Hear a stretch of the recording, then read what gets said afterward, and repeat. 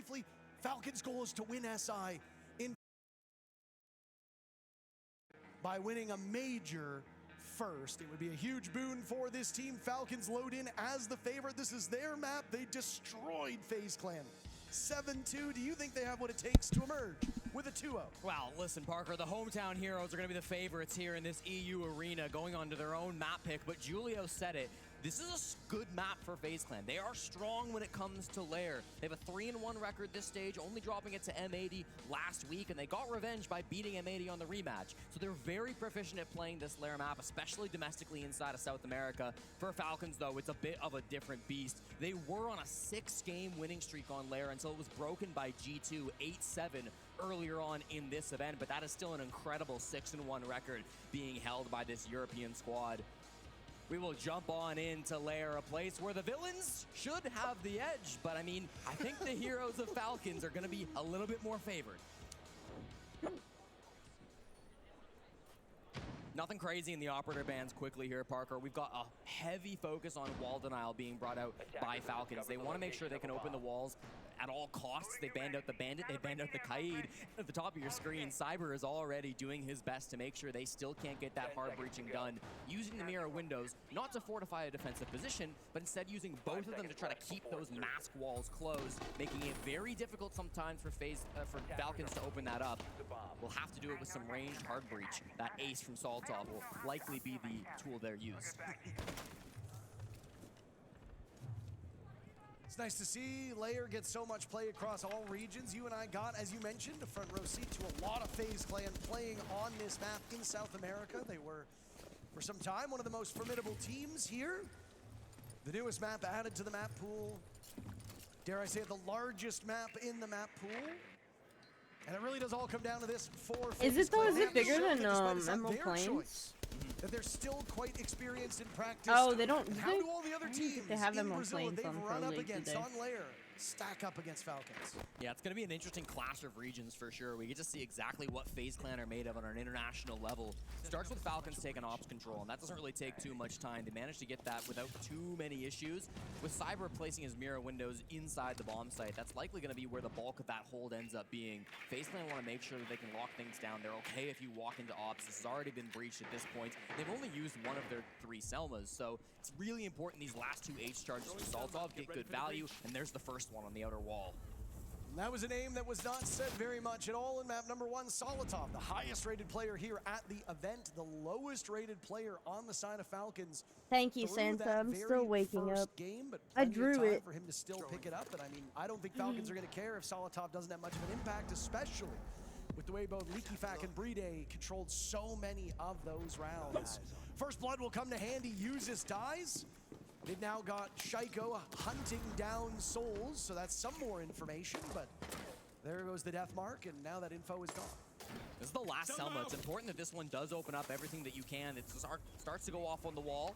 Mirror window doesn't look like it's going to get popped. They will impact trick it now through the first breach and make sure it can't open the second one. The Kiba locks it right back up. So that's going to be a really nice denial of the breach from FaZe Clan, forcing Saltov to the door. Saltov might find a pick here, but for the time being, FaZe Clan not giving him a single thing. Now it's LeakyFac moving up. Can hear those bees going off, but right now Falcons coming up empty-handed. This is a great defense from FaZe Clan. All this utility being used, and it's not finding anything on the side of Falcons. FaZe rebuffing them.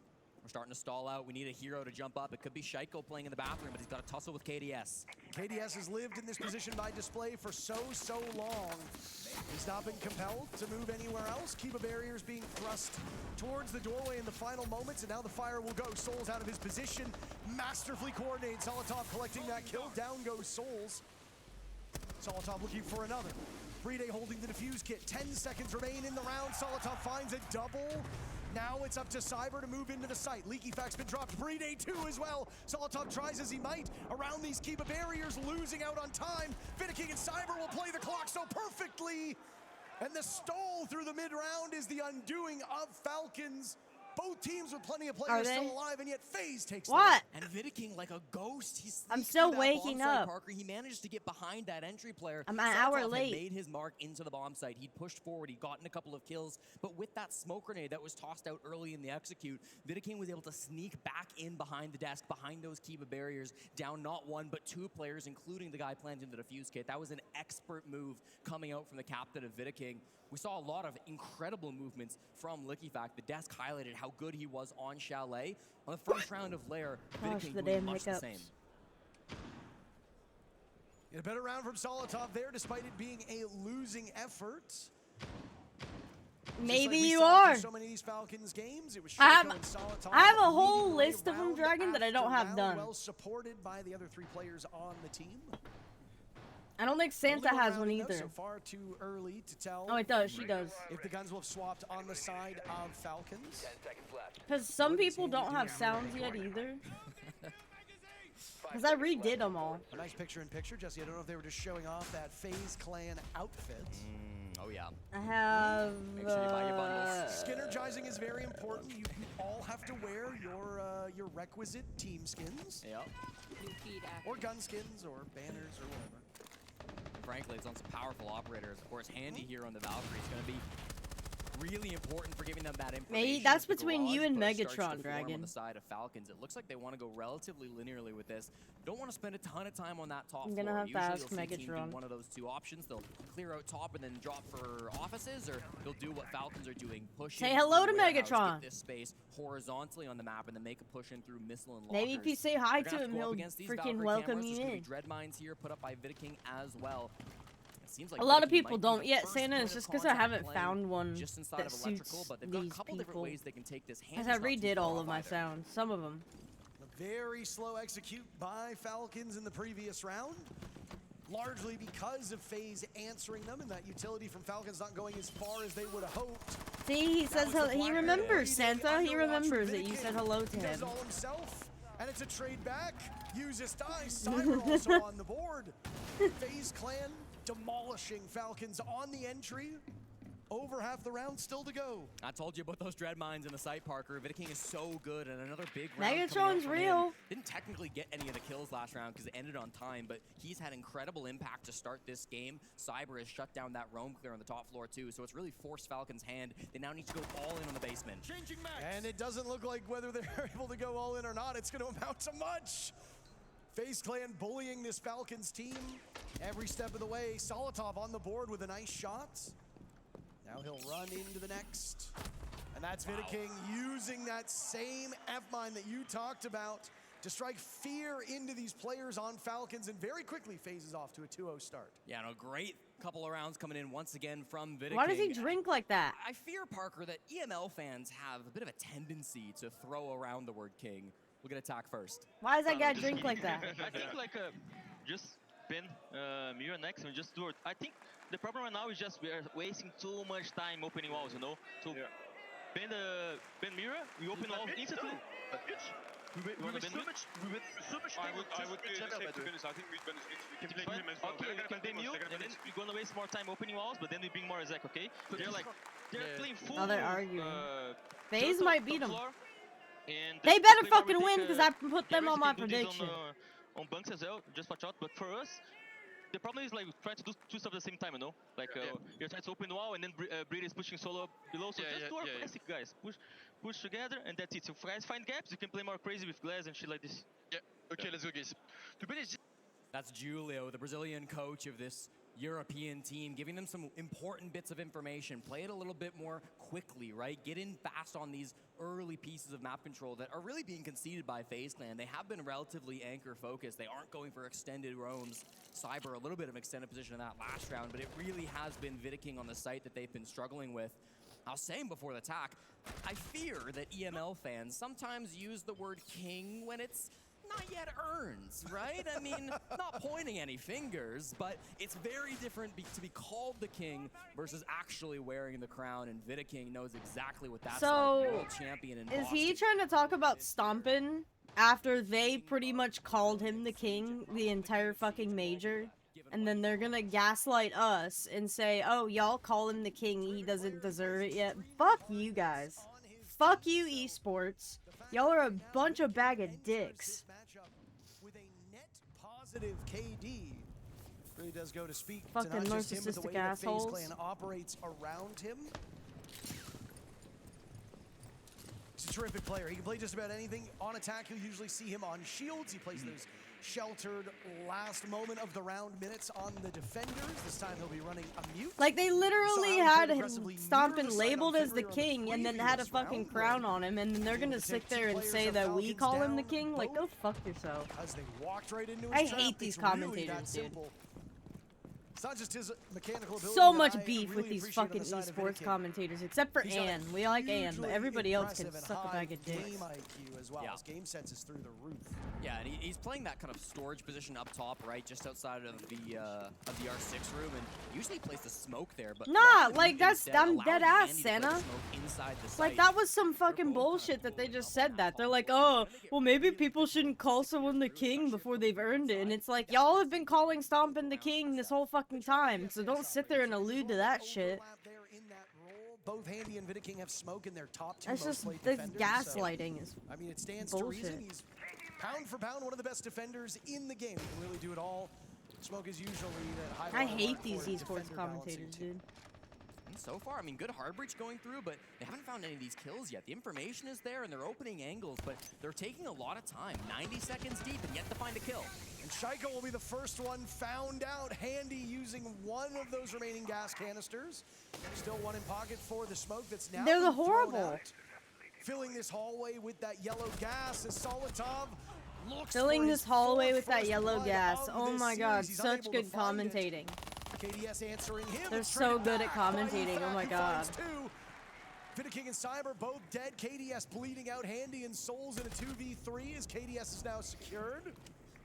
Breeday taking up the mantle of that ace and operator piloted by Solitov before, and Falcons can now sit with the final 50 seconds in great shape. And what a shift in the round. Lickieback has just stolen this back. It felt like FaZe Clan were in full control on the top floor, but they don't expect the backstab from the captain. Now they can take their time. 50 seconds Believe to work me. this verticality. They've got a player spotted out from down below. That'll be Souls that they'll know his position. The push down green is looking very strong from Falcons. Question is Souls aware of the fact that he's been droned out? If not, he's going to be in serious trouble. He seems to be aware of Leakyfac's position as the Dokkaebi sustaining some serious damage. Handy walking away now. The He's the Dokkaebi- one under Leakyfac fire. has Souls been has on found low some health salvation forever. Further down in this portion of Like, what do you green. mean he Uses took damage? Leakyfac double up, and Falcons gets on the board. Maybe, Lickieback Dragon. not slowing down for a minute. Map 1 to map 2, always having the impact, and I think just really coming together in that push, recognizing that those last two FaZe Clan players were trying to group up inside of green, understanding where they wanted to play that late round from, and so then just saying, we can drop the hatch, we can start this plant with our ace, we can get a really good diffuse get down Where the did ground, they and then call just you force that movements at? out of these last two players. Perfectly executed from Falcons, and good to see them getting back on the board after the tack timeout. Where's all those fucking face chants now? Sit the fuck down! Someone's very excited. Someone is very excited. There's a FaZe Clan hater in the crowd, that's for sure. I couldn't make out what was being said. I could, but I can't repeat it. Why not? Yes, you can. He said, yes, you can repeat it. Well, Blast, if the random guy in the crowd says I can. That was funny. Yes, you can! Little Dude, even surprised they not to see freaking hate the them. Mira band out. They go for the mute instead, which was Oh. piloted very nicely by Vidic in the last round, but always an operator that you kind of wonder a bit, okay, if we're banning out the mute, what does Facebook, that the mean for land the of attackers? Are keyboard they going to be warriors. bringing a lot more Daemons? They're going to be bringing a lot more of that Grim. Grim immediately does get banned out. Dokkaebi, another operator that can be very powerful when mute does get banned. Doesn't seem like we're seeing any of that just on this first attacking lineup, but obviously it could be more focused on those other bomb sites too, Parker. Yeah, I mean, they were going to bring the Deimos. Now, I had They somebody dialed tell in me for on Shaiko. They YouTube that I switched needed off to at the read a last book, second. and I Mute told them obviously that I made the can't Deimos read, and that's why I'm a significantly more professional challenging to use. Siege But Copper look at the player. lineup on the side of FaZe Clan. There's no intel or gadget denial that you need to worry about. A Dokkaebi would get huge value here. A Deimos would get huge value here, but they have seen the lineup that's been presented, which will require a fair bit of explosives and ways to get around these defenders. So Falcons swap things up. They decide to bring 6 frag grenades instead of these entry operators like Deimos, these nuisance operators, these assist operators like you find in Dokkaebi and Lion. I like the change from Falcons, and then you can also clear the way for those fires in the hands of Solotov's Capitao to do some serious work, probably not to do damage, but to flush out the defenders. Yeah, Shaiko's played a lot of Deimos even just through this map so far, and he goes to the gridlock. It's his first grid pick of the tournament, so going to be interesting to see what he can do with this. Shut down some of those flanks before going for an aggressive play. Oh my goodness. What can't Bride do is the question. Frag grenade out! He gets Cyber on the run. First pick goes in favor of FaZe Clan though. All right, our eyes over there, but the action happens with Leaky Fact dying. Now it'll be Solotov in the ground. These complex setups from FaZe Clan don't look like anything very special, but they are hurting Falcons on attack. I mean, it's these Kiva barriers in the site, it's the mirror windows giving extra information, it's powerful anchor operators that FaZe are using really, really nicely, and I mean, Falcons will be ready for this. There's a reason they didn't ban them out, but it doesn't mean it's going to be easy to clear through. Bride, his position is of course known at this point, inside of Skybridge, choked out by those toxic babes. Often what you'll want to do as a Blackbeard is you want to sprint through our 6 room, get across that bomb site so you can plant close on the display door. That's going to be tricky from this position. Another Nitro Cell will go out, and Oh my God, he gets it done flawlessly. A boon for FaZe Clan, who through all 4 rounds have struck first. Falcons having to play round after round after round on their back foot, and they just have not been able to recover much at all. Only a single round. dang it, I freaking bet on the Falcons. But I mean, this is Defender Lair. Yep. We expect FaZe Clan to be doing well at this current point in time. Yeah, and you expect the world champions to bounce back after a rough map 1, right? They're still a strong Lair team. They know how to play this map. 3 defenses already through the first 4 rounds. A strong spot to find themselves in. But now you start to wonder about Falcons' adaptations, right? They get to go for a second time back down to the bottom floor. They get to go for a second time now over towards Bunk's briefing. They're going to have a couple more opportunities to equalize this score. And listen, top floor of Lair is really, really tough to attack. I think this hallway pressure was so strong from FaZe Clan coming through, even before that Nitro Cell, stalling them out. The Blackbeard not able to get a whole lot of ground from Bride. FaZe Clan are very good at holding these parts of the map down, and it's up to Falcons to problem solve that. Is your language? Oh yeah. 10 seconds to go. It's funny. Neither of these maps have really gone the way that we expected. They've been very dominant. Map number 1 was obviously Look Falcons, at that. Will! destroying FaZe Clan almost every single step I'm of the way. freaking tired today. 5-1 the first half. Side swap came in, and FaZe Clan were able to win 1 more round, but that was all she wrote as Falcons closed it out on FaZe's pick. Now here on Lair, it's FaZe Clan riding the highs of a defender-sided map, starting on their favorable side. Falcons' win condition is really just 2 rounds. Why isn't Pick up second 2 going? rounds, emerge 4-2, an absolute worst. 5-1 would be devastating. Or did I 3-3 miss would it? be a huge win.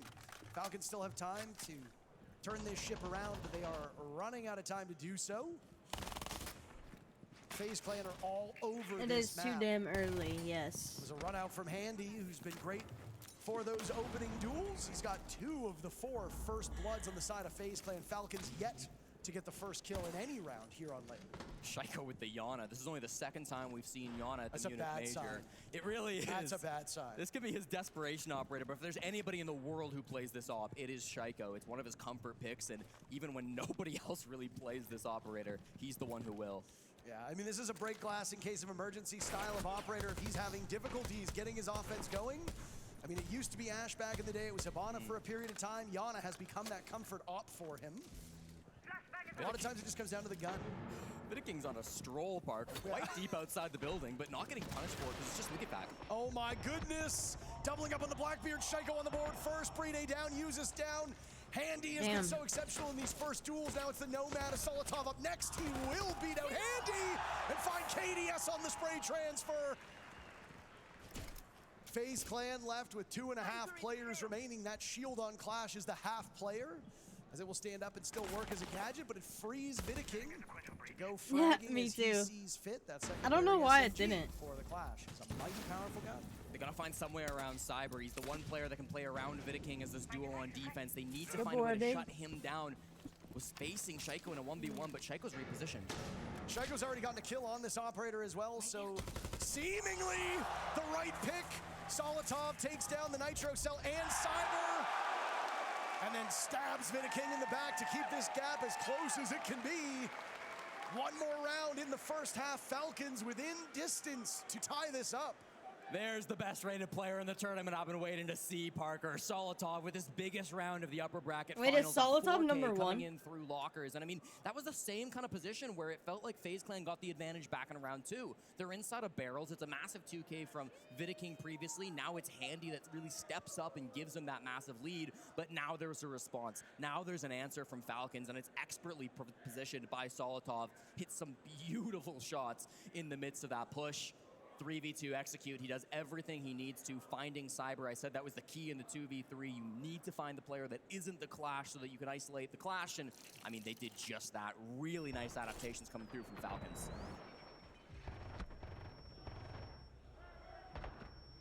Not that it necessarily matters to either of these teams, but it has woken the crowd up, that's for sure. Oh yeah. It's got people on their feet. Oh my goodness, that ARX is just, it's a fun gun, isn't it? It really is. You got both operators on attack that are running it in the Yana and the Nomad.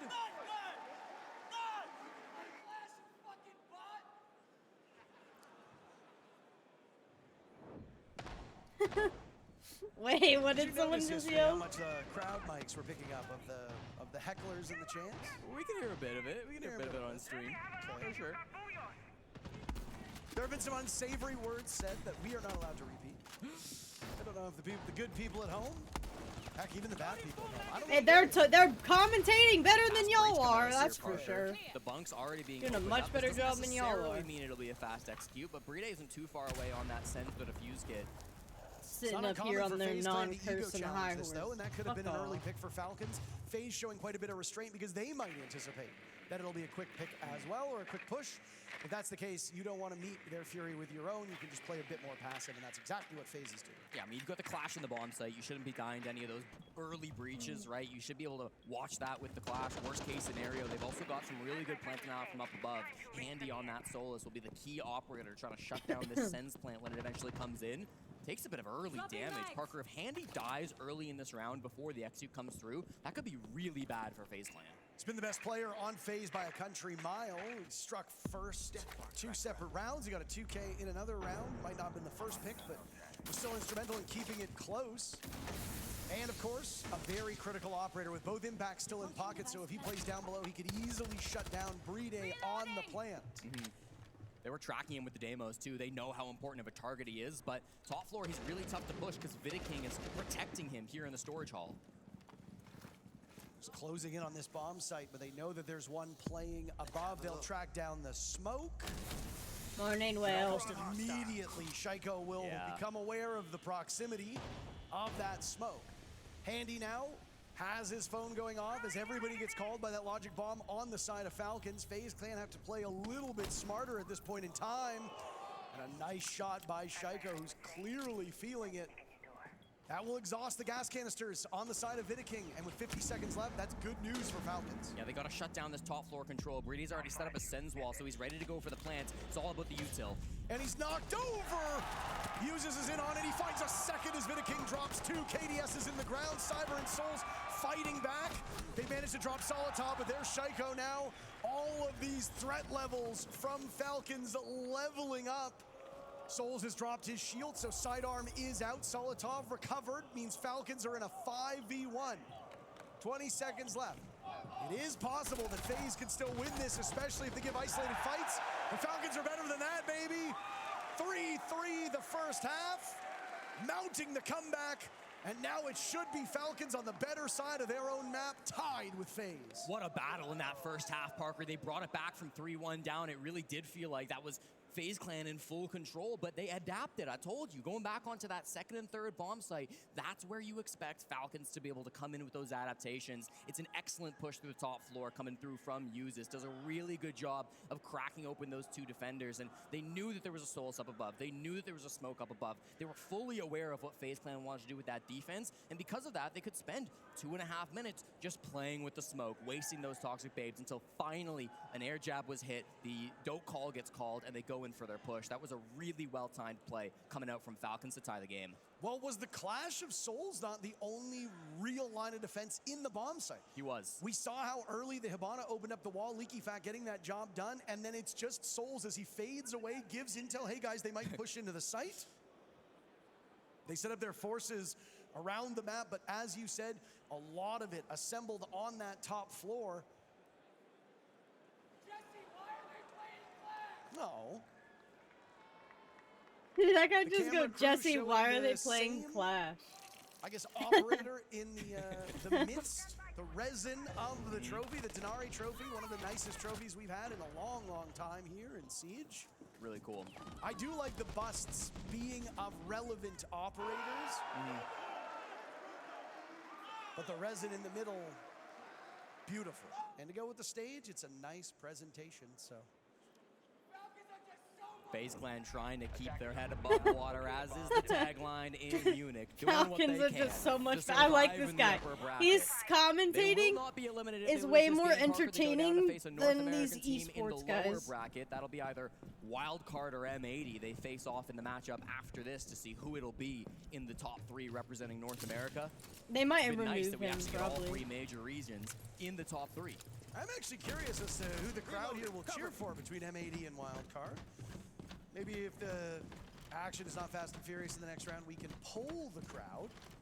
Because, I mean, you got 2 options. It's a European crowd and 2 NA teams are playing. Do you A, stick around and watch the match, or B, go street fights? Yeah, you got to stick around for that game. I mean, I know it's NA teams, but you got a European coach on one side, a European player on the other, and I mean, they've been putting some great siege up throughout this tournament, so it is a must-watch game, but stay tuned for the rest of this one first. This is going to be what all eyes are focused on. It's back to the top floor, right? 3 regions will be represented in that M80 wildcard matchup, not just with the coaches, but Jesse, also the active players, Dash and Baby Shark, both coming from different regions entirely onto this NA team. It's been a Cinderella story for Wildcard, rated the lowest NA team, yet they're still doing well. Hold on a second. Wow, Look at that was close. Shaiko using an impact to shut down the exothermic charge. We don't see a lot of impact tricking these days, but that is a beautiful way to blunt the momentum of a team on attack. It's such a huge risk from Handy, trying to use the thermite when you know there's a mirror on the window. You'll have to imagine maybe a Hibana would have been a better call there, and they were trying to watch in case there was some kind of a swing, but you can't shoot an impact out before it clears out the exothermic. So this wall will be staying shut likely for the remainder of this round. Leaky Fack will take down KDS. Bride suffered some damage in the process as well. Bride, after his sensational map 1, has been held off of the score sheet here on map 2, but that is okay because Solitov and Leaky Fack are doing so well. Now it's Handy taking some serious damage as Vidiking attempts to plug that hole. Shaiko entrenched inside of Master Office will do some serious damage. Got those Goyo canisters and the Molotovs as the fire will prevent this advance from FaZe Clan. Trying to get into a plant. They finally get the wall open, but it gets closed right back up by the Kiba barrier. I mean, the util work has been abysmal from FaZe Clan. They don't have the walls open that they need, so this push really is on its last legs. They need a massive clutch. Oh my goodness, I'm the so explosion tired. goes off at the feet of Vidiking. Cyber, the first one on the board for FaZe Clan. Vidiking will be So toppled tired, at the dude. hands of Shaiko. Souls' position, known by the Clash of Uses, that will be called. And now with Cyber using his death mark, both players on FaZe Clan will be known to Falcons. With only 10 seconds left, the job is to get into the bomb site, and that might be a bit too onerous, as Souls is punished by Shaiko. Shaiko finding his third, and a 4K for Shaiko. No, I will once this is over. We I believe shouldn't have Julio very was many riding, games but I'm not today. sure what he was riding there. Falcons will take their first lead of the match. Like, I think we Parker, just yesterday have we got this to watch game some and exceptional the other some game. exceptional players coming through, right? We got to see a hometown hero, a supposed king. We got to see a runner, number 94. But none of them were the GOAT, and Shaiko just steps up for a massive round for Falcons to retake the lead in this Hi, second Gabo. half. Not just the 4K playing from the office desk, but also just a critical impact coming through to stop that wall from getting opened. There were some brilliant kills from all players of Falcons in that round, but it was the util game where things really fell apart for FaZe Clan. They just didn't have any good angle into the bomb site without those walls being opened.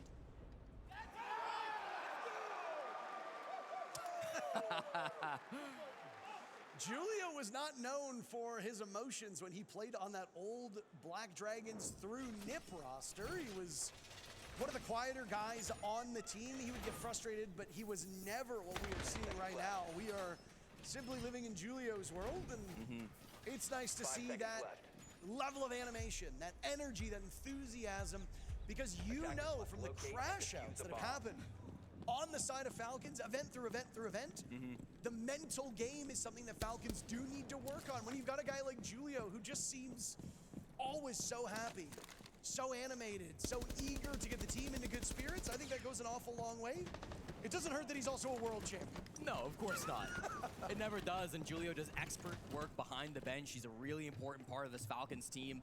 We're having a quick conversation last night, actually, with JV92 about Julio as a coach and all that he does for this team. I know a lot of the strat making kind of goes to the other guys. They've got a deep support staff here on the Falcons. They've got Stuflex and Eagle Knees who do a lot of the behind-the-scenes work, but when it comes to game day, Julio's the guy you want behind the bench. It's not even about the support staff. Falcons has like an entourage when they walk around. There's like 10 people with them at all times. It's genuinely quite impressive, and this was something that we used as a point of comparison earlier in one of our casts where we talked about some teams barely have a coach. Other teams have an entire research wing. So it is a little bit challenging sometimes for teams to overcome that, which is why when the underdogs who don't have that depth of coaching staff excel, it makes the story so sweet. King starts to open up the wall. No problems with a mirror window this time, and they'll get an angle into Missile. They know that Bride's in here, so they force him back, but the site is really tough to break into, Parker. Lots of Goyos. And down goes Solitov at the hands of Vidiking. Another nade will get chucked in. The clash of Bride has to scamper off and will do so, still searching for his first kill. 8 rounds in action, unable to find one. Uses, can't say the same. He's found 5, one of them coming in this round, and Vidiking, after FaZe got first blood, have now been knocked back to a 4v4. Wherever that black root is, that's where Clash needs to go. That's quite devastating if not all those exothermic charges have gone off. We saw one did, unsure about the second. Soul's taking down Uses, finds Shaiko as well. Bride felled by Cyber, and FaZe Clan about to tie this up. Leaky Fact playing that pulse. This is a tough room for him to get out of, inside a stock room, and I'm sure he's taking stock of the position he finds himself in.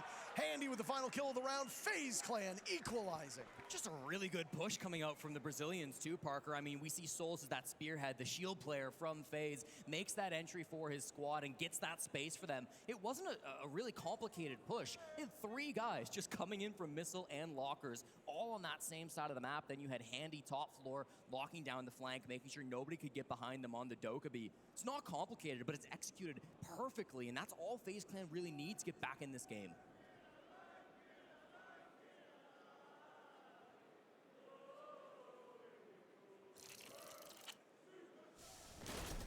What is the crowd singing?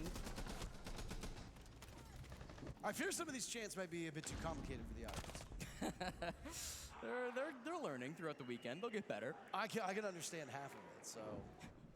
But then again, I'm not in the crowd. I would be useless. I'd be useless if I was in the crowd. My chants would not simply be strong enough. We've got a great showing here now on map number 2. This is Falcon's choice. 10 seconds remaining. It presumably started on the weaker side. Neither team, though, better through the first 6 rounds. A 3-3 scoreline before the side swap. Wait, who got map 1? FaZe Clan showing that they are a team that can hang. We talked about the mental game on the side of Falcons. FaZe Clan are one of the most mentally resilient teams so if they win in this esport. Yes, they did get knocked they win astride map in 2, Sao they win Paulo as that W7 Leopard Racket roster now known as finals. Furia put on one of the greatest comebacks we've seen in a 5th map to win the Oh, World it is, Championship. yeah. But FaZe were still mentally in it. They were just beaten out by the better I didn't team even now look. and now and then. FaZe Clan need I to show forgot that same about level of that. mental I'm tired. resiliency. They weren't able to do it in map 1. I think they're doing a pretty good job. Yeah, it's especially important when you're going up against a team like Falcons who can be so in your head at all times. They're an exceptional team when it comes to the mental game, and this clash can often be a big problem for them as well. I'm excited to see Usus on this operator as the main breach does get opened up.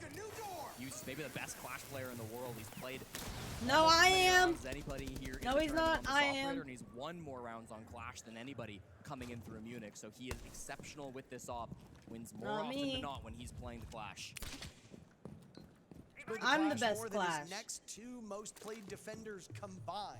I will. So really does love this operator. When an opportunity strikes, Clash is usually good on most bomb sites. I have proof and that on I'm a most better maps, Clash but than him.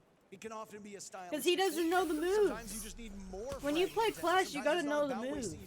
Look Look at this shit, okay? Hold on. Really engaging because they have to kind of go for a weird direct push part. We're gonna show you guys who the best Clash player is on Siege. And it's me.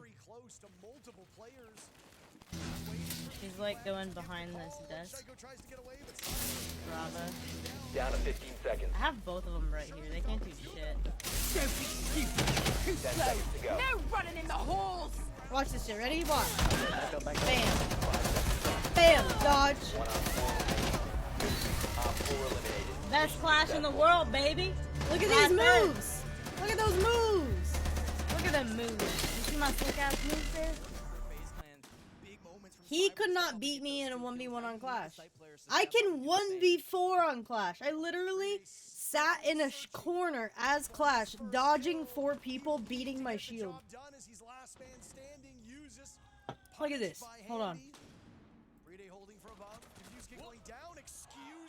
Nah, fuck, we don't need that shit. Hold on. Let me find it.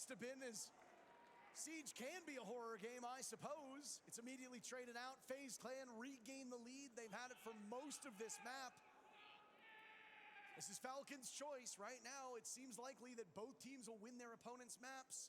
We'll go to Nighthaven Labs to settle the score, but anything can happen over the next 2, potentially 3 rounds. Yeah, I mean, this second half has been so competitive still, Parker. There have been some really good executes from FaZe Clan, but Falcons as well. Don't forget how good they were defending that top floor. You go back to that bottom floor as well, and maybe there's a bit of a different setup. Maybe you can roam a bit heavier and you can deny some of those different pushes that can come on through. Flash respect being shown. They will take it away from Musis and the rest of the Falcons, who can sometimes play this operator, make sure it's no longer available. Right here. And then the Thermite ban coming out against the attackers. That's going to make things really awkward. You're forcing them into the Hibana, you're forcing them to the can openers, and with already the ace banned out, it makes hard for you. Watch this shit. Ready? Where are we raising the class? Captain on the side of Falcons, so Musis will go over to his second most played operator, though as we did say, it's a far cry from where Clash is. Who's the best Clash? Who's the best Clash player in the world? Me. Look at that. Look, I'm actually doing pretty good dodging them. It took 4 of them to kill me. If you think that FaZe is too quick to get in, Let's watch it again. Best Clash in the world, my ass, it's me. Look at this map knowledge of me walking backwards all the way in back into freaking whatchamacallit, dude. Look at that shit. Dodging shots, walking backwards into a corner. Through the doorway. Best Clash in the world right there. How many people can survive that long in a 1v4 as Clash? Just saying. Point proven. Looking at 3 bomb sites that you've lost already, and then, I mean, I wouldn't want to go armory weapon in a spot like this, but maybe they're braver than I am. This is a really important one to keep yourself in this What even is matchup. his Rounds name? 11 and 12 Souls? will This be guy? more difficult. This is your He's easiest like a chance as a defending Vita team King to is like lock things a down and team keep move yourself mid. competitive. Vita King not really in a dangerous spot. Like Timu for this myth. moment. This is He looks inside like of myth, but operations, and he Timu version. Shakes the Izami of Shaiko off of this position. Shaiko got entrenched there before, if you recall, and playing behind that office desk with Kiba barriers allowed him to take engagements one by one, win them all. That was Falcons winning their only defensive round so far. This is a really important track from Cyber. He spots the one player that was down below and forces Liquefact to run all the way down to the basement. That was the one kind of thorn in their side that they had to worry about. The one player that was going to be a problem in this direct execute. The other 4 all still sitting on the site. The Monty can handle the site players, can take this space inside of Mezzanine. The wall should be able to be breached pretty quickly by Handy, but it's really going to be this one guy down below. What's the captain going to do on this favorite operator of his? Here we go. Shaiko setting up those Kiba barriers. Oh my goodness, there goes Leaky Fact. Solotov in the ground as well. FaZe Clan showing that even if it is Falcons map choice, they've played it enough to be experienced themselves. There's a restlessness here, I'm certain, on the side of Falcons as things continue to worsen. They had the lead just a few rounds ago, and it's completely evaporated. FaZe now in the driver's seat of this round and this second half. They're about to win a flawless round unless Brede can do anything about it. Vidiking getting diffuser down. Brede stuck in a tough spot, and there it is. Done flawlessly as KDS, that's the final kill. Match point on layer for FaZe Clan. Map 3 looking oh so likely at this point. And what a perfect execute it was from FaZe. I mean, you've got Cyber down below on that Deimos. He's able to spot out the Solus roaming from Liquifac. He gets his teammate to get that pick for him, and then he's just doing so much damage from down below the site. Shaiko was the main problem in that bomb site previously, right? Fuck He's you, playing Locke. the Azami. He was behind the office desk, got 4 kills and stopped the walls from being opened. But when you've got a Deimos below you, constantly forcing you to move, constantly putting that pressure from down below, I mean, it is a nightmare to try to get out of that spot. And there's only so much Shaiko can do from a position like that. It's really well played by FaZe Clan. They needed to have a little bit more impact from that early round. Liquifac just being caught out by the Deimos. Now you've got to rely on the sites. You've already lost Parker. Fuck you, You've got to Locke. go back down to the basement. Round 12 is a mystery on where they might go for the bomb site selection. But for now, it's all about winning these next 2 rounds. It's critical that they can lock this out. Or again, map 3 is very quickly awaiting us. Map number 1, the first kill did not have as much impact on the end result. I like those transitions. I just gotta stop myself really for a second cool. here. When they did it with the ocean yesterday, Yeah. Cafe Dostoevsky, I thought it was excellent. Shout out to our observers here at this event who've done such a great job of catching that action and making the viewing experience for a pretty hard to spectate game an awful lot easier. But to the point I was saying earlier, converting first bloods was not the most important part of map number 1. Here on map 2, every single first blood except for 1 has led to a direct conversion. So, FaZe Clan, who are well in advance, beating Falcons, not just in round count, not just in kills, but also those first bloods. If they can strike first for the 4th round in a row and the 4th time on attack, it'll be tricky for Falcons. And a lot of those first bloods haven't just been first bloods, it's been first 2 bloods. That's been the bigger issue for Falcons. And I Oh think that's shit, why FaZe this is one defense more for and they Falcons win. is so restrained, Parker. They Thank don't have you. anybody roaming in the top 2 floors. It's a full 5-man bunker inside the bomb site. So if this opening pick does come, it's unlikely to come. Do you know early. where They're Bless having to You comes fight from, these Will? players late, but there goes Souls. Never mind. Like, the Liquifac jumps derivative out of for the it? frag. The unpredictability on the side I of don't know, I Falcons might have just did made pay that off word in up. previous I don't know if defender that's a rounds, real but a word. more stalwart defense has allowed FaZe Clan to sink their teeth in. The glass of Souls is gone. You've still got nuisance ops on the board. You've got Ying, you've got Dokkaebi. These are so critical operators in enabling the rest of the attack. With Vidiking on the board, you might be in for a bit of a headache when it comes to finding guns, but down goes Shaiko. KDS reading into that. His vision obscured for a second and he walks right out. This is a good reaction from FaZe, Jesse. Can you force the I mean, plants? There's still some toxic babes. And it I does don't go really- up. You I see mean, the I smokes, but guess. the plant's here. And Cyber's The in, but Greeks the Yokai believe is on that deck, uses dice, whenever Brede and you Solitop will have to sneeze, you're like untangle this expelling defense. evil spirits, so they Impact bless nades going you. out, damage being done to Vidiking. Solitov pushing in, he finds So I one, guess but it he's is traded religious, right back. but it's all more. up to I was Brede. more implying He's had like, so many good not implying, clutches, but being like, oh, it's a but great leave it thing. to the best player on FaZe Clan and what might be one of the best teams at the tourney to shut down the clutch minister himself. Brede put in the People ground, probably would FaZe call it answers religious, back. but I wouldn't say They steal it's Falcons particular back. to Neither any of these teams religion. comfortable on home It's soil. just a Greek A thing. third map Like it's on I don't know, neutral that's just where turf it's now derived needed from. between these two with a spot more in the grand historical finals than on the line. religious. No I one think. said it'd be but- easy making it to the biggest game of the tournament. Massive comeback from FaZe Clan, but map 3 awaits us, Parker. Absolutely. We'll be back in a couple minutes with the thrilling conclusion of Falcons versus FaZe. All right, cool. Map 3.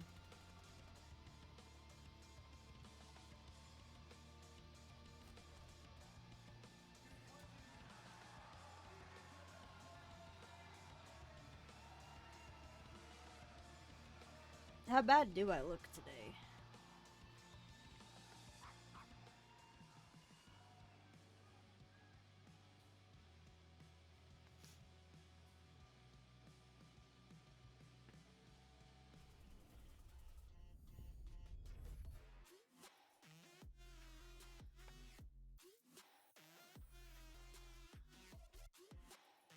I did get a new chair. I gotta put that together.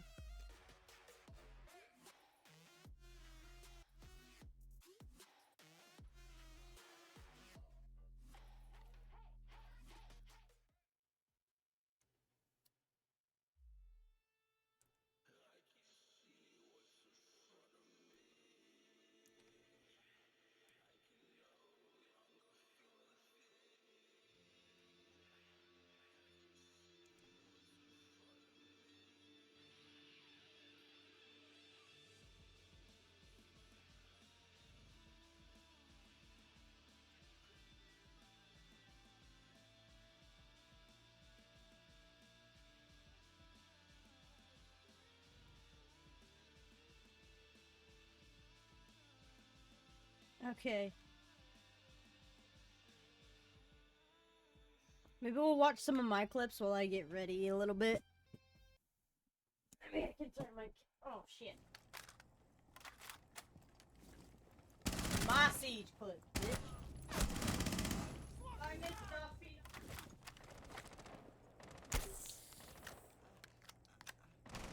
I don't know, was it Fuse and... I'll look and see who it is. Ace, ace, ace, ace. Let me ace, let me ace. Nah, give it to myself, asshole.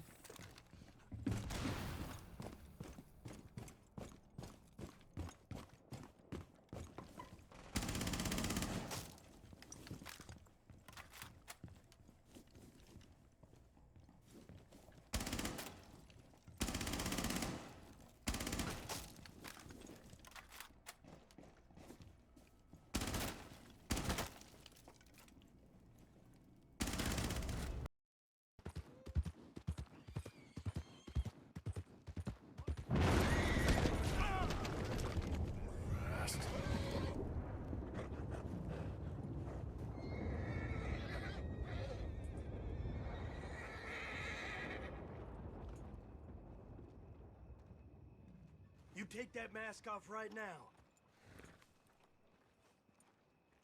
Last chance. Move it before I make an example of you. That's it. I'll take you in by the neck if I have to. This ain't real. You grab for Sky, now! Come on. Put him up! Or so help me, I'll put you down. I gave you a chance. Push up on him. Get that man. Get in there. Someone gonna get them.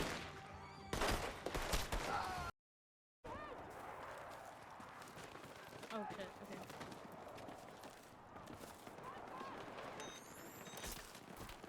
Let's move!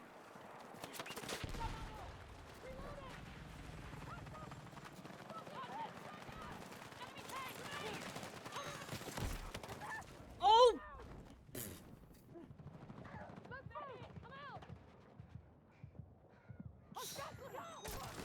What the fuck? I just got ran down.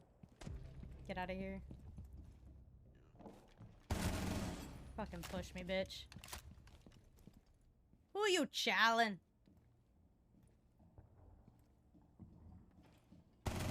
Who you challenging? Oh.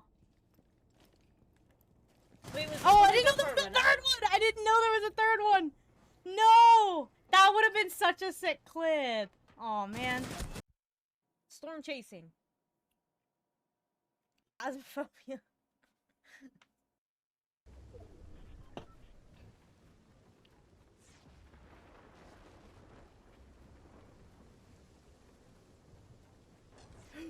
No! No, no, no, I fell off the edge!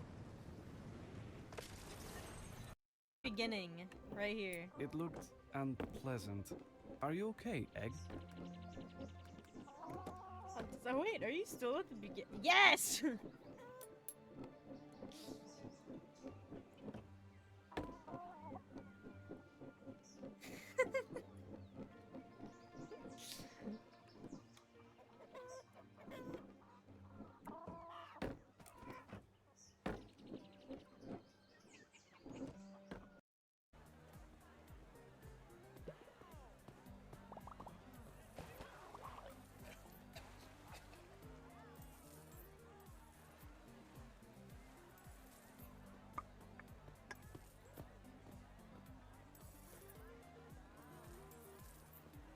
Alright.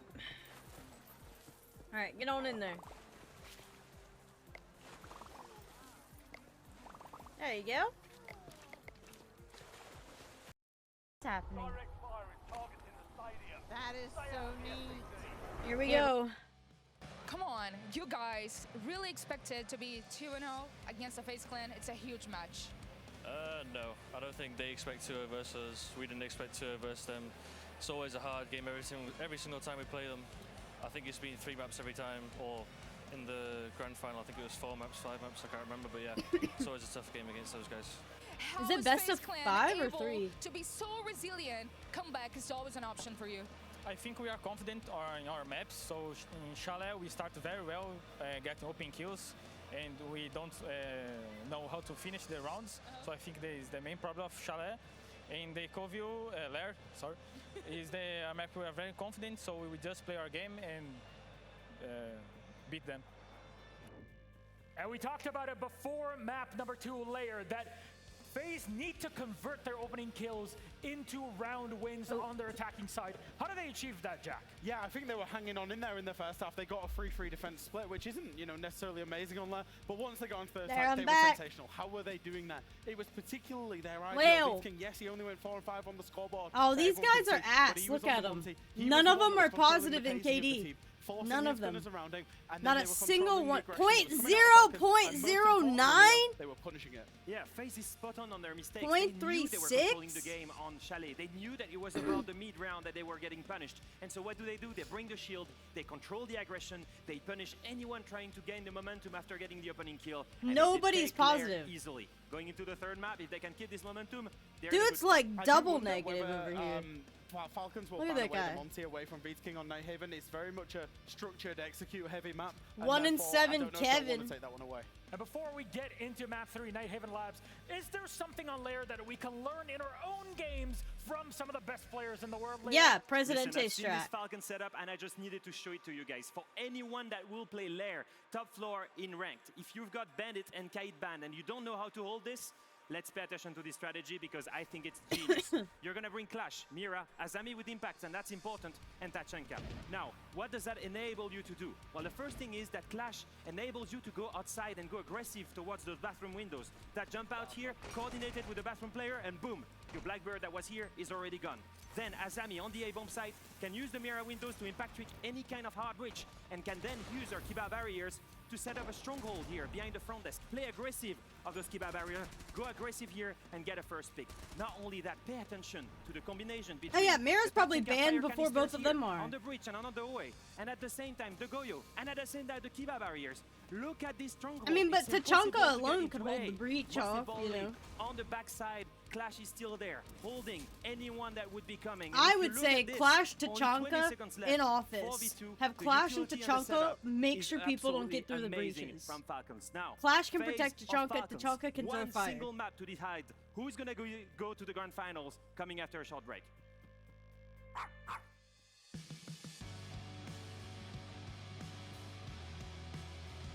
I mean, you can mute the wall. So, like, you're either gonna have Mira, Bandit, and Kaid banned, or... Because you still have mute, so then why would you go through all that trouble to Mira the fucking wall when you can just throw a mute jammer down? They can't upside down rappel on that wall. So they can't get that wall if you mute jam it. But, never mind, I'm not gonna say anything. Because we'll find out tomorrow, but... If some of the changes that I've seen are true, Siege is only gonna get worse. Like, this whole...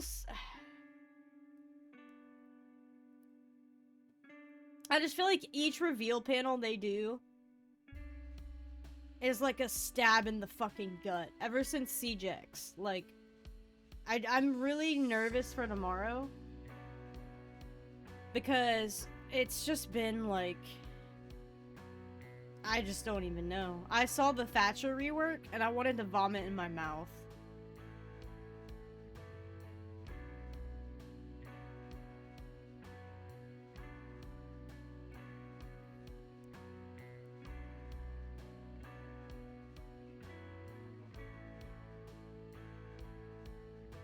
Yeah, and then you just go mute. So I just don't know why they're, like, overcomplicating something that doesn't need to be overcomplicated. Pretty much what the devs are doing with the entire fucking game. Overcomplicating something that doesn't need to be complicated anymore. And they're tunnel visioning on the operator pick rigs, and nothing else matters. Fuckers. Why are we still showing pictures of Weibo? They got eliminated, like... ages ago.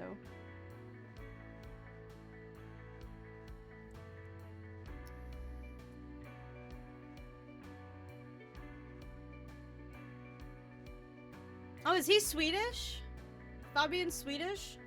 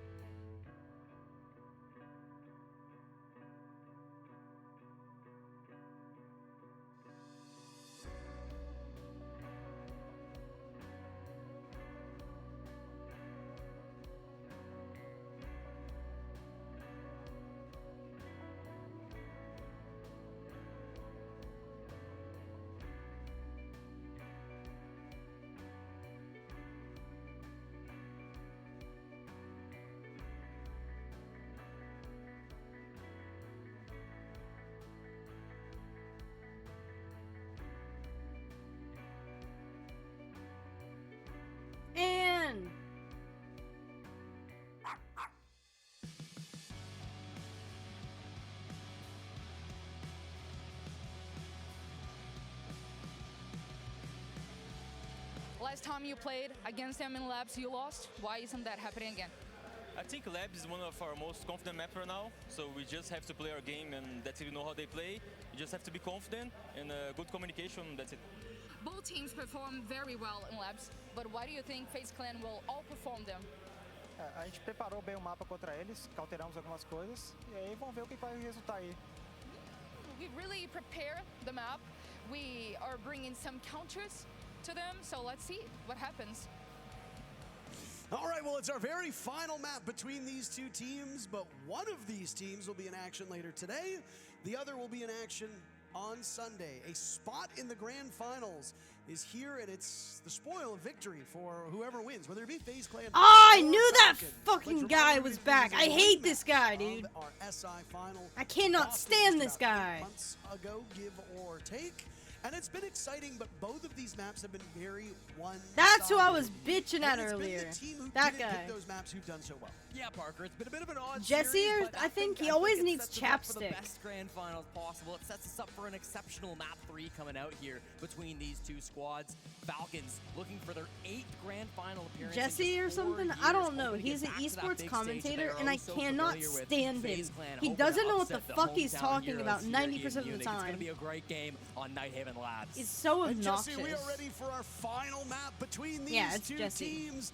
I can't Nighthaven stand that guy. Labs, a map known by both of them quite intimately. Which one comes Yeah. out ahead? Dude, how many times do we gotta watch Lair in fucking Nighthaven in this major? Holy shit. Can y'all pick different maps? For the love of God. Well, you heard it from If I Julio ever go to before the this Munich map started. major- This is a comfortable map for Falcons. They're 4-0 this stage. Right? He's the one that was running his mouth about, oh, don't call someone the king until they've earned the title or whatever.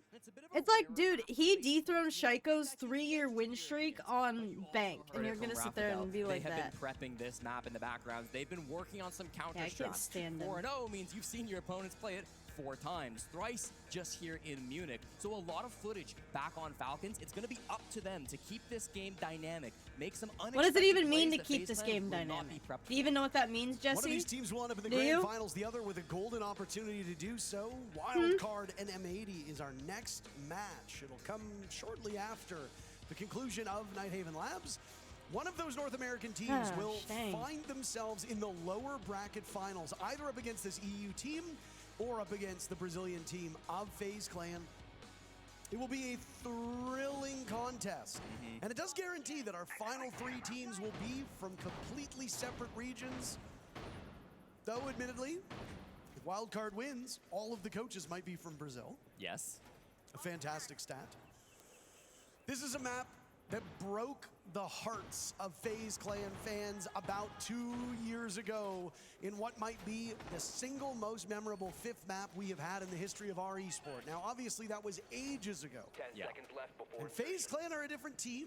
They've won a world championship since then, and I think 5 looked seconds left. a little bit better with this lineup. But Falcons are a tough foe. Jesse, do you think there's any fear that FaZe Clan might end up falling to their own mental game if they don't have a strong start? I mean, it's possible, Parker. It's always important to start strong, especially on his 3rd map of a decider, but it is attacking side here, and we know that FaZe Clan are defensive monsters. So even if they go down 4-2, I'm not so worried about them bouncing back in the second half. We started with these operator bans, that doesn't right? make And any it's the Bandit sense. Kite, the same thing FaZe Clan wanted to ban. They're like, oh, they're great defenders, but if they end up 4-2, I see them bouncing back. How the fuck does that make any sense? How does that make any sense? They're on defense right now. How can they bounce back when they're on attack if they're, like, beasts on the... I can't with this guy, dude. I can't with this guy. Was talking about whether that would be the option. I from can't with this Falcons, guy. and they Hi, good morning, Hardware. These esports Cyber using commentators, almost all of somebody these needs to X-Kairos fire at this them. point in time. They don't know what the fuck they're talking about 90% of the time. We will This find Jesse out. guy, No, he's gotta the go. wall's still intact, but they find a I don't pick care if anyway. I'm partnered with They swing Ubisoft. and I'm down not goes partnered with Leaky Fat. The esports. final set of X-Kairos will now need to be used properly. If nobody's able to shoot this last one out, then passage I'm not gonna blow into the smoke bomb up people's site will ass get because I'm ever a partner difficult. with someone. Yeah, they get it open there. Nitrocell This tried is to come out one and of the stop it, newer but maps. unfortunately it's a little bit too late. Upside for Falcons, they I've pick played up on the it quite a right? bit. It's a newer map. It's Nighthaven Labs. I wouldn't say it's super new, but it's with how long I've played Siege, it's new to me. Like, Lair and Nighthaven are the two newest maps on the game. We're about to get a new one, though. It's still closed. They can probably crouch through it, but yeah, I mean, you're not going to get it soft through that. You've got to find a second dimension. It looks like Connector will No, be but that these angle. commentators are so bad hardware that one of them...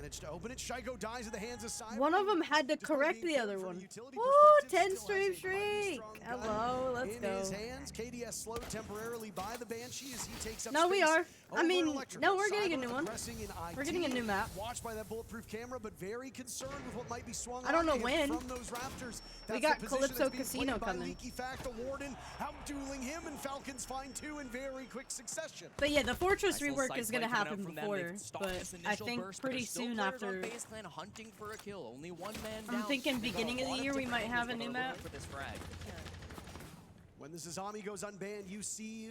I've known about the that she can Fortress cause, rework for a slowing while. down your assault into the bomb sites. Oh, no, I don't think we'll get a Gets Fortress little bit rework of next intel now as season. one of those proximity You think we'll get it explosives next go season? off. Leaky Fact still on the ground. He slays Vidaking handy. I'm gonna be surprised if we get it next season. I thought we were gonna get it Now he next tries year. for the sweep in. Like year Cabrera 11, is there to season shut 1. it down. Leaky They Fact announced does it, okay. die, but it leaves Souls in a 1v2, battling time, battling utility, and I figured I knew they talked from about it. I Falcons. don't know Neither if of they them had specified seem what quite season intent it on would taking release in or engagement not. his way. Why not? They don't Souls tell tries me to bait them shit, out. dude. He's got case in hand. He will march in. And he's got 2 targets to pick. They don't and he tell can't me hit either. nothing. Brede already off to a better start than what we saw from him on map 2. And Falcons will take round 1. I don't think we could have asked for a better round 1, Parker. Very close in the 1v2, comes down to it, but I think you got to go back to that start. Struggling with IT, it made it a little bit awkward to get in. We saw Cyber ended up having to crawl through the breach because he just couldn't quite get it from the crouch position. So that slows them down quite a lot in that push. And then there's just some really nice swings in the mid round from Falcons. Comes on I out, had equalizes hope, and then that I saw man the count, Thatcher puts it in their rework, and I favor was in the end like, of things. I It was want a to cool push die by inside. Souls. He was through Thank off you, the hallway. Hardware. He raced Hardware to the Zofia stun streaking. to find out if there was an Azami playing Thank you behind for the the 10 desk. stream There was, but streak. they still lose a couple gunfights. They eventually traded out, but it's too little and it's too late. Big kill from Licky. Did you see the Thatcher rework, Will? Known, but he still wins that duel. It's not an easy one. It made me want to die inside. That bomb site in particular is so easy to hide behind one of the regular pieces. Yeah, you of did. The map. Okay. We're not So talking that was the first time you reinforcements. saw We're not it? talking about Kiba barriers. We're talking about things in the actual map itself, be they pillars, be they walls. Certain bomb sites have tons of soft destruction able to be done to it. Other bomb sites are mostly reinforced themselves with a couple panels here or there and some of the floor that can be shot. I'm not Shot down at if you're defending above, looking over a I just particular felt like bomb site. Thatcher was good. Like, Case in point, Thatcher if was you've got a good bomb as site he that was. works in your favor as a I defender, don't feel like he might needed as a well use it. rework. Falcons do that. I don't know. They had 2 great players. with Well, I great think guns this is still what in. I'm like. FaZe Clan got I don't care if they explain it. This is what I feel like. I feel like they just probably ruined Thatcher for good. Because what's gonna happen is they're gonna release him, and everybody's gonna bitch and whine and complain that he's too powerful, and within 24 hours they're gonna nerf the ever-loving shit out of him, and he's gonna be more useless than he was before they even reworked him. That is my take on what's gonna happen with Thatcher. And it sucks, because he actually was a solid operator. Still just be on that top floor, hunted down by a couple of these roam clearers. And then I heard logic some other bombs going things by the too, wayside but quite we'll wait till quickly. There are tomorrow. mute I'm not jammers thrilled about it. spread out The mute throughout this rework, course I'm not. of this Mute entire map, changes so to mute. I don't think you I would find be an happy about opportunity either. to get the gadgetry quieted. Soul's not finding an awful lot from that, and FaZe Clan really not able to I follow think up. one that of mute two jammers utility will that no this longer WWE jam has. automated be a gadgets, really big so they won't reinforcement just jam on like that RAM cafeteria wall straight to or the front door, Selma Parker. That's going to be breachers. keeping Liquefact safe as he plays in that cafeteria position. They know where But he's there at. will be like Salt's an out here to protect expanded him too, range but of mute clearing these jammers. players is a whole other beast. We've been focused on That's Souls so for smart, so much though. of this as he's just working Right? his way in all by And I don't know if himself now that's as true. I other don't bomb know will if go that's off. true or not. But And he takes an engagement and wins it against Leaky Fact. What an incredible shot. Usually when I Control see that stuff, it's SMG-12 right. is no easy task. And that's the soulless That it Gone doesn't make Intel any now will sense. also go and pocket a FaZe And I player. could be It's a wrong. huge We don't know fight, yet. right? But you do waste a lot of time clearing out that one player. You've got But just over everything 60 else that seconds they to get talked this about, execute we down, know is and happening, all 4 so defenders have retreated back towards just makes the me bomb site. wonder. They've got plenty of nitro cells. One of them gets wasted. The second one doesn't. uses, cleans up Cyber. That's a big pick to come through and equalize us back to a 4-on-4. And down goes KDS in the hands of Shaiko. Another Nitro Cell will go off. Breedays does not find anything. Souls now, that player that we need so like a much Rainbow earlier, Six who's Siege been able to committee carry a good that deal of weight in Ubisoft this has round, got to works pass his way down Exo and has their 2 ideas players of through Falcons that we within vote striking on it. distance. And we vote on it, and Might they're be not allowed to next do him. shit Solitop unless the dies to committee Vidiking, agrees. And Souls will now push up. That's what we Roughly need. around the corner. Oh my goodness, does not clear his corners. Breeday's patience pays off. And Breeday will swing and capitalize on the chaos that has been thrown into the ranks of FaZe Clan. Handy will then drop, and it's the final 3 kills, all for Breeday. Falcons are fired up here on Labs. And how about that for a defensive round? Breeday steps up so big, and I think underestimating him a little bit. First, they're not checking the corner. That's tough sometimes. You're on low time. That's gonna happen. Well, just wait till I win the fucking Powerball, and I'll buy Ubisoft. He's inside of Exo and just not watching for that second swing, expecting that you can get deep into the bomb site. First thing I'm doing if I buy Ubisoft, I'm changing the name to Ubi Hard because we ain't soft no more. Second of all, we will be fixing Siege. I might just revert Siege back to like 2015 version. Really well played from Breeday. It's not an investment. I'm gonna save the gaming community hardware. I'm gonna save Siege. I'm gonna save Assassin's Creed. I'm gonna save Far Cry. All the other games on Ubisoft can go. We've got some it would not be. I know what I'm doing. I could fix this game. If they gave me this game and they just took my ideas and my say-so, I could fix it. 110%. Because I represent 90% of the player base. Whereas like these creators, these top Rainbow Six Siege creators don't. I do think that W7M team, now Furia, they don't. More popular in Sao Paulo. We need a copper to silver representative. That's a tough spot for FaZe Clan. They've always lived in the shadow in terms of popularity of teams like Team Liquid, who for a long time has been the most popular team. You didn't include anything that makes them money, make it like cost us 1,000 R6 credits to vote, and they'll say yes. Of how much winning they've done as well. I mean, when Ninjas in Pajamas was a dominant organization, they were also struggling to. We don't need to get paid to be on the committee, but I don't know. It can be tricky. And we've noted that both Team Secret and Wildcard are not beloved by their region the same way I know some of their Ubi's other hurting for money. counterparts They definitely are right now. But it takes time to build up a fan base. It takes time to build up. I just hope they can save Siege, because I don't know what that will mean for me if Siege dies. Here, obviously, Falcons have the crowd at their I don't know what else I would do. The crowd was much more quiet during map number 2, and that was because of FaZe's dominance. Now here, Falcons. Oh, they'll add it. They'll add it if they're losing enough money, Will. Not that they need to make money off of the committee, but the committee can assist them in making money, you know? Well, we see the shotgun work happening right now. Cyber can start to flash things in. This top floor roam is full-time Harry Potter. I already fucking beat the game. 3 pillars up on the top floor while their 2 teammates I'm a main Harry Potter, Hogwarts Legacy main. Heavily on clearing the top floor before going for your full execute. I do think that game is so easy. I could do it in my sleep. 90 seconds into this game, that game was made for people that aren't gamers. It was. As it should have been. That way each Ubisoft partner can... Not Ubisoft partner, but your average person can play that game. Keep that Nitro Cell in its static state, and it will finally blow up, but a bit late. See, look at that perfect, great coordination there by FaZe Clan to get that information, prevent Falcons from doing any serious damage to them, but also preventing Falcons. Just saying, what $1 trillion could probably be more useful yeah, this elsewhere. 3-player hub top floor though, Parker still needs to be cleared out, and that's Vidiking's job. Oh my goodness, another Nitro Cell will go. I don't know that. I don't think people realize how much money you could actually make. Rafters, which will cause Shaiko I don't know. some considerable harm. I mean, dies, Vidiking and Souls both die. So hold on. Your timing on Shaiko could not right now, not anymore, not anymore. Well. It is not worth $1 trillion.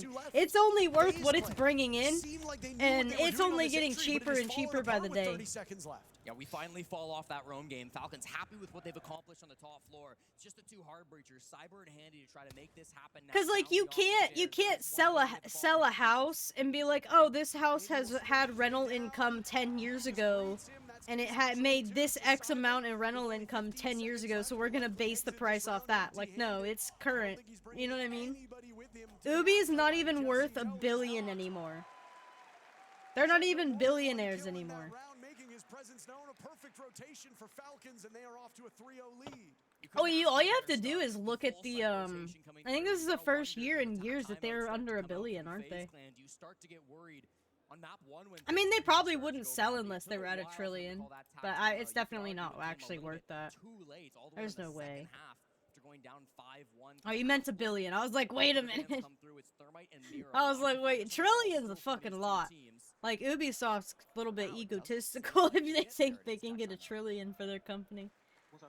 Yeah, it's probably still worth about $1 billion. Because within the past year, they still earned $1 billion. But I think this year is not gonna cut it. Maybe I can just buy Rainbow Six and get it away from Ubisoft.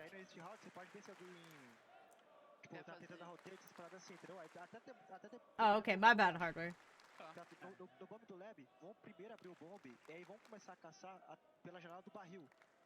I was about to say, shit, if they're worth $1 trillion.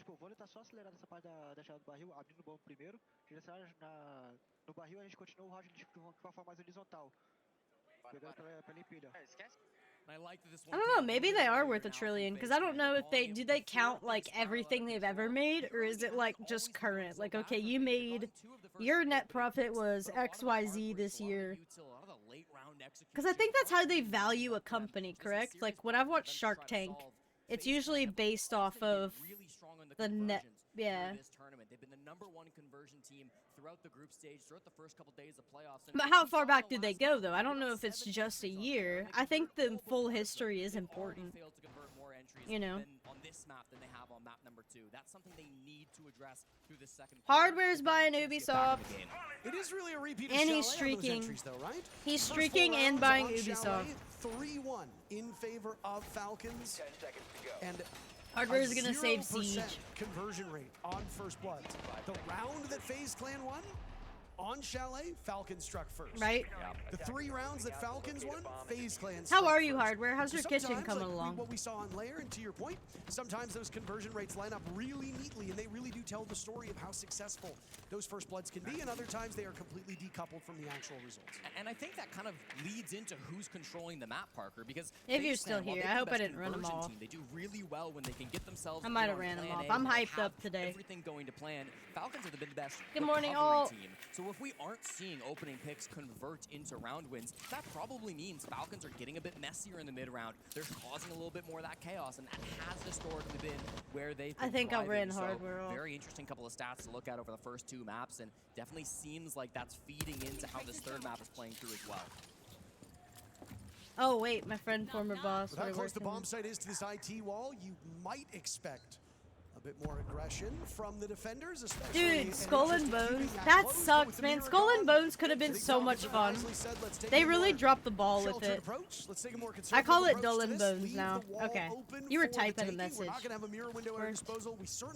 Man, that sucks. They tried. Damn. Can you tell them to save Siege? I mean, they're going to be dealt with EMPs very quickly. So. Can they save Siege?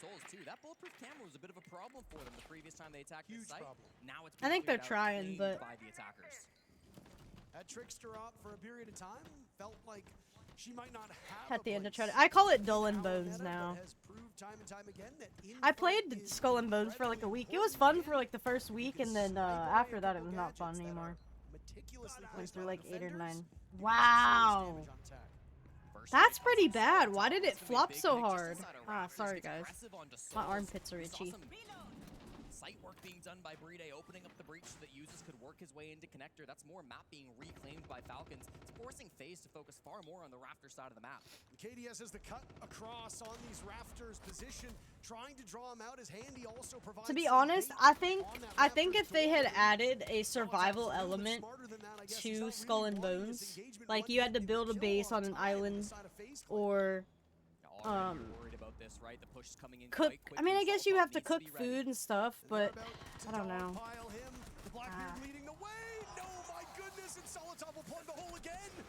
I'm sorry, but Falcons and FaZe are so boring to watch.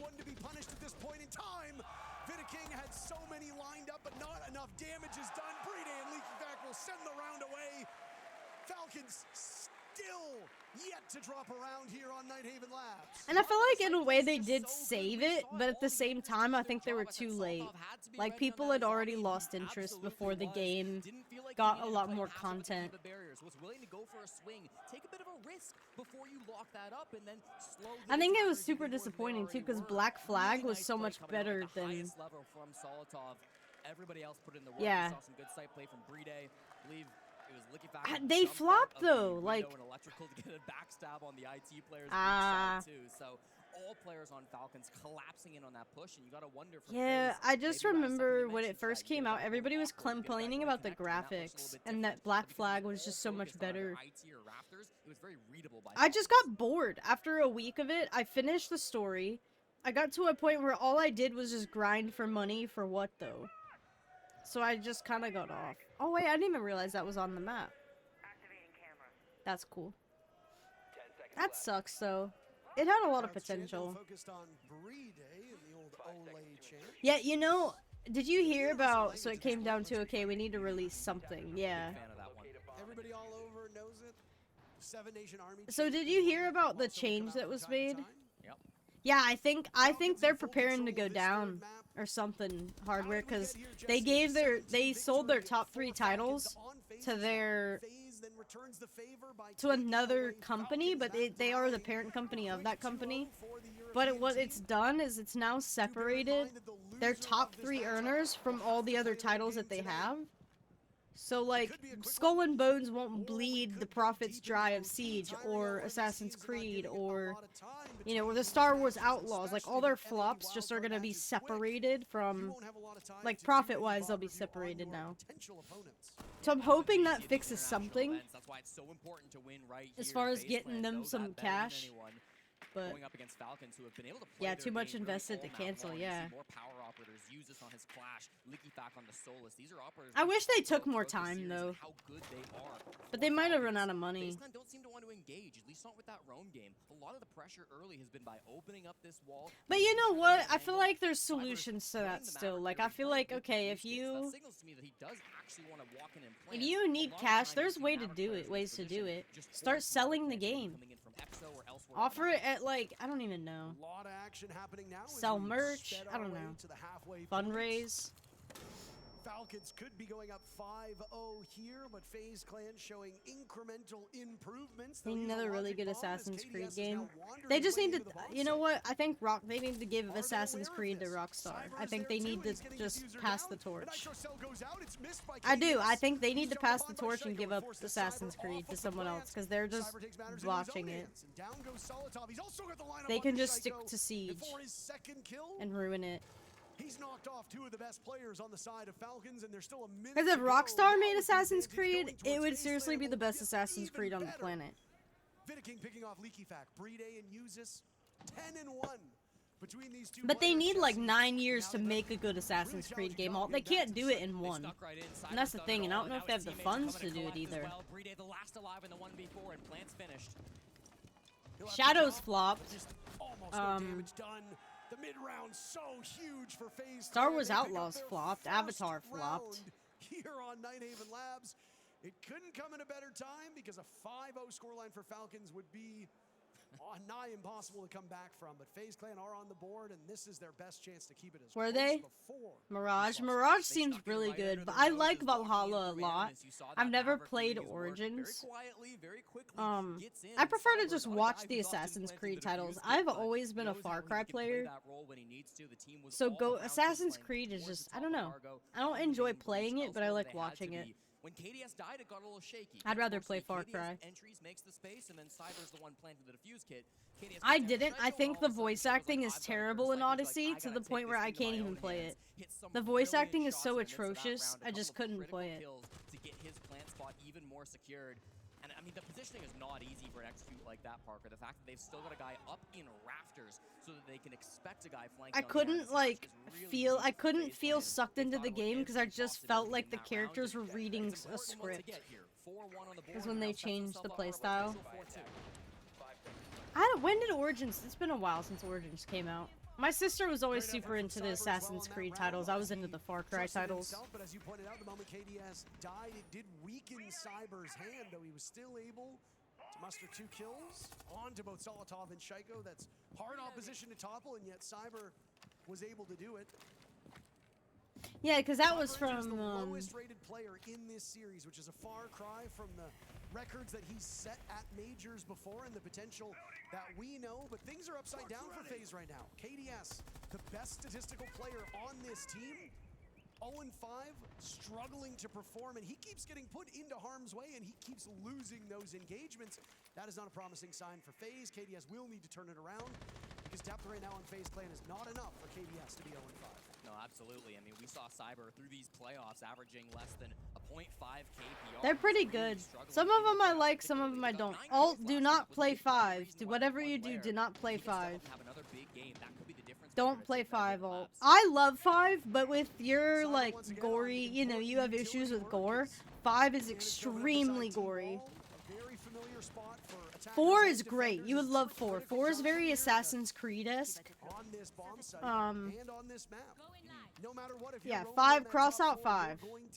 The opening scene is like a dude like picking out somebody's eyeballs. I love 5, but alt's, yeah, it's hard to watch. Alt's gotta avoid it. 5 was your first one? Oh, hell yeah. I played 3, 4, Primal, New Dawn. Because 4 and then New Dawn, and then... No, was it 5 New Dawn? And then 6? I never finished 6. 6 is the only one I haven't finished. I'm kind of bored. 5 New Dawn. Dude, 4 is my favorite. Will, you gotta play 4. 4 is so good. 4 is my favorite. 4 feels like if Assassin's Creed and Far Cry had a baby. That's what 4 feels like. Where's my mom texting me? Cyber's been picked back up as well. Solotov's a terribly smart player, Jesse.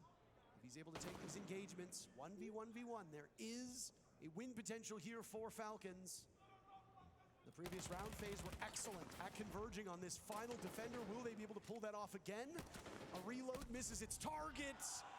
Bad timing for Solotov. He would have had souls dead to rights, but FaZe Clan can indeed play 2 in a row. The gap is close to being closed as possible, and the side swap will kick in with Falcons now moving to attack. And you see that mental. A lot of worse teams would have crumbled in that moment, but from 4-0 down, they battle back to get themselves a side that I think is very much winnable from. They can still push forward on this defensive side now and bring this close up against Falcons. We got to talk about Cyber, one of the best entry players in the entire world. Back-to-back, he single-handedly pulls FaZe back into this game with how good he was at getting those entries.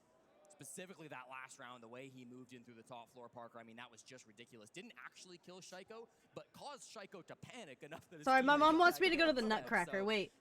Giancario SP... Oh, is a great villain. You went back to 3 and got bored. 4 is good. For a guy like Cyber, your role 4 is the best. 4 is better than 3. Right? No longer are you the first into the building. Now you're on a bit of an extended roam, bit of a solo play. What can you do as a flanker? What can you do in that... This game's boring. Different areas around the map. I want Falcons to win though, because I predicted them. No electrification allowed here on Nighthaven Labs, whether yeah, it be on the first 4-1. half Cool. or now the second half. As FaZe will not be allowed the Kaidor Bandit toys, so it will I might replay 4. If you want to hold that IT wall, as we saw. I think 5 was good, but I just liked 4. I liked fighting in 4 better. By FaZe Clan immediately 5 was a lot of fun though. That 5 was the first thing I ever streamed. Will ended up going on important walls. Look, Sometimes I'll show you. Hold on. IT and connector. I've seen them being put on the jungle wall as well. You can go into rafters and play more of a traditional Mira spot. There's a lot of good options for Mira windows on this bomb site, but we'll have to see what Souls is looking for. I think I've played it maybe twice. It was the first game I ever streamed on Twitch, and it was off my Xbox. And I took a picture of my TV. Hold on, it was 2018. She is available. Oh no, she's not available. No. I was going to talk about the Ace, because I was going to mention that the bans were stylistically a little bit different. Ace is now available, as he was not earlier on. I was so loud. Small changes being made. I felt like my whole body vibrate on that one. By my own stats. Usus does love the Ying on this bomb site, though. I mean, it was a great point, and that's why FaZe Clan banned it out. It's his most played operator. His second most played operator. It's going to be pretty far down. Both of these bans by FaZe Clan deliberately that's targeting the 2 most 2019. picked attackers for Usus. It gets to a bit of a wash when it gets to a second operator, but it depends on map and it depends on where they are at, but I mean, Monty's also always a good ban. Yeah. He's a good Grim player too, and that's what he'll have to rely on in round number 7. More hard breach work being done, and this time it's a little bit cleaner from Falcons. Round 1, FaZe struggled with that IT wall. The Hibana trick, not easy. We'll see it coming through this time. Sounds like they got a good angle on it. Looks like they're just gonna have to open it the old-fashioned way, Parker. It takes a few more X-Kairos. It's not as big of a gap to walk through, but you should still be able to crouch your way into the map. I mean, one thing that we saw Falcons do quite well was how much they wasted time, too. Yeah. Even though they did almost manage to get it open, it was the time expense. Even if you had opened it up... Oh, that's bad. That's not a good one. that could be is not a good devastating. one. It might make IT a position where now Falcons will have to change things up and forego that entire portion of the map. Will also mean that FaZe Clan won't need to defend it as aggressively. That's the bigger problem I find for Falcons, is now you have to account for where those defenders might be repositioned to. Yep. Yeah, I mean, we can see that this Falcons team, they want to go over towards Connector. That's where Vidaking is looking on the Clash right now. Rie would like to open some of this, but it's going to be tough. He does shoot towards the Mira, and this might be a good job, but Vidaking's going to try to turn and get it. Won't be able to. The Mira window does get popped by the Hibana. Smart play by Vidaking, just not fast enough. The Mira window is eating up so much utility at this point in time, and Mira's place in the meta, Jesse, is less about intel and now just more about utility drain. Yeah. Now Shaiko to tussle with the Clash. Vidaking moving all over, gaining very valuable intel down below. Leaky Fat gaining information from Shaiko. The attempt is to get the Clash into a position where he can be shot from below, but that has not succeeded just yet. Fire will go off. Cyber's first one down. Leaky Fact finds one, hitting the deck. Oh my goodness, missing each other like two ships in the night, but Leaky Fact finds his target. Down goes Handy. It's been a while since Falcons had something to cheer for, but the fans are on their feet. Final 30 seconds. The Clash's shield has been put down. Leaky Fact still down there, not on the same floor. But hold on a moment. KDS finding his own multi-kill. Trapped against this mirror window, pops up. Shaiko will get in on the action. He and Leaky Fact all the kills. As now Shaiko holds the defuse kit. And Yuzis says, why not me too? 3 players on Falcons, all active on the kill feed. But have you played Far Cry Primal, Will? That round, and Falcons now up to 5 rounds. Oh, Captain, my Captain. What a big round from Licky Fact down below. And we talked about they better win. I predicted. So you can do predictions. Hold on, where's that prediction link, Will? Goes for a flank, specifically trying to hunt down Licky Fact, but loses that duel. Here. I think that smile from Shaiko just knows how good his teammate is. I predicted Falcons here. 1, 2, maybe 3 Shaiko smiles. Wait, finished? Here, so enjoy them when they present Why does it say themselves. finished? Wait, are they finished I really do think already? A huge part of what Julio so brings to this team is Falcons, the and then I got motivation wild on the side card of here. Falcons. Yeah. Yes, they are an emotional team. Yes, they do get heated when things go sideways. It has been there are clips that have been shared all over social media about Leaky Fact in particular. Correct winners 1 point. If you get points, you get 5 legendary alpha packs, 1 battle pass. You get a battle pass, 3 epic alpha packs, exclusive MP5 skin, 3 rare alpha packs, 2 uncommon alpha packs. So this is if you predict everything correct. Because even when they are dog walking their opponents, they still look so stoic. It is. But for grand final, you can do players like Souls, like Vidaking, in 7 hours. Cuts to their player cams, and I think the scoreline is a good reason for the frustration the FaZe is feeling. Well, it's been crazy from Falcons Elemental too. I mean, you talk is about it a the best of season they 3? had last Yeah, year. it is. They lose the Manchester Major. When did they do the best of 5? Or is the best of 5 grand finals? W7M in the grand finals. They lose the 6 Invitational to FaZe Clan in the grand finals. This is a team who have had more than their fair share of defeats, but that's why you want another shot, right? That's why you want to get back to those grand finals. 2 rounds, all that separates Falcons from a shot at achieving the greatest prize. Right, when it comes to 2 more for Falcons and they win. That are through the typical major circuit that we have. This will be a full calendar year and a potential 5th berth for this Falcon squad in the grand finals. Obviously, they did not make the finals in Sao Paulo in SI 2 years ago. I predicted Wildcard to win the grand finals. I think it'd be cool if Wildcard won. Exceptions are EWC and Reload, but those are not official circuit events. Those were one-off tournaments. So when it comes to this SI circuit and our point circuit, it's been Falcons so consistent, the most consistent team, and they are on the verge of doing it again. It's a risky push, Parker. They haven't cleared the top floor. Plenty of FaZe Clan roamers remain on the top floor. Falcons There's only know two. that. They're intentionally just There's taking only a two very and they're not limited map anywhere control nearby and approach they know that. inside of EXO. Solotov, kind of the And one yeah, guy who's Solotov- gonna be existing on this top floor, hoping right. to stop any flanks from hitting his teammates down inside the bottom floor. Y'all just said that they weren't. Oh my god. They literally said, oh, they're not covered above. This is risky. And then they cut to and they're like, oh, the teammates are covering them above. This is great. Like, oh my god. Get with the program. On 6. It really has been a whole team affair here, as everybody of Falcons Right? has had a good look at least one round. I don't know, they gotta go through M80 first, which that's not gonna be easy, but I think they could do it. I think they're Good capable. waste of these toxic babes from Usus. He wants to play M80, from the EXO door. M80 Breeda's tends to outside start of off breach, so really he needs to get strong that and then they really strong flop cover and they position. just die They have out somebody above as well, after but like they're the ready for third it. round. They trade back, all S's down the board. Soul's the first one, Solotov and Shaiko on the Come board on. next. A nade will go out, and very quickly Usus will look to follow up. The Nitro Cell goes, KDS has been downed, and Falcons with a big lead yet again.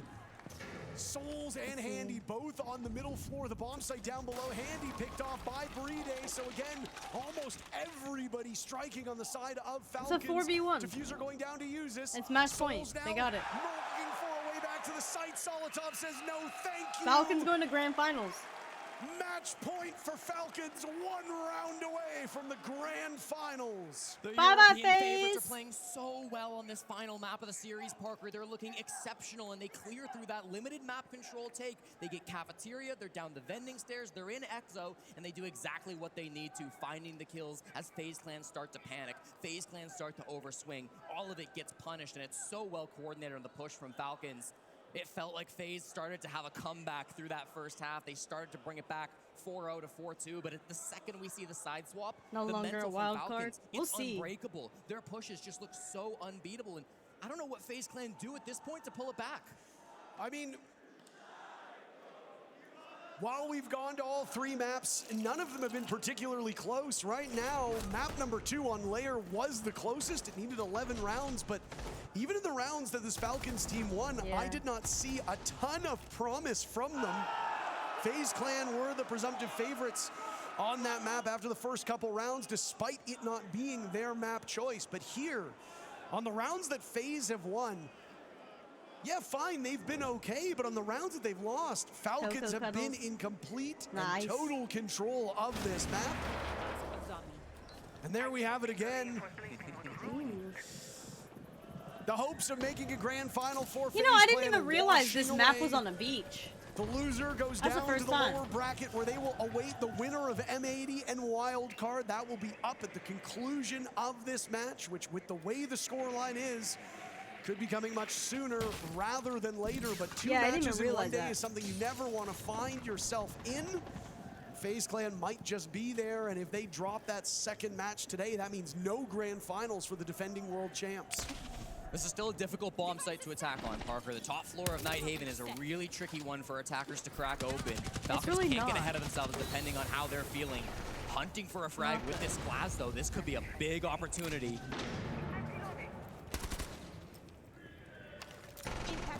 That's not a good sign. You just Having to wasted use an impact on impact a to take drone. care of a drone because you just can't aim and you feel like you're trapped in that position. Yeah. Cyber's in a rough spot and could be an early casualty. Just If leave he's the gone, drone. FaZe Clan will struggle. Offense has not been there for FaZe. Cyber's been leading the way, and he is playing in a do-or-die spot, Jesse. The Glass is hunting for him, but eats a lot of damage and has to back off. I'm surprised Cyber's survived as long as he has, frankly. This is a tough position. Now forced out by the Blackbeard and still back to site. Oh my goodness, 2 targets lay in wait. Uses, finds Souls, whose back was turned. The Blackbeard's still in this very, very strong spot up on the rafters.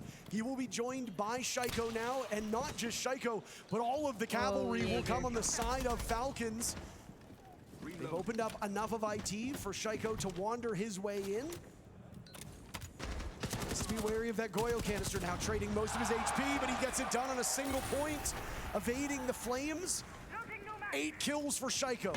FaZe Clan with only 3 remaining and a minute left. This does Why not didn't they look promising swing on for the that Brazilians. No real chance to flank. It's very direct coming Somebody through just from got Falcons. air Raptors and IT, but that's all the control they really need. They can just take these fights and hopefully with man advantage trade out to win. And Solotov sees the Azani Cyber falls. He's got another lockdown in this position. Hunting him from the back will be Uses as the Blackbeard gets into position himself. That was a little FaZe sus. Clan clinging to dear life and reduced to King, but a flawless Yes. round as the Falcons take flight. I got a prediction right. Let's go. The 5th event in a row for the 5th time in a row. Grand Finals for Falcons. The Europeans will have their champion in the grand finals tomorrow. Parker and Falcons, they couldn't have looked better getting there. Such a dominant performance on maps 1 and 3. Had their struggles on their own pick, but the resilience mentally to battle back against FaZe Clan. This team is looking so good at the moment, and for FaZe, they'll have to fall down to the bracket. It'll be a battle of the Americas in the lower bracket final to figure out who that opponent will be on Championship Sunday. Oh my goodness, Falcons, what a performance it has been throughout this entire event. A team that looked so dominant through the group stages, knocking off the best that Brazil has to offer. I mean, I guess the real question needs to be asked here now. How does Falcons get over the hump? They will have a day to figure that one out as they consistently make these grand finals and yet have not been able to lift a trophy as they have stood side by side and watched as other teams do it in front of them here on home soil. They're hopeful that finally the tides will turn. Wouldn't this be the arena to do it in, Parker? Here on their home continent in front of a crowd that is all going to be supporting them. I mean, it almost feels like this one is different. It almost feels like with a new season, a new year, it's been a new mental coming through from this Falcons squad, and they just look so good against even the best teams in the world. I don't know if there's anyone in the lower bracket that will be able to contest them. No, I honestly thought FaZe Clan would give them their best fight, and so far, I mean, I think you can make a very credible argument that FaZe did match up very well, but the wheels came off here on this 3rd map, and yet again, Falcons will fly to the finals. Enough from us, Jesse, because Falcons are going to want to know who they're playing. Let's get to that matchup as quickly as possible, but before we do get to that, let's head down to the stage to hear what Ian and LeakyFac have to say about that match. Thank you very much, Jesse and Parker. Falcons, wow. FaZe Clan fall. We've got these guys in another grand final, but first, a rematch from SI this year. This one must be extra special. This win here must feel good. Yeah, this victory means a lot for us. We wanted to take our revenge, and we think this team will come back to the grand final, and then we'll keep continuing the same way. Can we just give a quick shout out to this wonderful crowd here in Munich? Hey Munich, are we happy that Falcons are in the grand final? Now listen, we've got to address the elephant in the room. You've made it kitchen's to going plenty okay, of so grand let's put away finals one more and cupboard to put fallen together. Heck yeah, at the Hardware. last hurdle. I need to go get wood How glue. are you going to I get got the a job done cabinet this to time? put together, and then I think I got a new chair, guys. We're gonna be more mobile. Focus on ourselves. I think today was good. Apart Lair, we like fall a bit asleep, I would say. But we came back on labs, and yeah, same plan, same thing in our head, and we'll give everything. The energy in the team looks phenomenal at the minute. What are the vibes like right now in Teams Falcons? It's amazing. We are laughing, we're having fun. We all want to win, and we know that the key is to play together, and we are doing good at it. You are. Best of luck. Good. Like, no. I'm going to clip that myself. Thank you very much. Thank you. Best of luck in the grand final. Now, as we look ahead to tomorrow, the culmination of this incredible event here in Munich, the road, of course, goes further than that. It stretches to Paris. 10 years of Siege history will be celebrated in the heart of Paris, the city of love, where the world's best will gather and celebrate what is an incredible achievement in Siege history. And the greatest will gather for the 6th Invitational 2026. City of refugees. We cannot wait for it. My friend, it's SI26 in Paris will all Nobody, be I don't know why about they're like making trying to still hype history. Paris The up like it's a good 10th place to go on anniversary of this vacation. game, It's not. And And of You're course, gonna get of the robbed Invitational, all and the way stabbed, from a tiny probably. little theater in Montreal to one of the biggest arenas don't that we go. got in Paris to celebrate the game. And Team Falcons Good morning, will Dirty. be playing on home soil. That is, though, in the future. However, because we have to chat about what they're going to do in How are you our today, grand sir? final, and all of that and more right after our break. How did Falcons glide into our final?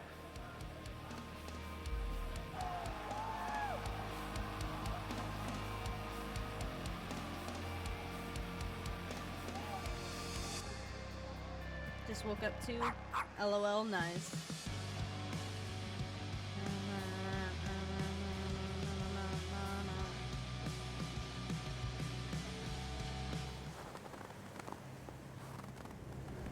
Oh my gosh, it's a protein cookie. I'm not playing, I'm watching. But they're alright.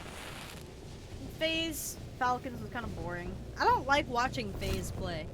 I don't like them. I don't like their team. I'm not saying they're bad, I just don't think they're fun to watch. I like, Falcons is alright to watch. If they're matched up against somebody decent. Available now. I think M80 versus Wildcard's gonna be a lot more interesting, though.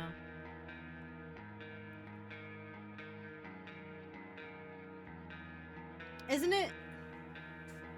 Like, who the fuck's first of all is gonna eat a protein cookie? Ugh.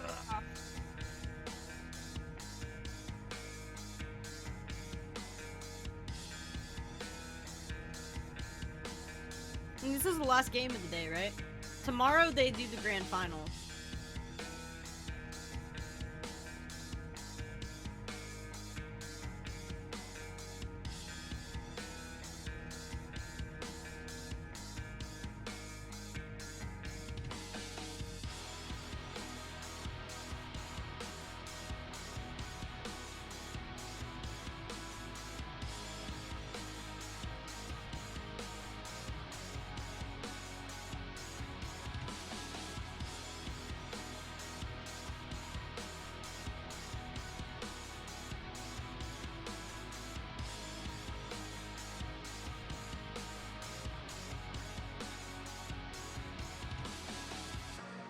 Where's Ann at?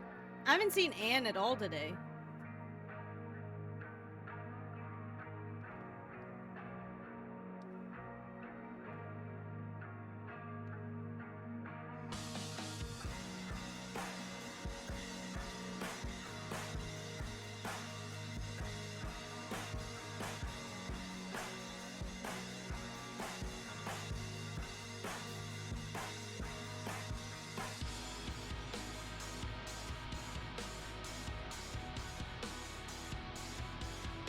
Fabian! Look at Fabian!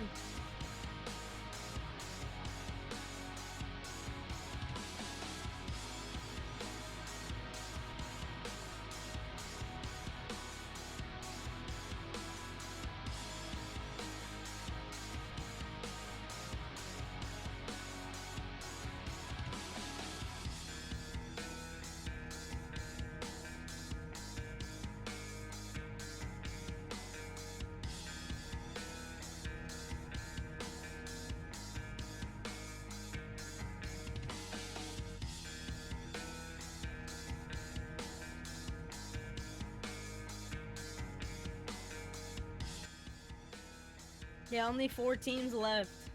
Well, 3. It's pretty soon about to be 2. Oh,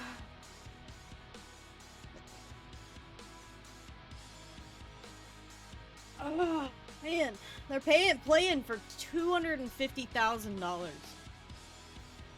That's what the winning team gets. Oh.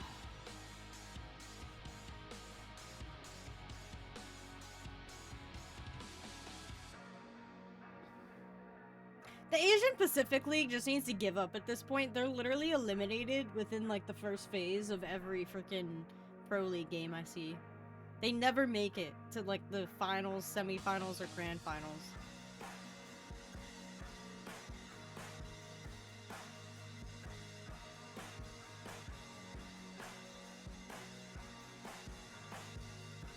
My hands are dry.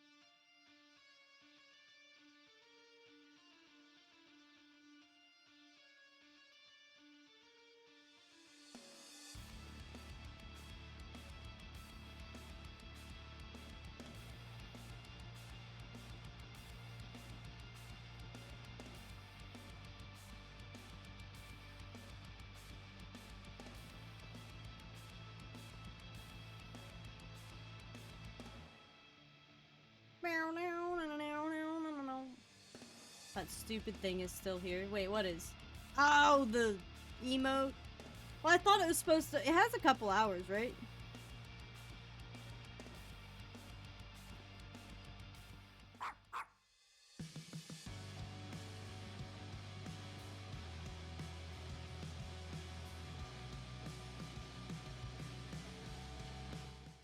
My friends, do you ever get a feeling of deja vu? Because we have absolutely seen this in the past. Team Falcons qualify into the grand final, this time in Munich. And how do they really make it here? Because we talked about FaZe in map 2. They needed to convert on their openings on the attack, but then the shutdown from Falcons. Yeah, I think the first big thing was the Monty ban. That allowed them to really not be oppressed by the Monty. King was devastating on it in La, and as soon as they do that, they're able to produce big performances like we see from Brede there. Yeah, the late round, Brede abusing it, but then also the Clash. Look at the Clash abuse here. They ban the Monty, they take the only shield available in defense, and they abuse that to slow down FaZe, to play around the Clash. Look at how many players the Clash has spotted and slowed down. That play to me was just summarizing why Falcons had such a strong league in defense. And I think if you look at this overall matchup, you clearly had a Falcons that was dominating in 2 maps, that were in control in 2 maps. I think on the back of Leak Effect that was going absolutely crazy. If it wasn't for Lair, honestly, it would have been such a dominant showing for Falcons. And I think when you're in such an important game, when you're in an upper bracket final, you need 2 things. You need your IGL and Leak Effect to be stepping up, to be calling for the team, but you also need a special player. And Users for me on this roster is that special player. He's not always the most flashiest. We talk about Solotov, we talk about Strikeout getting the entry kills in the regular games, but in those big moments, to get the decisions correct, to make those plays, I actually trust nobody in Wild Seeds more than Users. He just has a knack in these big games of finding a way. He's got a game sense. 2 hours left. Well, let's visualize that trajectory. All their players from Brazil, like everyone else. Oh my gosh, right? Getting to that final, they beat G2. They oh beat wait, FaZe. FaZe. And now they wait. for either wildcard M80 or the rematch from FaZe. I forgot they got a FaZe goes down to the bottom bracket. Tomorrow, I didn't realize that. I thought they were eliminated. Okay. Grand final trajectory, gents. So we have these 2 today. We have 2 more BO3s. The flex player of Users. As again, we just want to keep on talking about them because Leak Effect was so good. I mean, Lair didn't go quite right. I think they will go and dissect that and how that went and how they were pushed around, because that might be something that they might face FaZe again on in the final. And like I said, when you need him, Users is there in those big games. And if there is one player, one single player on that team that can finally break the ceiling, make them win an event, I think it's Leak Effect. I think if he's on point with the calls, that's one thing, but he's also fragging in the game. He's feeling that momentum, and he's fueling all their teammates with his energy. You know him. He's happy, he's full of energy, he's bringing the mood up. We need that player in the grand final if they want to win. And there's going to be conversations about what's going to be different tomorrow versus the previous last 3 grand finals. And it's what we spoke about in the pre-show. It's the foundations that they're building on, you know, the team synergy, the psychologists, the support staff, everything. They're building a roster that's built on some really, really stable foundations for this year, and this is just the start. From Julio, Egomace, and a million other people that stand behind Team Falcons to make them who they are today and to make it into the grand final. But that talk is for tomorrow. An all North American clash awaits. That's Wildcard versus M80 after the break.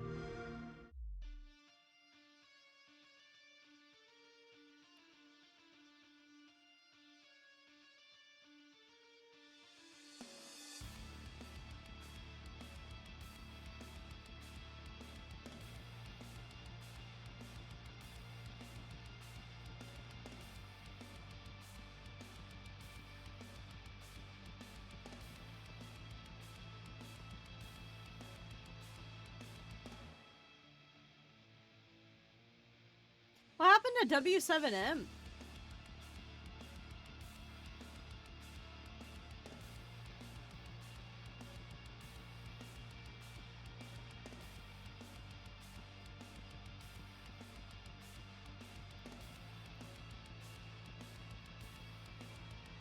Oh, I can't look at the bracket? Yeah, they weren't even in the, finals. I wonder when they got eliminated.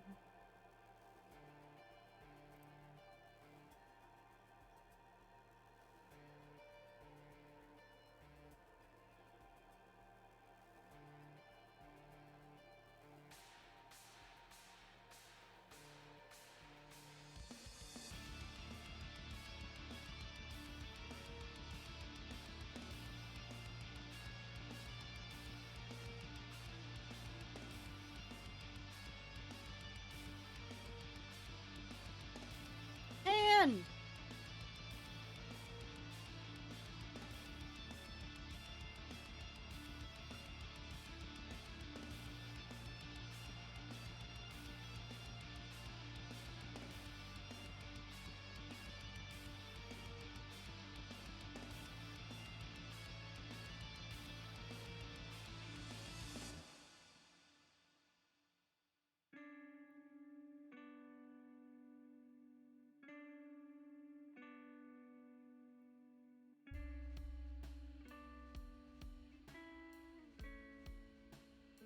Oh, they did?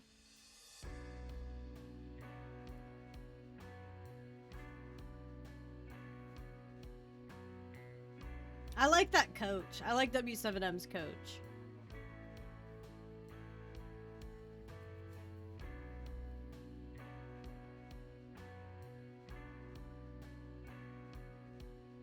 What in the world did they have Anne wearing there?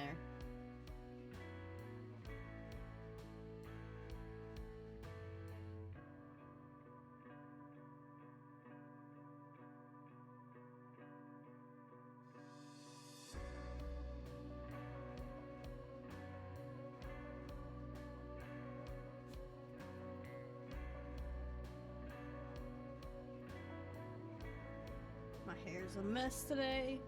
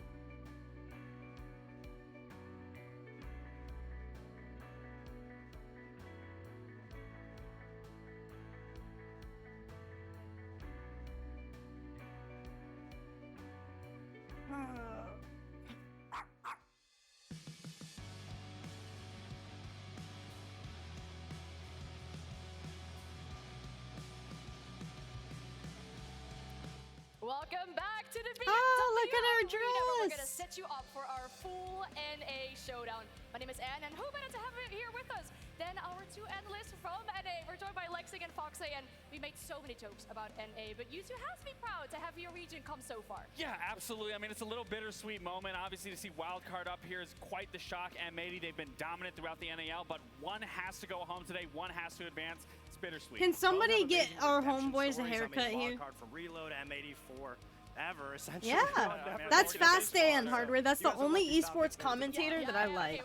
I am comfy. I freaking woke up an hour late. As well. We'll start talking about these two teams because as they have faced off against each other a little bit over the course of this year, it's been Yeah, a let's sight go. for the likes of Amazing, winning 3 out of those 4 matches, and even for the IGL on this roster, it's been quite a wild journey to get. Yeah, I love that you talk about the IGL and hot and cold. Matthew Stevens. I mean, this is a player that has true grit. I mean, you really have to look at how much he's accomplished within this IGL stint. I mean, going back to the Manchester Major run, that was a band of misfits that was put together by a content creator here, Fett, and they made it work. And then to See, immediately Fett have a made a team. lackluster stage 2, Oh, they let would me turn drop it up. off. Then they had players that went missing, Diffuser and Gunner left. Then they would lose their organization, no org representation. They would have their spot at the 6th Invitational. That was Beast 2025, Coast. where yet again, Hot and Cold would put a band of misfits together, make it Right. work, get a top 4 finish, Hi, then fall Spirit. short once again. And then as it continues on, so forth and so forth, you would then see this stage. They would have the best looking stage that they've had as players, that they've had at the organization.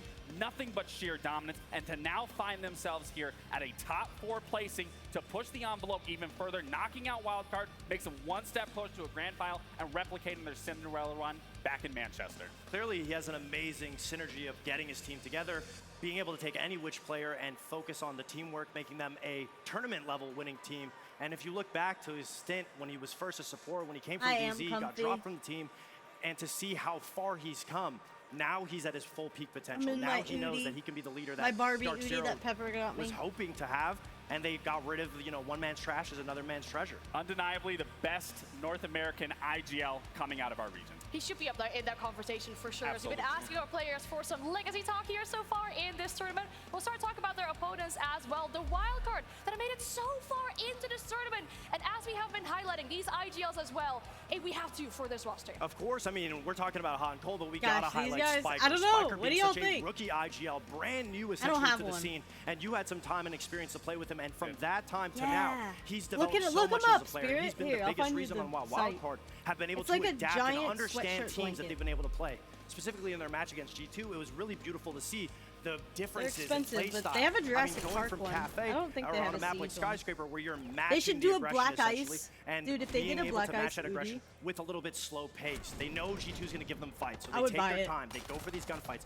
They trade it out one by one. Every single gunfight is essentially put in a position where no matter which player goes down, you're getting that trade, you're focused on the objective. And to see that when they knew the aggression that won them Cafe was not working on Skyscraper, to be able to understand that is something a rookie shouldn't really be realistically be able to do. No, it's impressive, and honestly, it's a really heartfelt moment for me because bringing on Spiker, introducing him to the T1 level, honestly, I'm going to be honest, I didn't have a lot of faith after our stint on Parabellum, but to see and watch him grow and develop as the player as he is, not only that, but to be able to carry the weight of being the IGL, taking on that added pressure at such a young age. I mean, look He's at a him. rookie He looks like he's IGL. fresh out of 18 right there. I mean, this kid is quite literally doing it all at such a young age.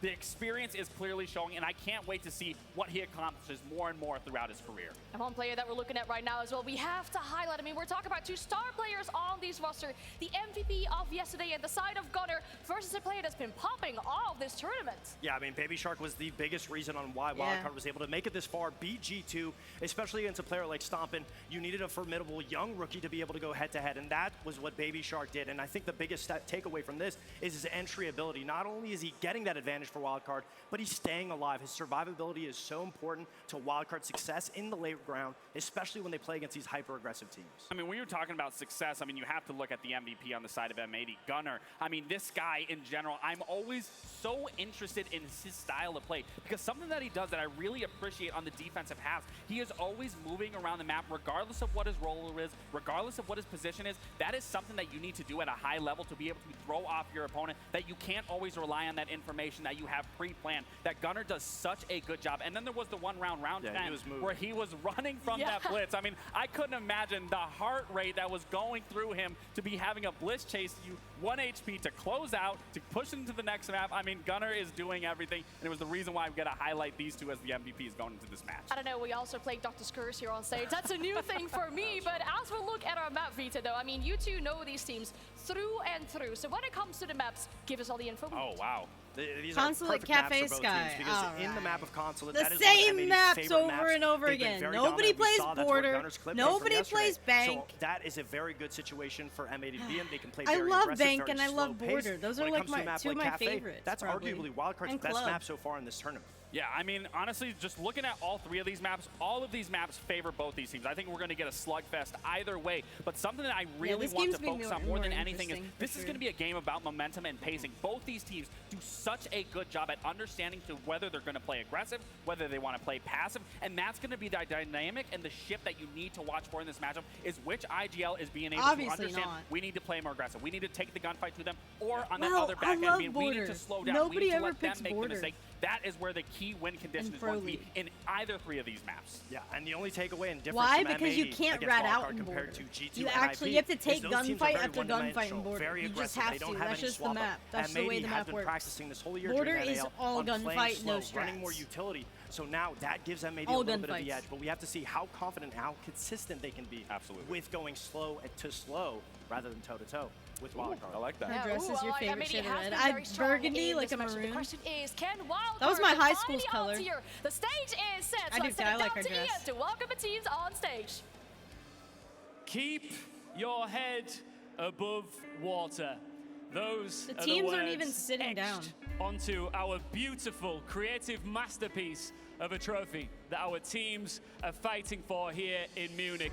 And those words couldn't be more prominent for our teams that are about to grace us here on the stage. They are battling for survival. One of them will drown, the other will stay afloat with their hopes and dreams intact. Let's welcome them out onto the stage in front of this incredible live audience, starting with M80.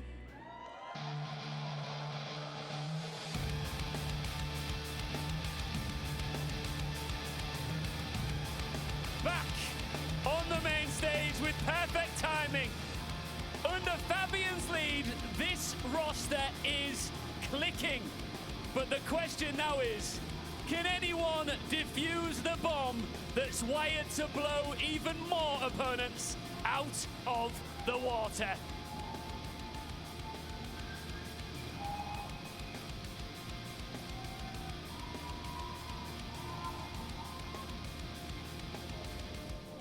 Their opponents are looking to put out their spark. This is gonna be an here interesting and game. now, and they're looking good. It's Wildcard! We could be witnessing history right now. This wildcard team coming out of nowhere. After shutting down and sending They home changed their G2, jerseys. the real certainty about Wildcard is nobody believes in them more than they believe in themselves. Me too. They don't look like a baseball team anymore. Like the, what do you call it? The, like the Sandlot.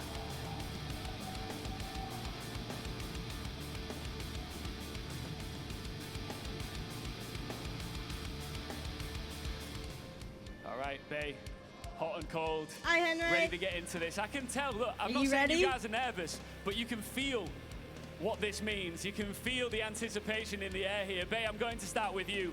You said yourself yesterday was such a long slog to get to this point. Do you feel well rested and ready to go again here? Yeah, we got good sleep and we're reset and ready to go this whole day. You guys know each other well. Why do you think you've got their number? I mean, the only thing they've beaten us in is the 5th place match. That's all they've got on us. Anything with any implications, they don't beat us. What do you want to say to that? Wild card. I've said it to Nip. I've said it to G2. All the way. I'm taking wild They know where card. they're going after this game. I think I voted wild this is card going to to be a win banger. I grand can feel finals. it. Can we get a little bit of I sportsmanship? think We they can do it. I indeed. think they can do it. I do. Let's get into this matchup. Will they? I don't know. Wildcards I think they can. I think they can take continues M80. as Here's they my send here's my G2 take. sinking M80. Okay, M80 will come out and they'll win 5 rounds, and then they just completely fall apart after that. And the team like Wildcard, they will pick you piece by piece. Like, what I've seen is like they counter. Like if someone does something in a previous round, they counter and respond to it very well in the next round. Like they.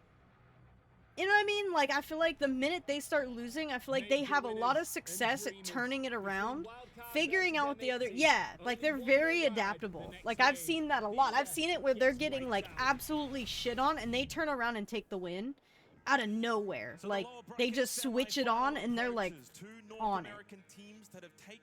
They're the underdog.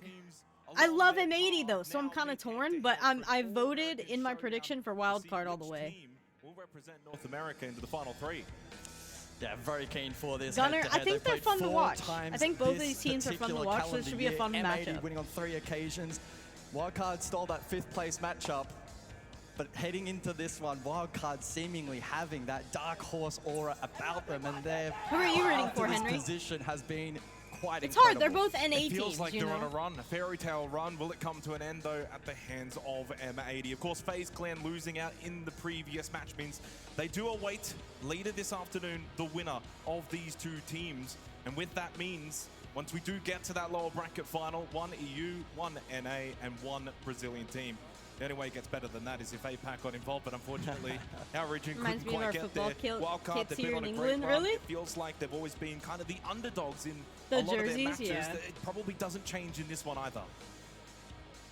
Yeah, exactly. Matchup, APAC casters, Exactly, NA orgs, Will some or EU Henry. players, I've seen that happen. Latin America I as saw it happen well. in A Reload, sprinkle of Brazilians. and I Very think intrigued whenever to see, which way they, the crowd goes in I this know they particular made game. it I felt like M80 certainly got a little bit more of a pop to the over lower Wildcard. bracket, Of course, but Wildcard the taking game out when the they lost in the favorite, upper bracket home crowd, I would imagine, definitely yesterday happened. in for G2. sure. Munich, who are you feeling for this North American Rumble? Is it Wildcard? That's not quite bad, but what about M80 led by Fabian? We love Fabian. He's gonna crash out if Wildcard wins. I'm sure Fabian I will can't like, wait to see a I Fabian included him in crash that out. one. Yeah, very intrigued to see how he's able to marshal the troops. He's had some phenomenal tactical timeouts throughout this event so far, and none more so important here. Why on do the they wear live the stage sleeves? As well, as the team What's the sleeves prepared for? to do battle. For M80, the pressure's got to be on them, though. The run that they had through Swiss stage, the start of the upper bracket, it seemed like they were going to be unstoppable, and maybe North America's best hope. It would be a disaster if they also get tumbled out by Wildcard. Yeah, it truly would be. I think probably coming into this event Gunner with is the just dominance singing that they had Katy locally Perry in the North America League pitch to in be the- that region's in the representative finals. at I this event freaking to do love well, Gunner, dude. potentially go all the way, and we saw in the Yeah, pre-show it's Hottie hard. hold It's his hard. ability I like to M80. I bundle like. teams I don't together, really care for produce Falcons results, or and FaZe. could I he think do they're the same here in extremely Munich? And again, mind-numbingly in this boring to series, watch. if Wildcard are to be successful, G2's they will fun to have watch. do M80's so fun to watch. against an Wildcard's M80 fun team to that watch. dominate For me, quite it's a lot of who's these fun to maps. watch. They've got an 8-2 you know? record on Consulate, 7-1 on Cafe, and even 5-1 on Skyscraper. Now, certainly Shaiko's Wildcard's got washed. some decent Shaiko's maps in here as well, washed. and certainly Dude for needs to them, retire. 5-1 Skyscraper, their first preference map. If it does go to all 3, Wildcard And their will team back is just themselves in. But boring. it's the first 2 It's maps. like a It's snooze Consulate fest. So is Cafe, FaZe. where M80 But FaZe could is get it like done. all Brazilian. Could So like, why the potentially be fuck so, do and we you have? look at the This is the thing star that players drives inside me of the server for this matchup. insane. M80 have 2 Why in the heck do we even have regions? Okay, it was fun to watch. 10 points to Gryffindor. Absolutely, you can have those points, Spirit. Used to be really big into EG when they were still around. Yeah, I feel like I'm tired of these regions, like, mix matching everybody. Like, Brazilians need to be on the Brazilian teams. Americans on the American teams. Europeans on the European teams. Stop! Like, what's the point of having regions if you're not even representing your region, your team's region? Like, you know what I mean? Like, I don't know. Yeah, I don't like... I just think they're boring to watch. And the whole team is Brazilian. Brazilian. They're not even American. So like you have all these Brazilians representing the region. But what's the point of having regions then, Henry? Like why are you segregating? Is going to be absolutely massive in this matchup. The reason we say that, FaZe is an American team, yeah. I'm pretty sure, right? Or is it Brazilian? 75%, but the opening kill itself leans towards M80. I swore they were NA. To 46. That's quite a gap between the two heading into this matchup. Maybe they are Brazilian. Success on entry and that conversion no, it's an American one. Oh, it is Brazilian. It is. Operates globally and has teams. The same is again said here. Not too far compromise of players from Brazil. Is there region Brazil though? Okay, never mind. That's what I don't like though. I don't like the diversity. I don't. Because at that point, like, how do you prove which region's better if all the regions are mixed up against the teams? Like, what's the point of even having regions? Cloud9, yeah.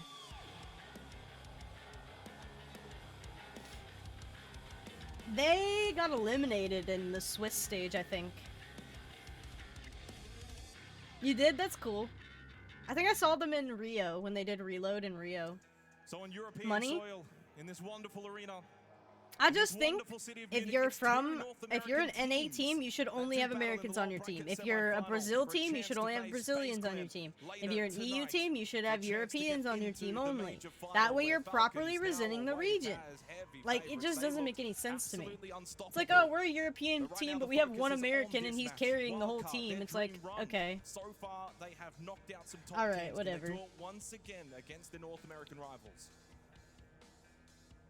It shouldn't be based on diversity either. It should just, M80, a 6-2 record for them, and in contrast, wildcard 2-2, and you have to go all the way back to about 120 days ago, the last outing on this map for wildcard. Why did you bleep out like America? Why did it have three dots? Off M80. I mean, I think a lot of the times when you get this deep into a tournament at a major or even a 6 invitation, no, like Spirit, Stompin is an American. He moved to Europe to join a European team. So now that's one thing. Like if they're like that's different. What I'm talking about is like a Brazilian player that lives in Brazil being signed to a European team and then moving to Europe. Now, if you're born in Europe and you're just diverse or from Brazil, that's the whole other. You're representing your region. And you get the chance to you know. Phase later tonight, lose, and your time comes to an end. So the bands play out. That's not what I'm complaining about. I'm complaining about the people that aren't actually from the region, have never been to the region, and then join the team and represent the numbers for just this year. Only a 6.9% ban rate. So because what's the point of having regions? Like, why not just have a bunch of random ass teams with no regions? A lot of vertical potential, and M80 wanting to take that off the board. And another big battle, I think, in this matchup is going to be between Hot and Cold and Spiker. We were speaking to Laxing earlier. I think maybe it's the fact that, like, maybe if you can't, maybe they can't get on an EU team or NA team, so they just have to go to EU or Brazil, or vice versa. Aggressive on the vigil and showcasing that they will play the map. They will be aggressive in getting to the bothers face of M80. me. We spoke about the opening kill discrepancies. That is a huge. It bothers the crap out of me. Bay still fighting on the exterior. Inside of Visa, now caught on the pinch, difficult to escape this position. It's like, I don't know if it's like an OCD thing. It's like taking all the purple crayons and putting them in the box where the red crayons go. What a strong start on the vigil. It just puts into the minds of M80 that Wildcard are indeed here to play. Like that kind of OCD, it bothers Gavin me. stuck outside Visa. They've not been able to deal with Bay. And with that, he's taken 2 players. The flash, the push. Bay going for more. Contracted, yeah, exactly. One-for-one I'm just Spiker, bitching though, to confirms bitch. the kill onto Gavin. It doesn't make sense While to Bay me, does lose his life, more than job done. Absolutely, damage done. See? I told you, wildcards. The 2 versus 4. Wildcard, great dueling over towards Visa. We're looking too deep into this. Diffuser. I'm gonna buy all of it. Both with strong and events fix so it. far, but this is quite the task.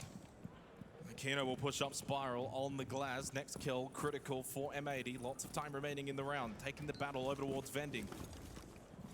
So there's another smoke available.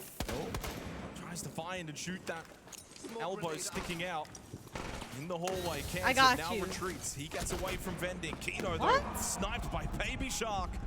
I swore he hit him in the head. Half health, in a difficult position, and up close, Kenzen puts an end. He came back for blood. At It's the end the of the day, underdogs it's that are contract barking work. early in the opening round. Yeah, Wild exactly, card exactly. will take the first against M80. I know, and I'm saying We the were way they chatting to do it Wax actually in the is green room wrong. before this matchup, and And he's I a big just- believer that disagree. pacing will be critical in this matchup, and that's potentially Guys are crazy, the but win now that condition I know wild FaZe is card Brazilian, especially I'm like, can try alright, to lean never heavily into. So opening round, bodies over towards Visa, fight the exterior, ultra aggressive, but they have that ability, Spiker leading this team, of course, to maybe change that up and continue to make M80 guess throughout this half. We had some tech pauses yesterday.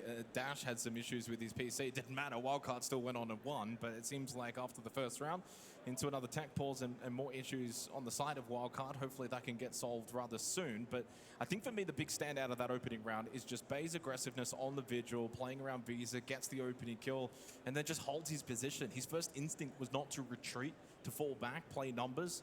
He wanted to make it difficult for M80 to get into the building, and he did a really good job of that. I mean, we spoke about the fact for Wildcard, they're not the greatest so far of the teams remaining, certainly when it comes to opening kills. So if they can get better in that area, it will go a long way. Again, to reiterate, heading into this matchup, a 46% opening kill rate for Wildcard puts them right down the bottom of the teams remaining here at Munich. I love those yellow boots, by the way. So fitting. Now, Baby Shark has certainly garnered some fans as well throughout this tournament and in recent times, starting to really make a name for himself as one of the young up-and-comers within Siege. M80 probably not going to blink off of that first round. But they don't want to allow Wildcard to get pressure early. Got to recall, this is M80's map pick. If Wildcard start well, that puts the pressure immediately onto M80. Back into the server, back underway, and fist bumps from Fabian for his team. We go basement in the second round.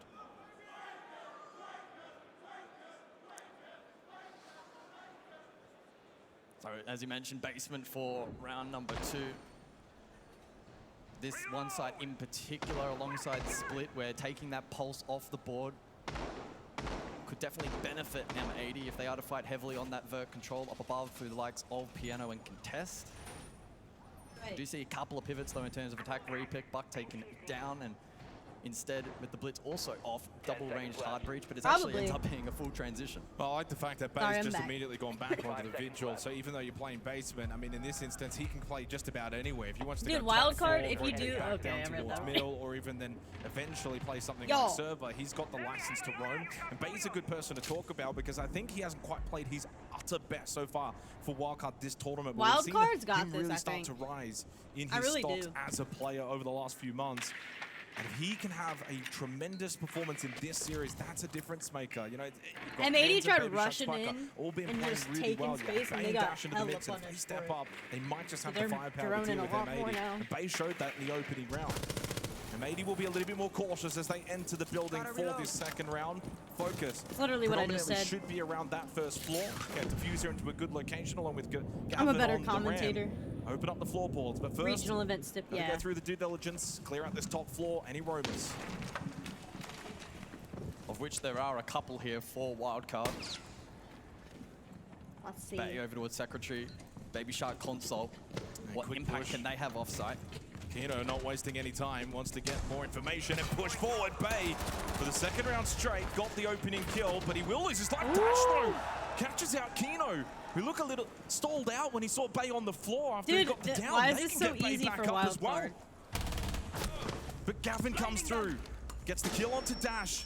Bay has been retrieved successfully. Kansan and Bay both low. Boss G back in hand for Bay. This is what Wildcard want. They want to bring the chaos, and Bay will do just that. Running rampant Dude, on this I swear, Vigil this early. team's good. Even though everybody's like, Baby oh, Shark's still they're lurking not above, that great and of a they need to be team, mindful on that but they're for in this finals, particular clip. okay. And I Bay, of hate course, when running the right still as commentators well. say that 2v4, shit. it's tough. Gunner Like, does how have did the a death not marks great available, team but make it to finals? would in tow reveal his own position, and with only 2 players up for M80, They're pretty damn might good. not be the best thing to do just yet. 60 seconds still remaining. Keep in mind, Kansan Bay very low on health. So if Gunner and Hot and Cold can find a way to isolate those two, take those fights first, they can still salvage this round. Spike has got some intel. Towards server stairs, Gunner. Hot and Cold will play towards yellow, so they are separated right now for the 2 remaining members of M80. Deathmark activated onto Spiker. He's got a Nitrocell in hand, throws it. Does not connect. 30 seconds here. Gunner and Hot and Cold, so much skill between the two. Bay though close. Bay though again putting the Boss G to work. As Gunner was making his way to site, Hot and Cold had got his way in towards Garage. Thought about the plant, gets off, gets the kill, shuts down Bay. Needs 3 more. Tagged up though, losing that contact fight. Will now look for the plant to maybe bait out some movement, but there is no movement from Wildcard. They are giving Hot and Cold absolutely nothing to shoot at. You don't bait properly. He You can't gotta do learn a from darn stomping. thing. That was winnable. That was 100% winnable. If you baited the solid plant start from Wildcard thus far. earlier, if you in baited this the low plant earlier, bracket you would have had semi-final. more time to just sit on the plant better and start, draw them 2-0. out and then hop off and M80 peek are with getting like beaten 5 up seconds early left. in these rounds, and Bay has then been replant, the most essentially. influence for Wildcard I don't know, that might not in have that worked. aspect.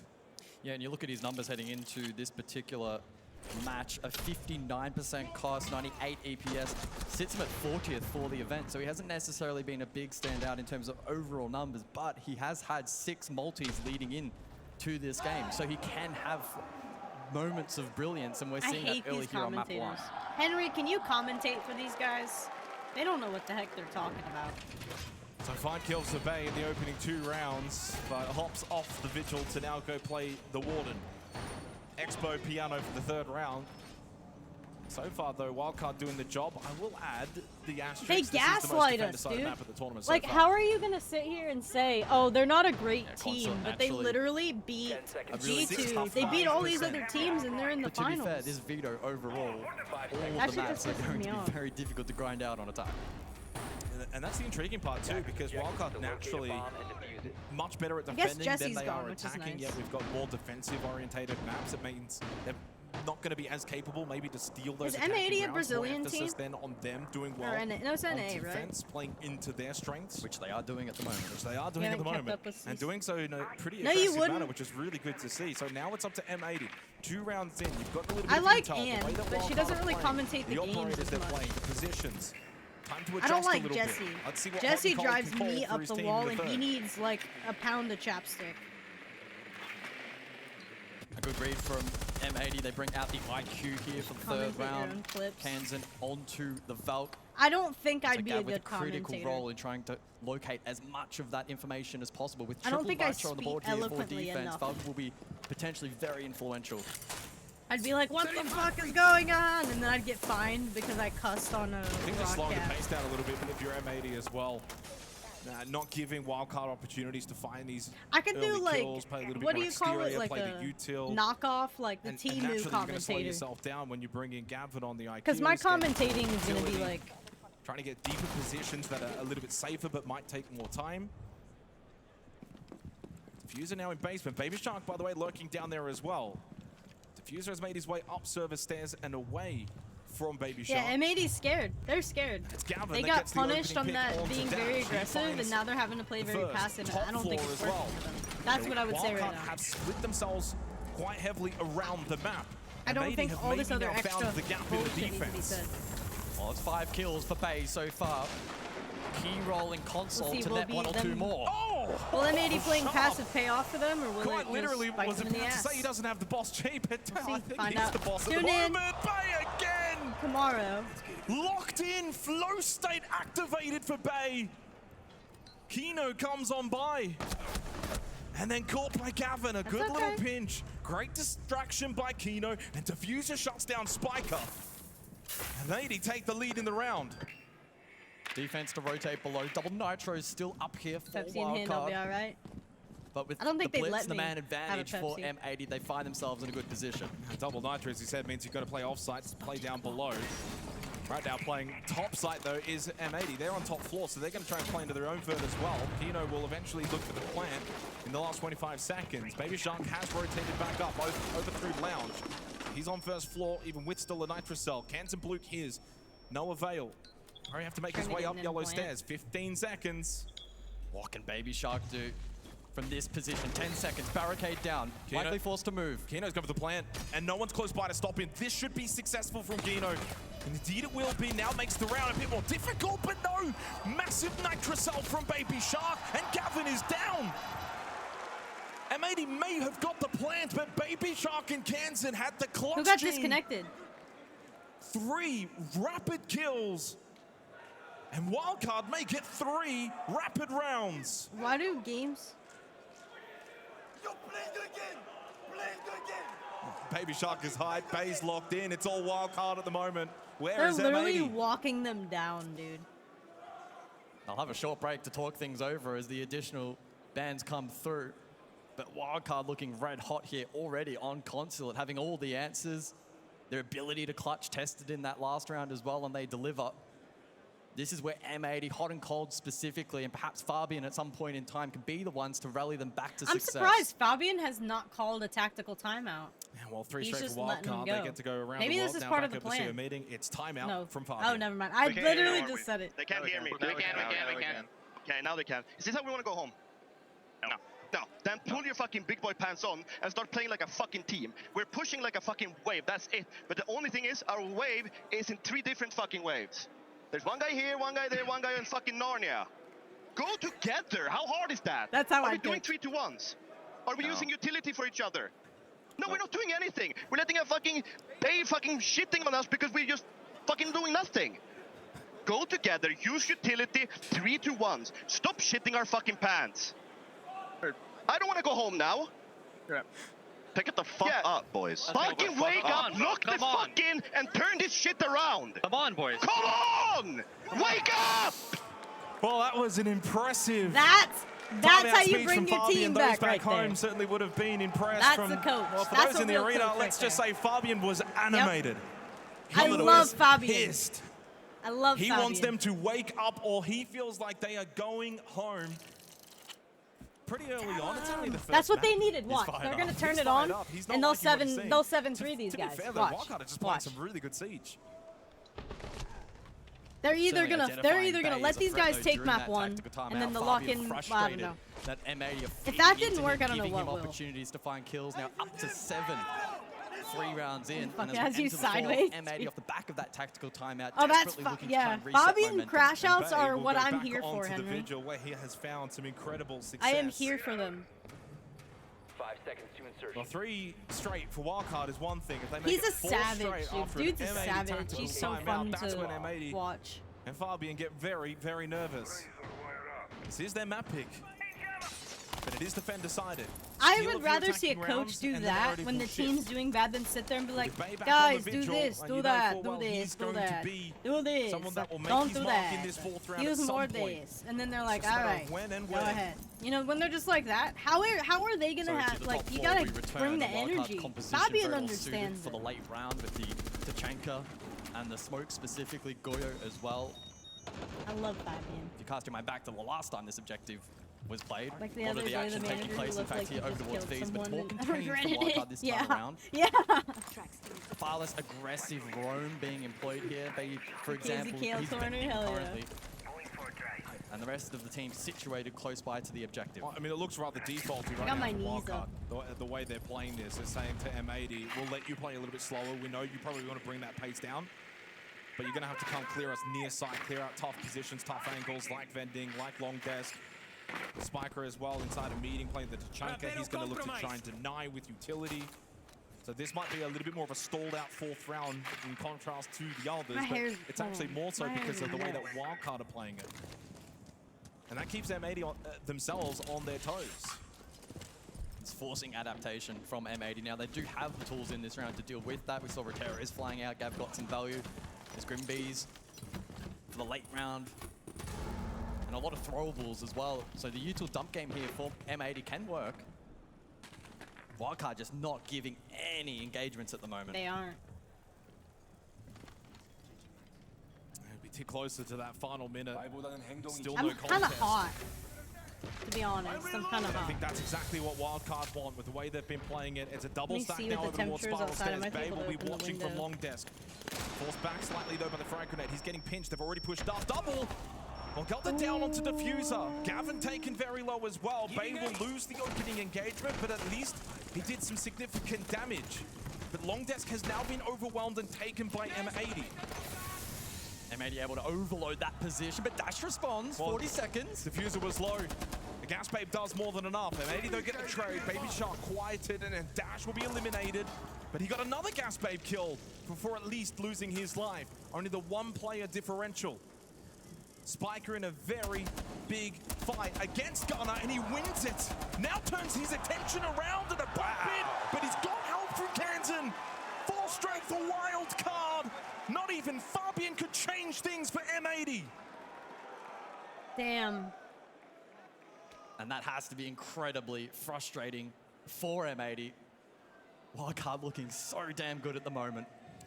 Well, where to, though, for M80? I mean, we had Laxing earlier today, was hyping up Hot and Cold as the best IGL within the North American region. Right now, Spiker, well, he's laying his own claim with the way that Wildcard have been calling, playing. They've had full control, the pacing, the positioning. This has been Wildcard's half. M80 are reacting to what Wildcard are doing. It's been all about variation. They continue to mix it up. They continue to catch M80 off, and they look sharp inside of the server to back up that game plan and action it well. Well, the Wildcard fans that are in attendance starting to get a little wild themselves. 4 straight for Wildcard. Certainly did not envision this coming into the series. This was M80's map pick. They've been such a strong team from a region that will go down to one team remaining after this. Wildcard on the verge of being that representation from North America if they keep this up. And touching as well on those additional bans that came through before the 4th round, Kaid and Blitz. Like Gunner's 1-4, Hot and Cold's 1-4, Kino's 0-4. But still, on that transition, like, come on, they need to get some damn kills here. Well, Laxing's been talking about Hot and Cold earlier today. Let's see what he's got to say now. Welcome here, everybody. Yes, this is what I was talking about going into this matchup. It's going to be a game of tempo about pace. And as you can see, first round, we see Bay get aggressive. Second round, Bay and the team get aggressive. Third round, they slow it down. Bay plays up top. They play the retake. They play a 2v3 clutch. They get it down. Round 4, that last round, we see Bay. He doesn't play inside printer. He plays it back. He plays it slow. They are dwindling down the numbers from M80, making them question their play calling, making Hot and Cold panic in these frustrating moments of not being able to find stability in these rounds. This is where Wildcard is winning the game, and they need to maintain this sort of pressure and tempo if they want to lock out this series. Thank you very much for your insight, Laxing, as we've got a bit of an engagement towards Tellers. Surprise, surprise, it's Bay once again, but this time M80 bring the firepower. Diffuser with the opening 2 kills, shutting down Bay and Baby Shark. Alrighty, now gives M80 their best opportunity to win a round here on Consulate. Because we still have one more game after this, consolidate, and Wildcard naturally on defense, forced to be playmakers, take risk, try and bring this round back. Gunnar doesn't present an opportunity initially over towards Yellow. Honestly, I want to see Wildcard up against Falcon. Now towards Sight. I want to see how that would go. Will get back. Spike is already there. Dash as well, playing over towards Storage. So the 3-man defense for Wildcard to withstand the full might of M80. Hot and Cold, the slow push through server. Has the diffuser. Gunnar outside Yellow. So they've got the pinch that can be enabled for M80 using the extra numbers. M80 playing head on into that mirror, but they have the utility to deal with it. Now forcing Wildcard into awkward anchor positions defensively.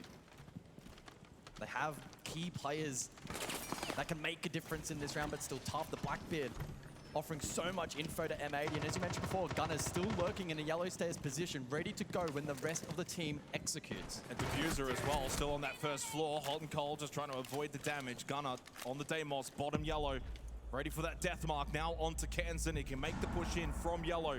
Kansan is spotted. Oh, but hello, this is a big discipline from Spiker. He honestly could have held and maybe got more, but enough. A big change up in the round. And suddenly now Diffuser has to make his way down towards basement. Gavin's got to get the kit. There's only 15 seconds left. The onus is on you, M80. You may have messed this one up from 5v3. Kansan and Dash just hold on, and they do! Oh, that is massive! Dude, what the fuck is happening from right Spiker. now? What resilience from Wildcard! And what a fumble from M80! And I immediately looked over my shoulder to Fabian, and the body language was evident that he is incredibly frustrated. He is incredibly frustrated. 5 straight for Wildcard on the defensive consulate. I was not expecting this sort of beatdown, and if I was, it was maybe in the other fashion. M80 have just not shown up so far, but Wildcard just keep making plays. Oh my gosh, wait! One there. He gets wait a minute, I remember that show. He disrupts that attack right when they think I think they still do it, don't they? Advantage. They're pushing side. It's full disruption. It throws the round into chaos, and that's I remember what that Wildcard do shit. at their best.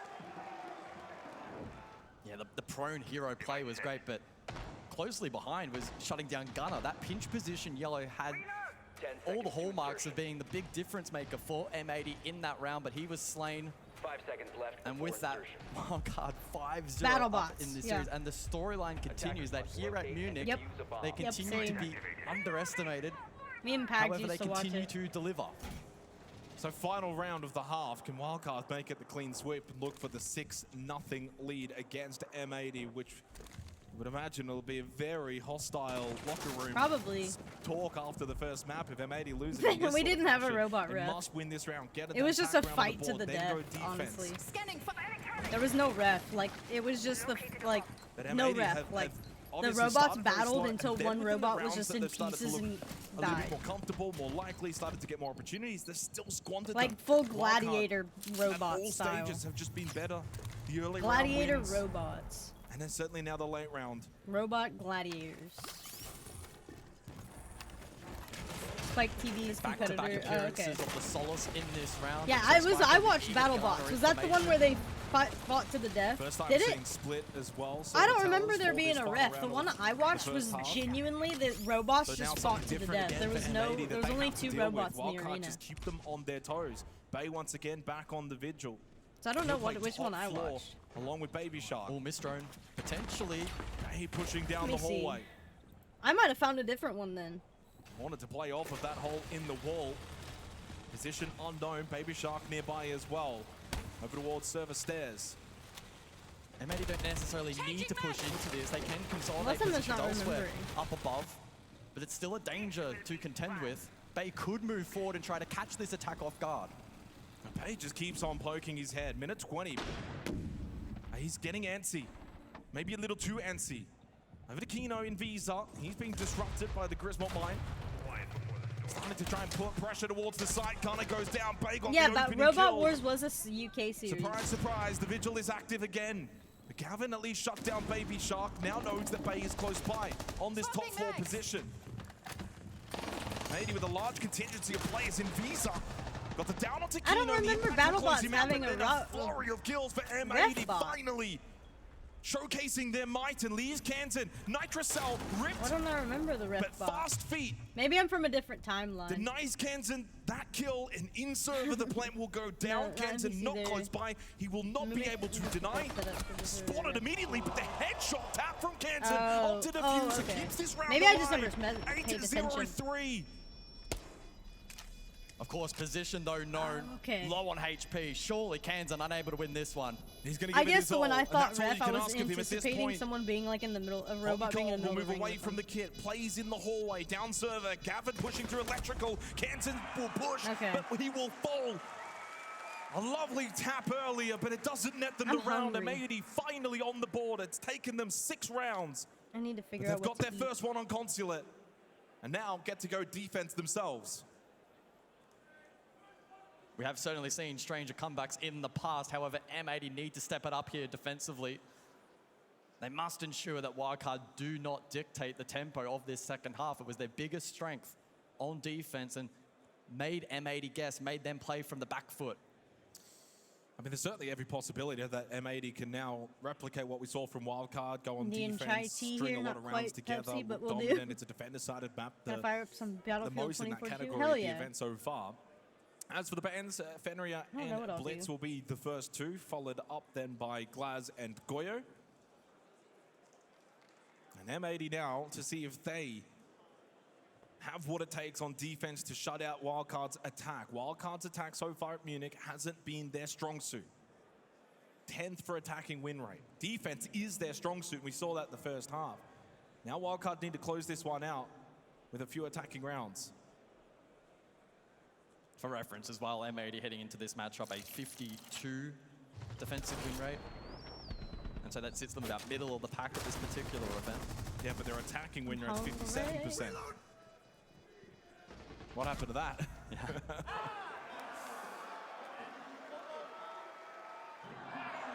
We've seen already how animated Fabian has been with his team. Of course, timeout already used by Actually, MA. I'm not even Wildcard still hungry. I'm have having theirs in heartburn. pocket That's with what it Lagonis. is. I'll be right back.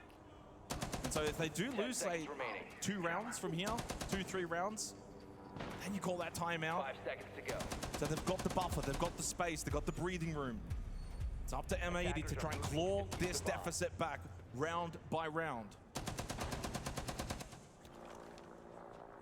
So the belt of utility here from Wildcard suggesting that they may look for a console direct. It is potentially possible, facilitated by that Capitao and Grim combination. They can then follow that up with the likes of a yellow drop as well in combination to make it difficult for M80 to withstand it. That being said, defensively, their utility will be sound as well in denying that if played correctly, especially the Tachanka in denying that particular swing in position. So I'm intrigued to see what Wildcard shape up for in this round. Yeah, and not just also that, but maybe the pacing too. Are they going to try and bring pressure early onto M80 or play a little bit slower, keep M80 guessing? They certainly have the lineup to go for the execute at any kind of time once they feel like they're in the best position. Yeah, you know. Hold on, I'm going to get Track Stinger doesn't quite go in through the window. I don't know if juice is the right thing for heartburn, but we'll try. Dash looking to make his way in.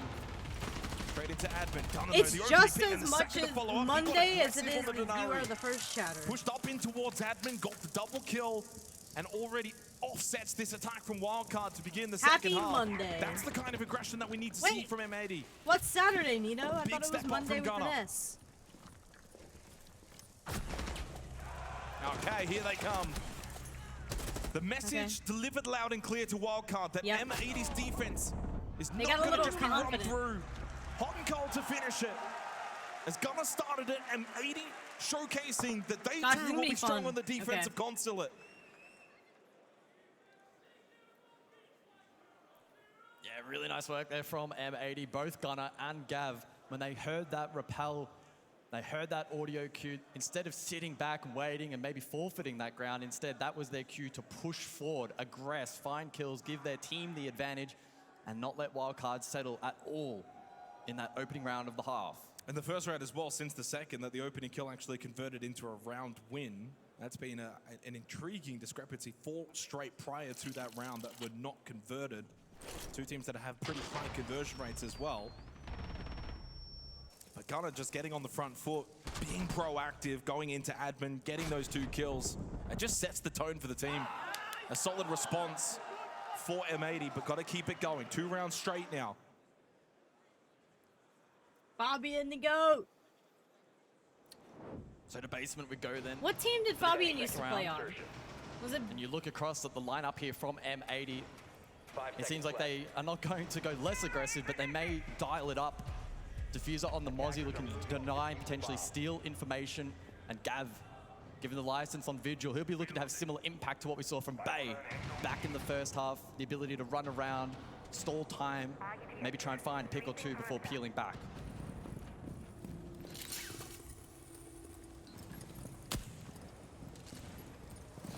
Wildcard know full well that with M80 on defense, them stringing rounds together would not be unheard of, and that massive lead could certainly evaporate before they even realize it. Look, I looked it up today. Spirit, it costs $70,000 a year to maintain an esports team. Y'all, I ain't there yet. We They gotta. started about what 7-1. I gotta grow a think, little over the bit more. first 2 rounds, or I maybe don't think 7-2. I could cover been a quelled team by of M80. 70,000 in Brian himself expenses even mentioning annually. Bay in the earlier I mean, unless timeout. my team won, then maybe. This feels like But then if you Wildcard lose, are what do cooling you do? off a little bit. You This know? is the right I time don't for know. M80 to strike. They know they can play aggressive. The juice helped. Diffuser on the That actually Mozzie, made my Gavin stomach on the feel better. Vigil. They can play the map. Here on this basement side, there's that Nitro Cell shot out though. The reaction time from Kansan on display.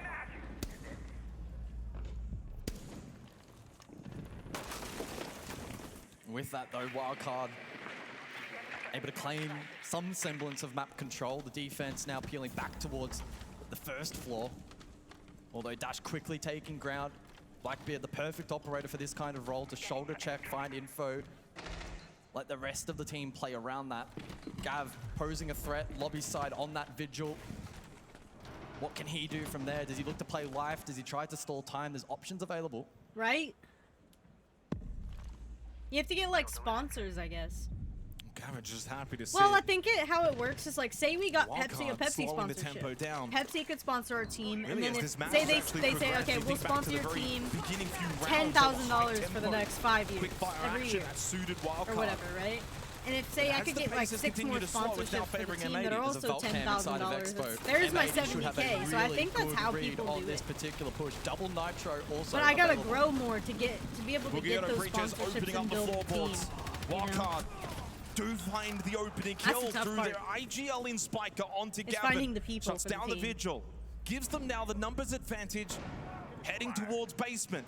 Main breach still electrified and reinforced. Dude, but why no weren't you worries, walking no ADS problems up for those stairs, Wildcard. They Gunnar? find different avenues. Another one from Canton, and the back push is lethal.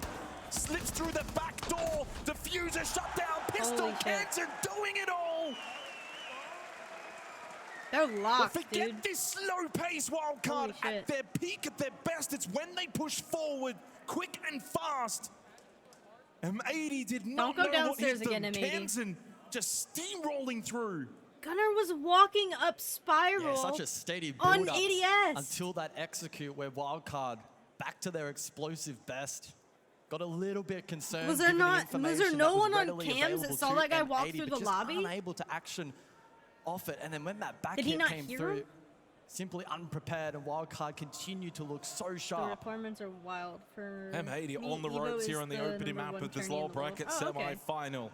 Cafe, the map of Wildcard to follow this. Doesn't spell good news. And what a round though from Canton. And there was still about 30 seconds remaining on the clock, so they did pick up the pace. Wait, did he get a 4K? 13 4K. kills for Canton. Kansan's going off. Leads all comers inside of the server. And with that 4K, and now Dude, I think Wildcard's 179 gonna win the Munich major. EPS. Huge numbers. I predicted it. 13 That's what I put in for my predictions. Objective. Nobody believes in them, but I 4 see rounds to now close them out this just map. breaking these pro teams apart. They're ripping some of these pro teams from limb, dude. And if Wildcard are to knock out M80, who's to say they can't go and knock out FaZe later tonight? It's that kind of run. I would like to try to start like a console league. You know? Over to Expo then for round number 9. I don't know if we could find enough Big people, but emphasis on I might do like information something gathering like for copper to M80, silver the only. combination of the Valk and the Pulse. Copper to gold. Will they have a Peak rank. better read on Wildcard for this particular round? Diffuser. Copper Takes to a touch of gold. damage, but good for now. Tournament league. Wildcard looking to probably enclose above, try to activate the ram, and then fortify that position with the gridlock once they get control. Kino 1-7, but now on the pulse, and if he's not going to be helping out too much in the kill department, at least can provide the information with the cardiac sensor, has a nitro cell, might just be what M80 need. But it almost feels inevitable the way that Wildcard have been playing, the way that Canton has been playing. Well, it's console. What can M80 do? 4 rounds straight on the defense required. I do We saw wanna do a Wildcard pro do that in team, the Henry. first half, so it is doable. But now the pressure I don't. on. I think me doing a pro team is more feasible than actually making So console yellow league. drop I really from don't think Wildcard there's as that they many initiate people on this attack. console that would do a Can league. an M80 withstand this pressure? And I don't think gold to copper Dash is just fun to pushes watch. through top floor. So you'll be on my pro team, Position Henry. taken towards long desk. He will be I was forced gonna back name it temporarily. Optimus, I think. Top floor control though being established now for Guarantee one win Wildcard. every in 15 good time. matches. Perfect spirit. And Kino remains below. I don't know. Still It might be. feeding It's an information idea. on that It's cardiac very sensor for his far-fetched, team. but I think it would be cool. I mean, the beauty of watching Wildcard, they just don't look panicked for time. If I can get the They want this Pepsi top floor control sponsorship, to play the vert on this first floor bomb site. I wouldn't play on the team. I would Whereas just for be M80, like, they're more so I don't even focused know on if I'd denying coach it. from below. They want to keep garage control. Double stack garage, double nitro below. Will that I be don't want enough for fat M80? Fabian.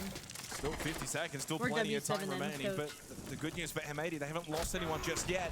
Can they find a pick here onto Dash? Gun up, wall open further Thank you. I up. appreciate that spirit. Again, more reactions here from Dash. Almost finding the kill onto Gunner. Wildcard have the extra play, but the time starts to dwindle. Spiker lost his life, the Blackbeard falls too, but so does Diffuser. Gunner and Gavin, as the duo, must now hold strong for M80 or this map is done. The kit does still need to be recovered as well for Wildcard. Gunner low on health, Kansan pushing through, looking for 15, looking for the map win. 12 seconds remain.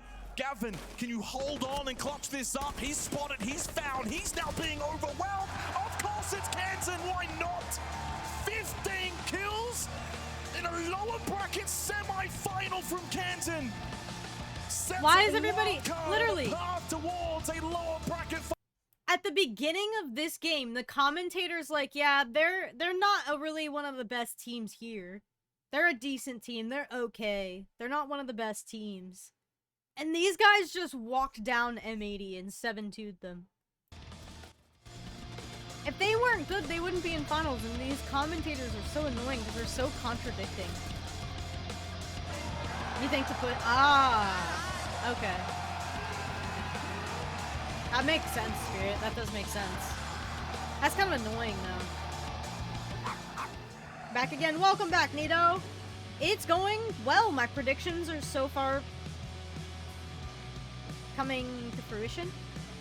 Hopefully. I mean, I didn't predict in the rest of them. I keep forgetting about the predictions, but... Hold on, let me turn it back down. Two more maps. But, I mean, I don't know if it can get better for M80. Like, they're really gonna have to make some changes. I don't know. It's hard. It's just like, they're missing shots. They're not walking around ADS. And Wildcard is just locked, dude. Oh, your head's scorching? Why is that?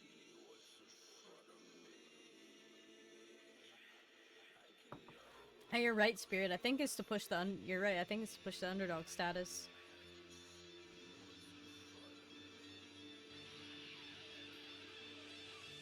You think so? That'd be such a shame if it really was. I just don't feel like we'd get the reaction from the players and the coaches that we do if it was.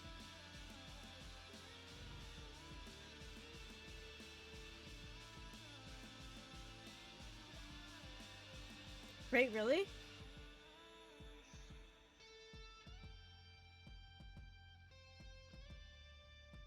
I don't know.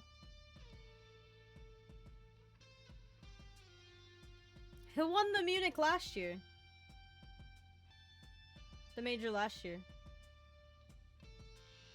I just don't know if, like, I feel like a lot of these guys are so awkward on camera that I feel like it would be so obvious if they were faking, their reaction. Like, if they're supposed to know the outcome, you know what I mean? No, it's not impossible. It just, it doesn't seem like that to me. And maybe a couple teams do that here and there. I don't think the whole thing is rigged, though. Like, there might be bribery going on.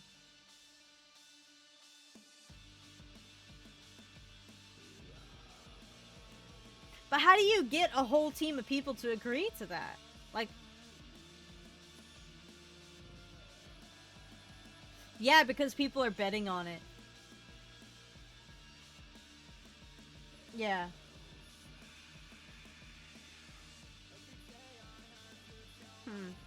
I don't know, I just always feel like there's always gonna be that one person that just wouldn't stand for it, you know? And it makes me wonder if there's, like, NDAs signed or something. Because, like, I feel like that shit would come out by now, you know? Oh, I know. But people talk, you know? So there's gotta be something in place where there's, like, some sort of legal recourse for even talking about it.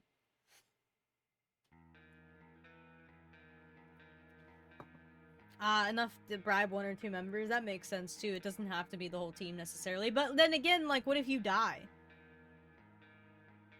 Usually internal...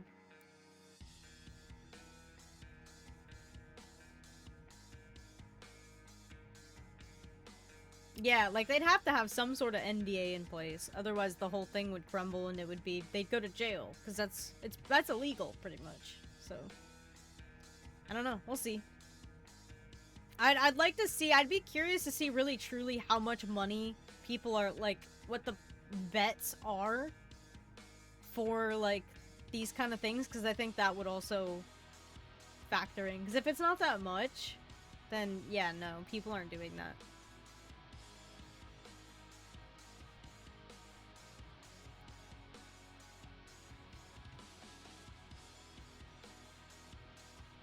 I mean, I just don't think it's rigged. I think that's pretty far-fetched. And I don't think there's as much money,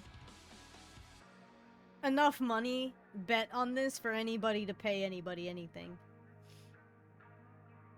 I think people are gonna make way more money doing that in the sports industry, which the NBA is basically getting investigated for right now anyways. We'll see though. Well, that and, like, they're in Germany, you know, the whole schedule, it's like an 8-hour time difference. So, there's a lot of factors that play into it. I don't know, we'll see if maybe M80 comes back. I will say, Wildcard has been on it. Like, they've been on fire. So.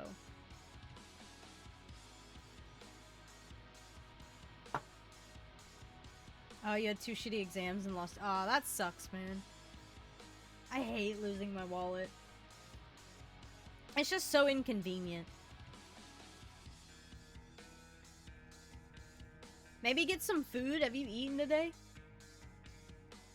Might need some food, dude. I don't know what it is, but I always crumble under pressure. I don't. I thrive under pressure. I really do.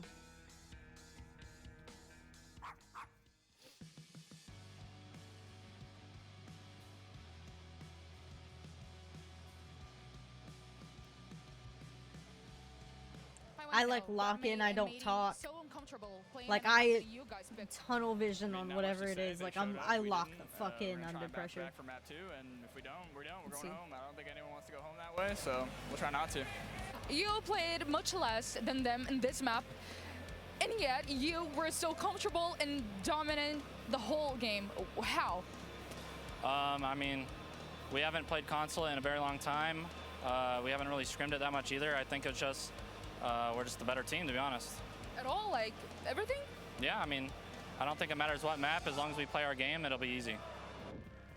It was easy and that for is them. our first map in our NA Showdown, done and dusted. And we know console I is love a Ann. defender favorite map, but come on now. This was Amadi's map pick, and Wildcard just seemed too strong. Yeah, I mean, it really started off the gate with a big bounce back, setting the tempo. I mean, these Like, shots look at from that. Manny, absolutely slowing down Amadi, especially in a man-down situation. The player that you looked for in the early game of this series was Bay. He gets 2, puts it into a man-even deficit. This guy and shreds then this with beautiful the 2v3 clutch to retake into the site. Both players get 1 apiece, C4, shot onto the piano, and then they go for the defuse. They didn't even really know that they downed the player upstairs. Now, yeah, you gotta be humble talk when about you win. Kansan coming in late here. I mean, another big clutch coming out of the side from Wildcard. Time and time again, we're just seeing these moments where these should be rounds from M80. But it's talking about the aggression. It's talking about the tempo that Wildcard keeps hitting the hammer on the nail and reinforcing that they are the better team. They are going to be the ones that are going to be taking this series. And Kansan, yet again, opening up the round, opening up the site here in round 8, getting a huge 4K and shutting down M80 on the defensive half. I mean, we're rolling back the years with Kansan as well, right? Has been in the scene for so long and still showing up. Look at the KPR. 1.67 per round is insane. No, it's absolutely insane. Even the cost, 100%. He's doing it all. There's nothing you can't say that he's already doing. And the fact of the matter, this is where veteran leadership I don't and think they're really underdogs. I think they have like end of an event, a rookie. They have a rookie IGL, but final, this is where you want that veteran experience to be able to. Yeah, I think I agree, Spirit. Come into the server. I think they've been example, doubted this whole thing, and they're getting irritated because they keep winning, and they're like everybody's still doubting us and you can see why he's the veteran on the team. And we've always known him from his history of playing Siege. He's always been a great player, always showed up when they needed him most, especially on the main stage. Kansan, I think, who else? Was it Dash? Kansan and Dash have been in the Pro League for a while. And the tactical timeout I don't know about on the other M80 three. came really early. I think Baby Shark's a rookie, Spiker's a rookie. rookie. I don't know about Bay, to prepare though, for the second map. Fabian is under pressure with his team, and we heard him say it. You gotta wake up. M80 has to wake up if they want to stay in the tournament. We'll be back with their next map.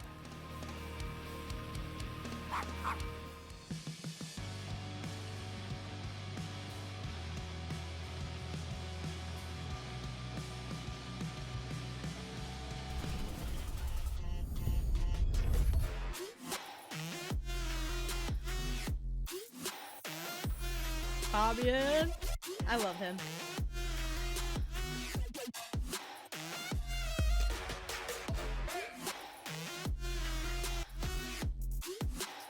That chair looks so uncomfortable.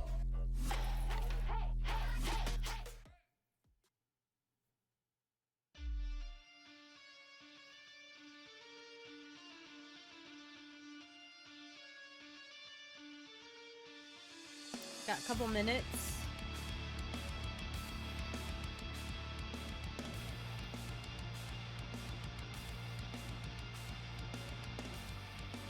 Ooh, I got my drop. Hold on.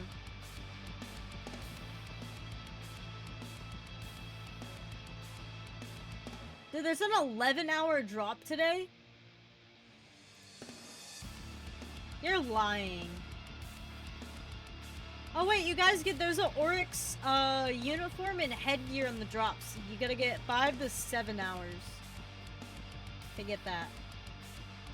All the other stuff's esports packs.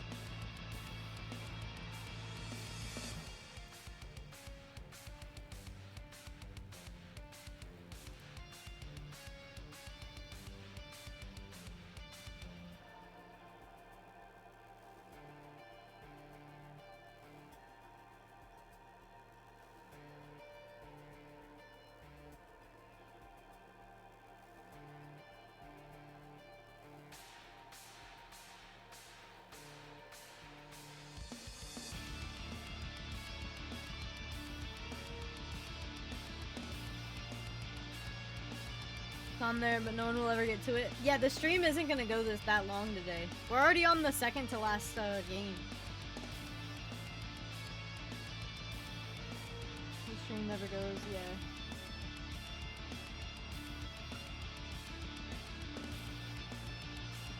If the pattern is right, which I hope it isn't, it'll be 2-1 wildcard, yeah. Now you're good, you got a headache, dude. I'm not convinced that the esports is scripted, but we don't need to keep getting into it. You're good, Nito. Everybody has a rough day every now and then, especially if you have a headache. I completely understand. I was not very chippery this morning. You can ask everybody else. Ask chat how I was. I woke up, I started stream at like 8:30, 9, and I'd just woken up, so I was like, yeah, I was very cranky. Yeah, it was about 8:30 a.m., yeah. It's 11:30 a.m. right now, and I've been live for 3 hours. That's when you go to bed? Well, my time, 8:30 a.m. I don't know what time it is for you, though, Spirit. On the idea, but... yeah, I wouldn't say it's not possible. I don't think that's the case, though. 11:30 a.m., yeah. 19:32, so it's like 7:30 p.m. Fabian, how was the prep talk? I mean, as much as it can be after a loss like that, we played absolutely terrible and we deserve to lose the map, so shit happens. Now we move on to the next one. After this first map, I can imagine that your it's confidence is sky high now. Yeah, the confidence is high, but we need to like be calm in this moment because we need to win the series and we need to win the next map. But are those teams that were doing that, that's it, like, did they make the finals? Like, keep calm for now. We still have a map to play. And yeah, this guy? For the first map. Who's this guy? He's screaming for you. Yeah, the guys, let's go. Why is his eyebrows like that? Cafe is the second map in this series between our his last eyebrows two go like remaining this. NA teams. That's pretty cool. It's like he's got his own little hairstyle on his eyebrows. The pressure is on. This map could send them home. Fabian. What do we I need love to see him. from them going in here? I mean, we talked about it in the pre-match that M80 is the only difference between them and the other teams that came up against Wildcard is they can play slow. We've seen it all throughout the NEL this year. But we didn't see that in console. We haven't seen it yet. That's the big change that we need to be able to see is them match it up, especially on a map like Cafe, which is a lot more slow-paced. Focus on the trades. Mine would be like a parody commentator. The best team in trades when it comes to the tournament. I mean, not even just the trades, the opening kills. They need to be able to convert those and heavily keep those into that guy's hair. It's so bleached, like it's fried, in the console. isn't it? And not even just that, controlling the tempo. This isn't a matchup about meta. This is a stylistic matchup. You know your opponent. You know the idiosyncrasies that you can take. Well, it's like but it's Nito. Can you blame me? Not just Hold on on. hot cold, but each individual to Can you blame me though? I've been watching Stompin since he was on console. Like, he was a console player that went pro league. Like, you know what I mean? Into the second map, but I would actually like to ask our lovely crowd here in Munich.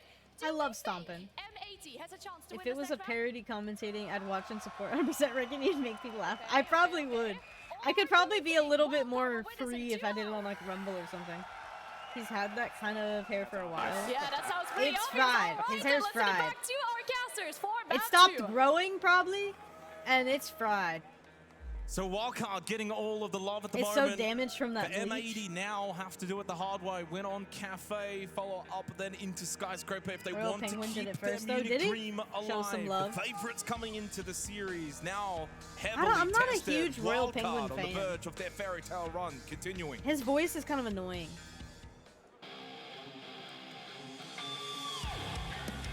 Like, I'm sure I'd like him if I met him in person, but I don't know that I'd watch his streams. Yes.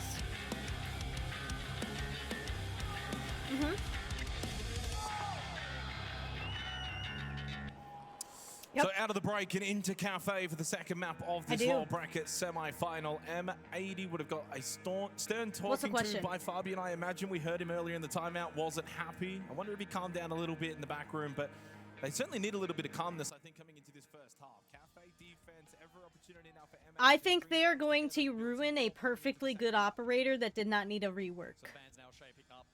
I don't mind the guns that were added. A DMR, cool, great. I think they're gonna ruin a perfectly good operator. And looking to enable more play on Repel. Well, I don't even think it's a nerf or a buff. Here's the situation, Nito. What's gonna happen? Here's what's gonna happen. I'm gonna lay it out right here. I've said this a couple times on stream already. Then he was perfect. He was perfect just the way he was. Perfect. There was nothing wrong with him. And I've said this yesterday.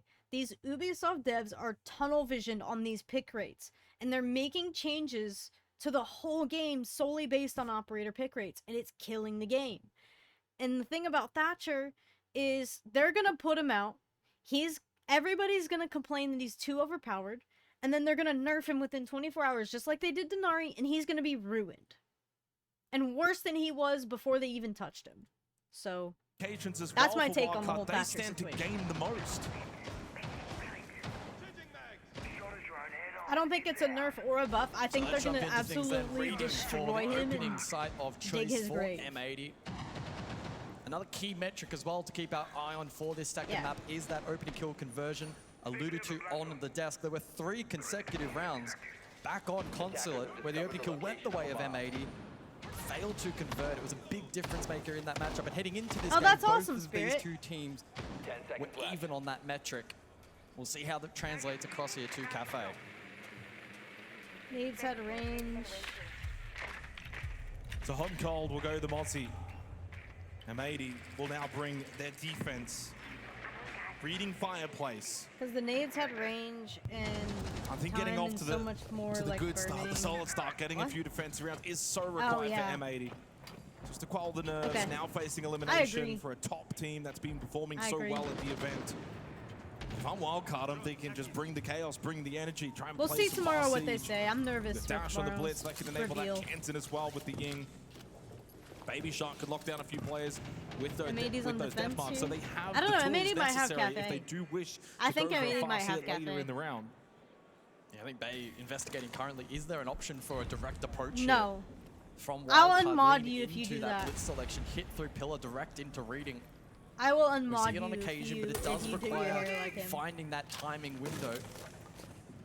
And with the belt of utility available defensively and the vert up above here from M80, I highly doubt it will be viable here for Wildcard. And hot and cold's going to play close reading. They So go for it. Nitro, well, they're going to go straight past him. Dude Oh, has he gets just damaged disciplined, his though, hair from hot so and cold. bad. Will be to his It doesn't benefit. look good Shoots anymore because Bay his in the hair's back. fried. Dash will then ring back around through pillar. He needs to, trying like, let a proper play hot and hairdresser do cold, it. But he's already further deep up close now as Diffuser. Oh, a bait though. He needs to Dash thought shave he it and could start shoot. over and make Diffuser sure his in hair's the back, healthy but next hot time and he does cold it. came back to help out his teammate. Far better coordination from M80. Minute 30 on the clock, Spike goes around over towards Train. But immediately under pressure, his position known. Trailing by Big 2 Kevo's players mod now. chip. Wildcard trying to consolidate in the round, and Spiker does find one. Well, Spiker gets one. Hot and Cold gets out of a tricky position, tucked in on the corner, runs back in through reading. Still 2 nitros up and available for the defense. Spiker over towards Train. So Wants what's to try going and on slip here? in and maybe 4-4. go for this Wait, dining 4-3? plan. Still 60 seconds, so he knows he doesn't have to commit to anything yet. No Candelas remaining for Kansan on the Ying. 2 death marks though for Baby Shark if they need more information. No top floor control either, so the pivot here from Wildcard looking to gain ascendancy above. Gunner is in washrooms. There may be a read on his position, his location. They can always just drop pillar late round, go for the reading plant. That is always viable. Gunner, will he catch them off guard? He moves out of washrooms. Yeah, the people further talking right now are position, commentators. Over towards Lounge. Navigating, but what a clear Will just from wants my Kansan. mod pay. Switched Will on, just wants your locked in. mod pay. Your Great sweet game corner sense, but office. now Gavin towards Cocktail, catches out Spiker. Tucked in the corner, and that's Kit now on the floor. Desperately throws out the Nitro Cell, knowing He that the rents pressure the will corner. come his way. Drops He does pay Laundry, rent for can now that. go back, play the site. Gavin then plays Laundry, knowing that Kansan was to So, follow. Will, you have to pay rent Such for a the corner. well-orchestrated round from M80, and while Wildcard have kept it close, Camo M80 has have to pay always rent for been the in corner. control, start to finish. I do. That's the way they needed to start Cafe on Wildcard's map pick. M80 doing a great I'm job not in saying. catching I'm that just curveball, joking. the I'm initial not saying push. that to get anybody to do anything. So towards please do Pillar, not take not it that way. I direct hate towards side, when I but do instead shit like looking that. to I'm trying exploit not to elsewhere because I inside of don't that want it to come objective. across like that. But M80 bait them in, isolate the blitz. Wildcard try to reconsolidate I don't know, it's in Florida the late rent. round, but the damage already I done. don't know. We're probably the 2 The worst crowd wants states when map it comes 3. to We're rent. only into the first round. A lot more siege to be I don't know, played. New And York of course, the lower might bracket compete. final later on tonight. FaZe Clan awaiting the winner of these 2 teams. What a start, though. Hot and Cold, Trigger Discipline. We saw a little bit of that, actually, from Spiker back on the first map of Consulate. And in the end, it set M80 up nicely in the round. But what solidified the round for You don't them get was the mod top pay, you floor just show up play. 'cause you want to. I Cocktail, know. Gavin, If I got could back, pay gets my a mods, second I on would. Through Laundry. But y'all would Really have to be well-worked here. round. Some of the better seeds All we've the seen time, from 24/7. M80 in this Even when lower I'm bracket not live. semifinal. No, I'm kidding. So from Reading and Fireplace I know. to Mining and Fireplace, a small And switch we all up know in it's all, site we're all choice. just joking around. Wildcard electing to bring double vert for this round, so the buck ramp combination, they'll be eager to work above and flush out key power positions. No, I don't actually pay him. Defensively, M80, a couple of nitros It's just a available. joke. So that will be their plan denial. Oh no, potential. Will, you weren't supposed to tell him The that. catch as well from Gunner will be incredibly important. We've That's seen breach of Util Dub be contract, so I'm incredibly taking Will's successful pay. here at Munich, and so he'll be Will able to call that breach with a the little bit of NDA. patch, particularly up above. Should help fortify the likes of these mirror positions, which will make that top floor clear quite challenging. I wanted to add as well, Cafe is one of 2 maps that is quite literally been 50-50 in attack defense so Nah, far y'all at are this my event. green The other map being beans. Porter is actually straight on 50-50. Cafe's 50.6 to 49.4. So again, you round that up, and well, this is going to be a map that isn't 5 returns of green ultimately bean. determined by just defense alone, akin to What? what we saw back on Consulate. Every round will be AFK crucial here. and will matter and will set the tone for the map. Gunner inside of Cigar Shop is his position known, could be a threat if Wildcard are unaware. Drop down, You Baby missed Garlic. Shark. Will he clear this out Oh, properly? I know. Up We'll close see and her on shot, Monday, Gunner JT. holds. Doesn't Monday make a sound, evening. doesn't make a move. We'll have a Not little visit sway. with her They for don't you. know. Bay is there as well, but the shot through and Ooh, Gunner Cigar. expects a second. and he Yeah, gets the Gunner, point. let's go, Guns brother. them both down. Okay, Blaze Gunner's of glory locked. from Gunner's Gunner. back. M80 setting the tone early Even on. I get Cafe paid. with Yeah, their Nito gets aggression paid. around the map, playing good positions. Then We are falling Monday. back and Monday not we'll giving go see Miss Wildcard the Garlic, chance JT. to then I get gotta do trades. my Uwe Quite Soft similar to the campaign opening round. It's a 5 versus 3, and M80 this weekend. able to dictate tempo Love now that from rotate. this point onwards. Util Dub from Wildcard. Hawkins pay M80 now though too. already vacating these key positions up above. Yeah, there's no one Impacting top hat floor looks so cool, for yeah. M80. It's a clear Did he that just Wildcard have aim to at go his through and teammate's do the head? job, but no one to be found. And Cabin with a nitro. Another kill for M80, and while he did lose his life to Kansan, Wildcard now up against it in the second round, down to just 2 players remaining. And not a lot of time either. A well-defended round from M80. We haven't even seen the site. We barely witnessed Mining and Fireplace. All the action top floor. And that says to me, the way that M80 are playing Cafe, they're forcing Wildcard to take these fights. Diffuser trying to find Dash, but he gets assistance. Now Kansan 1v3. Well, Kansan has been exceptional so far. Goody. 1v3. Gunner's so low on health, but he's got so little time. Default taken out. Try not to win the World Cup. I won't, Spirit. I won't let you on. He broke the NDA as well. He did, you're right. If he does go mining side, Nito's he could get the plant down. 5 seconds still remaining. They will force him to go and stick this plant inside of mining and then converge. Now they start making the move. Yeah. And even just the footsteps gets him off the plant, saves the KD, but can't save the round. 2-0 M80. Back-to-back rounds, M80 finding those first 2 picks and then doing really good job late round to peel away, not fall in to the trap of sticking around too long. Wildcard calling their attack. Kill's gonna act like everyone they've been already here know that, forever. guys. Understand about this is beautiful. Okay, first thing, let's play the Monte next round. For you, Dash and execution. For basement, you can cross to the bunker plant. And for you, Spike, if they play top 4, doesn't matter what the defense they're doing, just play the Monte. Okay? Other thing, guys, talk about the next step. Like, we're not talking, okay, we're gonna keep taking our place. Grenade from heaven, or we can use the Thatcher if that Thatcher is gonna be open. Shy can play the Thatcher if they're doing the U2 burn. I think so, yeah. U2 burn defense. But just talk about the next step, right? Speed up a little bit. The match's all good, you know? Just talk about this, guys, okay? Next step and that's it. Nothing more, okay? Probably gonna be basement here. For default spots, let's just start face checking the Shaiko guy, bro. Let's just like get on the piano repel Evan and me and Shaiko guy.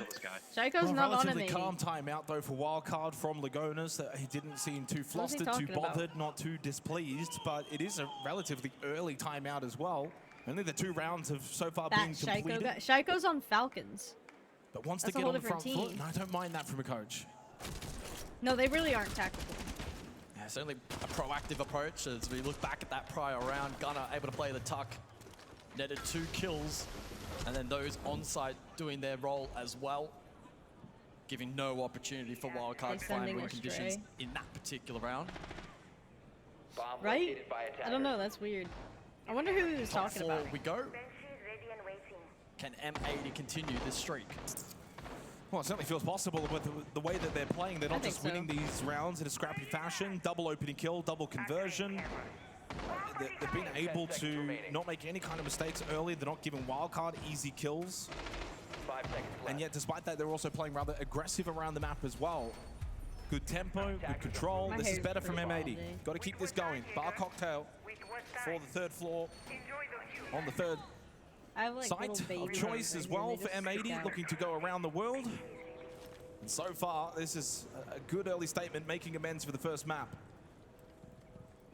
Intriguingly, during that tactical timeout, Wildcard noted that they anticipated Kitchen to be the objective of choice for this round. Now forced to pivot and adapt on the fly as we head up above. And they find a way to try and activate the sense in this particular round as playmaking opportunities down Skylight, for instance. You can cut off some of the longer angles from Cocktail as well towards the latter portion of the round. Oh, they have all nades. With the castle and look at this. Look at how many nades they have. Likely to be critical. 2, 4, 6, 8, 10, 10 grenades. And Kitchen, the most I've never seen that in my life. Sites on Cafe. Every single one of them is running a nade. So it's kind of a pick your poison. If they don't do the nade thing that G2 does, sitting below the Skylight, he will reposition. They're about to do it. Cocktail. They're gonna nade the shit out of Cocktail. It's good sign to M80 the way that they're playing in these certain positions. It's not rather default. They're not keeping it completely compact and closed and ultra defensive. They are showing Wildcard that they can play these aggressive positions. Or no? Keeps Wildcard on their toes as they're making entry. And right now it's just a full repel stack for Wildcard. 90 seconds left in the round. Nitro thrown out from Diffuser. Catches Dash. Again, another opening kill for M80. Why wasn't he throwing nades in? Really coming to life. Oh, were they getting caught by the Jaeger? Total control. Wildcard have just not been able to get into their flow state on this map. You know, Jaeger's actually a really important op to probably play on this tedious for Wildcard. Only a minute to go. The drop to follow. Oh, look at the ROUs that have been sent out by Kansan. As you mentioned, the drop, Bay pushes in towards shop. Kino, though, was in lounge. They did not account for his aggressive positioning. Leave Spiker by himself at the Skylight in a 1v4. Well, M80 are coming to life in this lower bracket semi-final. On the verge of a 3rd consecutive round, and Kino puts an end to it. Hi, Krim. Oh, shit. Fabian goes from disappointed to elated. That was actually beautiful. Well, you guys want map 3. We might be on road for that. 3-0. M80 looking so strong here on Cafe. And out of the timeout for Wildcard, Sky is the third map, right? Alec Ram, how are you? What have you been up to, dude? Additional bans to then come into play for the remainder of the half. Eating Deimos pizza. And Mirror. Good, good. You might feel better, Nita, if you Deimos eat. very, very Fish important on in pizza, some particular anchovies? executes here on Cafe, given the vertical nature of Bobby the map. and my Mirror goat, same. I has love been Bobby seen and in every round so far, now Yay, stripped away from Skyscraper. M80. I love Skyscraper. A lot of people That's hate not really Skyscraper. been, I like it. I think a massive If I get an factor in ace the on a map, reasons why automatically these love the rounds map. have been won by M80. Sure, it's there. Sure, it's been played. Sardines. They're winning a lot of these rounds Interesting. because of their early positioning. The fact they've Mid adapted, round, they've wanted lots to now happen. take I hope real everything's fights good, and they're dude. winning them comfortably. 3 rounds straight, 3 Playing opening Siege kills. still or no? Well, no surprise. Are you And that was getting really into what let Arc them down Raiders? back I on feel like Consulate. everybody's There was getting actually, into Arc in the Raiders first lately. half, a string of 3 rounds where M80 got the opening picks, converted none of them. And that ended up being the main difference between the two teams. Hope you're having a good Saturday, So though, Craig. they're active early, they're converting on their advantages, and the whole team now looks switched on. There's no one clear standout. All 5 You know, you make a coming good to the table commentator. for M80. Not even seeing Wildcard content for it. need to adapt now Oh, okay. on the fly and find different avenues to get some attacking rounds in this half. Unless it's stomping. Then I'm on Depth of stomping Wildcard side. contested in this round. We saw last I time like out both these teams. Direct hit killer I facilitated do like by both these teams. I Blitz. don't like FaZe. If So they're they a changed up fun the team to composition watch, a little bit here I for the like them. second attempt. That's all I The need from a team. I don't multi-team need them to play. win. If they're entertaining to Spiker watch like the way play, to play that front line, I like command it. his team. I expect more emphasis Bias on like that map guy from control. yesterday. Tried to potentially then play from above, flush Greek out Bay. that defense. Bravo also in play, so Dude, clutch strength Bay for is Baby Shark to going be critical off. He in was this going round. off on, was Oh, it the Lair? run out. Hot and cold catches dash. Nighthaven Was or sitting Lair? on I that can't pillar remember. run out for what felt like the first 40 seconds of the round. And once Bravo someone he came misses. running his direction, he was Is this ready Solus? to Yeah. pounce. Bay, though, finds his first Not kill of talk about Cafe that. onto Gunner, Nope. who opted to take the fight. He swung, he initiated, and Bay I accepted. don't know. I feel like Wildcard could, Makes it a could 4 pull this versus off. 4, and with I do that believe they Wildcard have could. got top red control. Kansan will shut down Gavin. And The Hot thing and about Cold M80 take Crim him low, is but they're Diffuser shuts good down for Bay like a few before he rounds, can like cause 5 more rounds they'll damage go and off, pushes and then they forward. just There's more fall players apart. there. And Diffuser they is can't hungry close for the deal. more. Wants to try and shoot Spiker in It's the been like side, avoid consistent that pattern in shield. this series. And in Kino Reload. and Diffuser have lost teammates though. With that, they've given map control to So that's why I Wildcard. predicted Diffuser, though, Wildcard to win, continues just load because of bar. the patterns Big I saw backdraw in from Rio Kino. with an 80. And with Kansan low, it swings back again. Such a chaotic round, but Kansan, the superstar from Consulate, now shut down from Okay, Kino. And we've got a 1v1 with a minute remaining. And Falcon formation not talk about map available here for one. Kino to Nope. play around. We go Equally back though, and change Baby a certain Shark with a specific lot of mustache. time. 60 seconds in a 1v1. Wait, who's Milosh? Baby Shark was able to retrieve the kill. Wait, you're talking about Milosh's mustache? Could drop from bar down into the pillar. Reload series? There's a Did he dragon have a laundry. mustache? Kino's position may be known. Kino has M80 no been in the upper utility. bracket until today. They Well, the no, they shotgun or lost SMG yesterday. Will be the weapon They of lost choice. yesterday. Baby Prim. Shark has I'm talking gold. about He's now Reload. second Rio, floor. the last Around the tournament that I corridor, watched deals them with the in. bulletproof camera. Kino will hold white stairs. And then He even gets a yesterday's little bit of game. yellow ping information. The best thing Oh, that okay. Kino can do now is hide and force that time to dwindle down. Baby Shark thought about watching white stairs. Now opts for the plant. Kino makes the move, dashes into laundry. There is still really time for does not Baby Shark if he wants to go No, for the it kill, doesn't.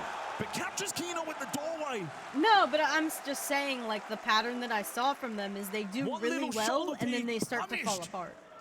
by So I kind of Baby predicted Shark. that might Wildcard be the fighting case their here. first round on Cafe. But I saw that happen That's yesterday. a tough one for Kino. Gets drawn out by the fake plant directly into laundry. Again, there was a drone actively in that position. Baby Shark hitting a clean shot. I love after that M80. info was I do relayed. love M80. Finally, they hit the scoreboard. Like, Gunner running yesterday was freaking hilarious. But I do Back to think, I'm mining we realistic. go. I think Wildcard's probably going Can to beat him M80 unless they replicate really, like, success lock on in. this objective? These Wildcard kids, they want it bad.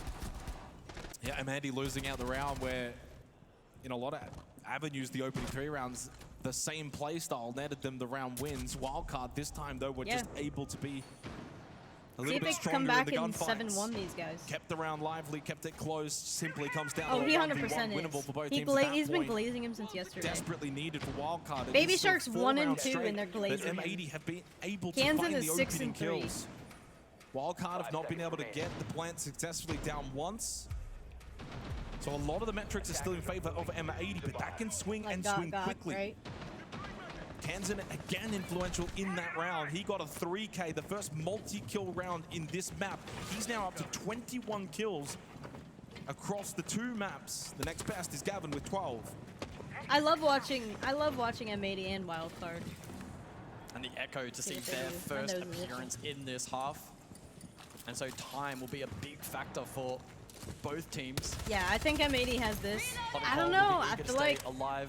Yeah, you're late right. round Because and I get watched value Wildcard against G2 on Sky, these drones and they in an were attempt to pretty gather awesome on information, and of Skyscraper. course, denied plant I think as well. they have Sky. Equally, all the Baby way. Shark IQ will be desperately searching for that M80's Yokai gonna really information have to put up a combination with fight on Valkyrie as Skyscraper if well. they want to win it. Eyes on Dash currently. Susceptible to the run out in the prior round. 0-4 here to open up Cafe. He'll be eager to also add to his tally. This is as what well. I Red hold King. with Callie. I hold this as Callie. Tap, And then tap, I'll go to the tap, other and window. Bay that hits the headshot onto Diffuser. Lesion down. Wildcard find their first opening kill of Cafe. Are they starting to turn the tide? Bear back real quick. And All with right. Spiker on the Monty inside a shop, he can maintain decent position. Gunnar wants to run past him. Where are you going? Wanted to get into shop. Bay was top red. Gunnar wanted to reposition, gets punished for it in the second kill foul for Wildcard. Good comms from Spiker. Wildcard capitalize on that opportunity. Now a 2-player advantage, and they'll immediately be able to pressure this side. Big kill from Kino. Starting to rise to the occasion. Limits the damage. Only the 1 player disadvantage. Frag grenade forces him back, but nowhere to go. Wildcard. This might be it. I don't know. 2 straight on the attack for Wildcard. Despite the strong he not start supposed from to talk to M80, them? they have found their way here on Cafe. 1 round to go for this first half.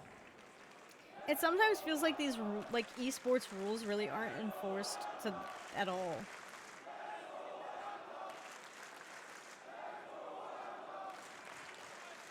What a swarm from Wildcard in that prior round. I love that play over towards shop, getting value from the Monty. Gunnar got trapped and steamrolled from that point onwards. Diffuser here initiated, he searched. Gunnar under pressure, perhaps looking to escape or make a play. The Raw also caught.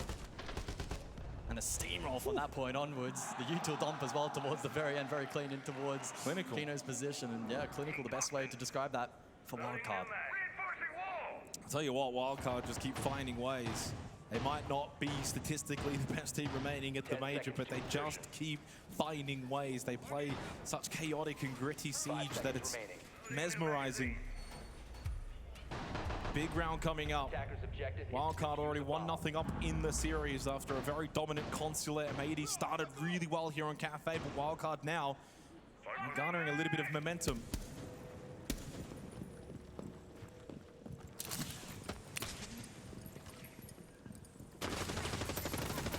So back over to Bar Cocktail. Won successfully last time by M80. That's not good. M80 lost Gunnar 2 will of play their the defense Legion rounds. over towards Red Stairs. So rather than the shop hold, they'll Yeah, have no, I Gunnar think roaming. Wildcard has it. I think they do. If M80 loses Will here, be very difficult it's though for him to have Wildcard game. impact from down below, given double flank watch here for the attack. Both the Gridlock and the Nomad should be able to keep him at bay. So I'm intrigued to see how Gunnar then looks to react to that through the mid-round. Early util dump from Skylight. Deployable shield dealt with. Yeah, I mean, that's the big one now. You get rid of the shield, they have to fall back, play a bit more Freezer. Kino over towards Washrooms, not playing Pixel. So less presenting for M80, allows maybe Wildcard to just creep forward into positions like Lounge, like Shot. Bay's droned it out. Spike is now dropped. Gunner's over towards Red Stairs. Waiting for the drop to follow. Patience pays off for Gunnar. Free kill onto Bay gives M80 the slight advantage, but Spike has taken a good position over towards New Belt. Kansan can follow in from behind. Dash, though, he'll play Cocktail side on the rappel. Good start to the round for M80, but can they capitalize and take this opportunity with both hands? Spiker. There's no one playing behind him, though, at the moment. No. Kenton on the rappel still finally vaults in towards Lounge. Has relayed some good information, however, especially over towards Free Zone. Kenton can cut that. But actually clearing it out will be a real challenge for this attack. Makino in washrooms, Gavin in freezer. Difficult positions to clear without utility to force them out. You have to go and hunt them down. And don't forget, Gunner still roaming second floor in reading. To more avenues for M80. Kansan does have double flash, but keep in mind, it's also the Warden from Gav anchoring that position, the backbone of this defense. Baby Shark maybe thinking that there was going to be a run-out attempt with Dash putting pressure on the rappel. White Stairs side of the map. Gunner opted to not go for that play. Hot Cold, by the way, sitting deep in the balcony position as well. Trying to find the angle and maybe stop this rappel. That's the easiest kill you will find all weekend long for Hot and Cold. Baby Shark rappels into the trap. Kansan slips in towards the bathroom, but from Freezer.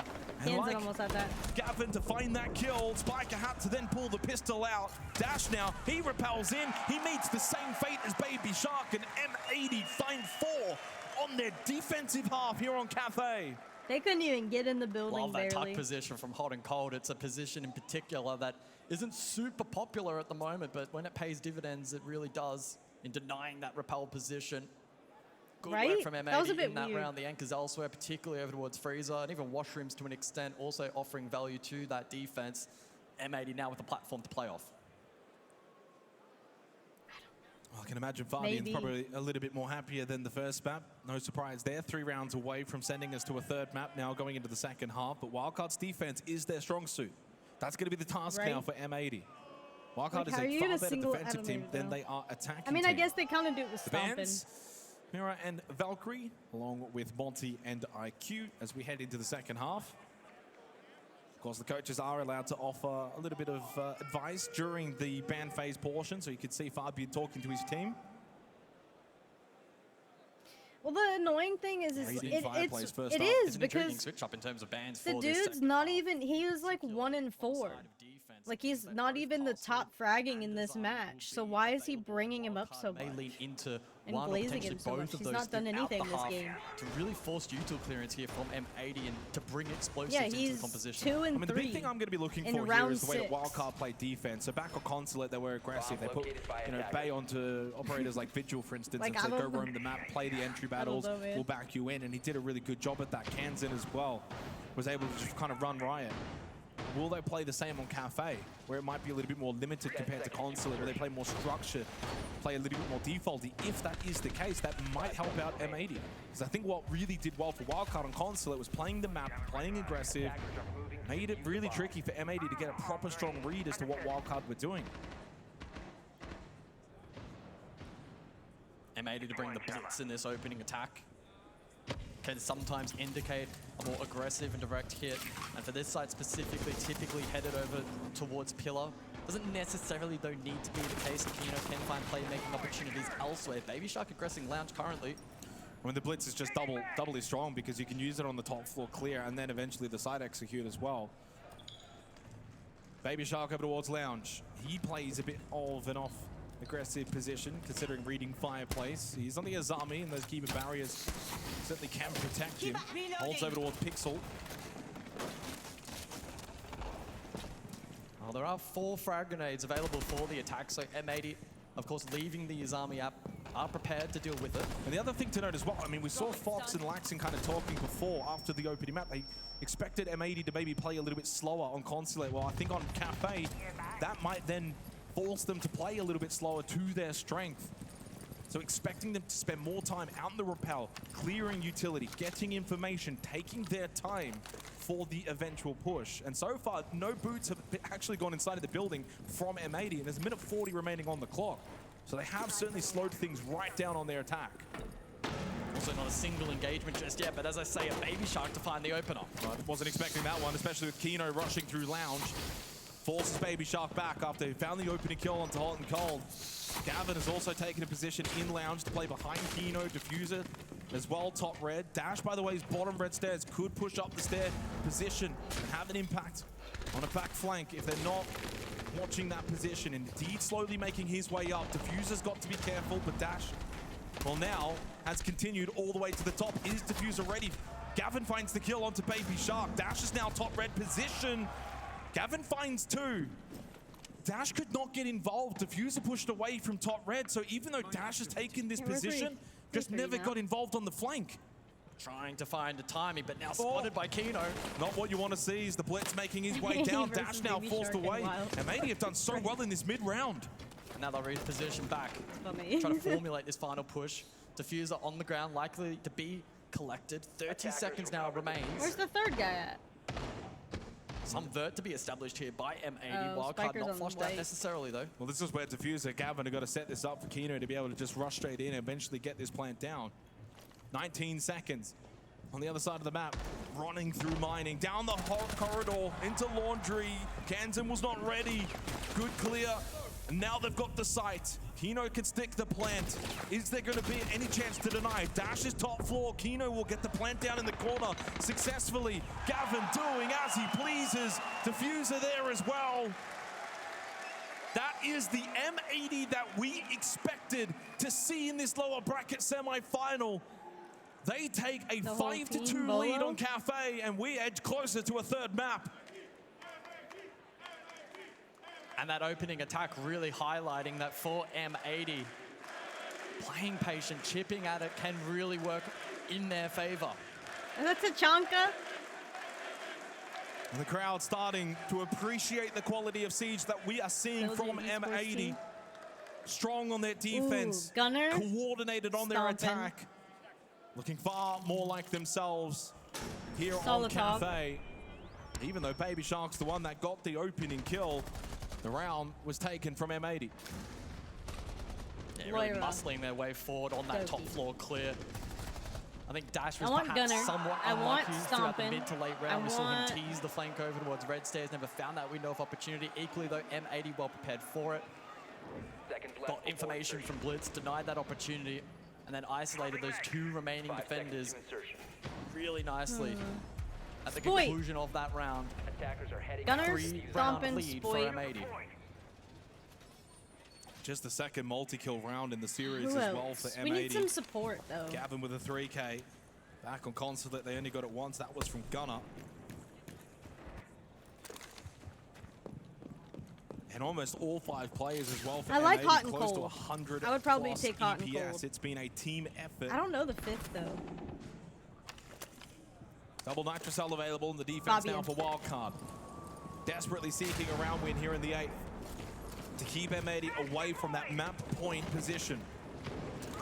Oh, Solotov. But it feels Gunner, like Wildcard on their defense, its early days was only the one round. They don't have the room, though, to slowly grow into this game. They must now get a little bit more aggressive, akin to what we saw on Consulate. So a stack of utility from defense, Azami Castle combination, shield as well, and shop for Dash to play behind. We need a good shield player. M80 though with the hot tools and to cold. disrupt this. Hot and cold, Solotov, Stompin'. Utility, frag grenades I'll as take well, Moira but guns out. as well will surpass all of that. Spiker to fall first. Good work from Gunner.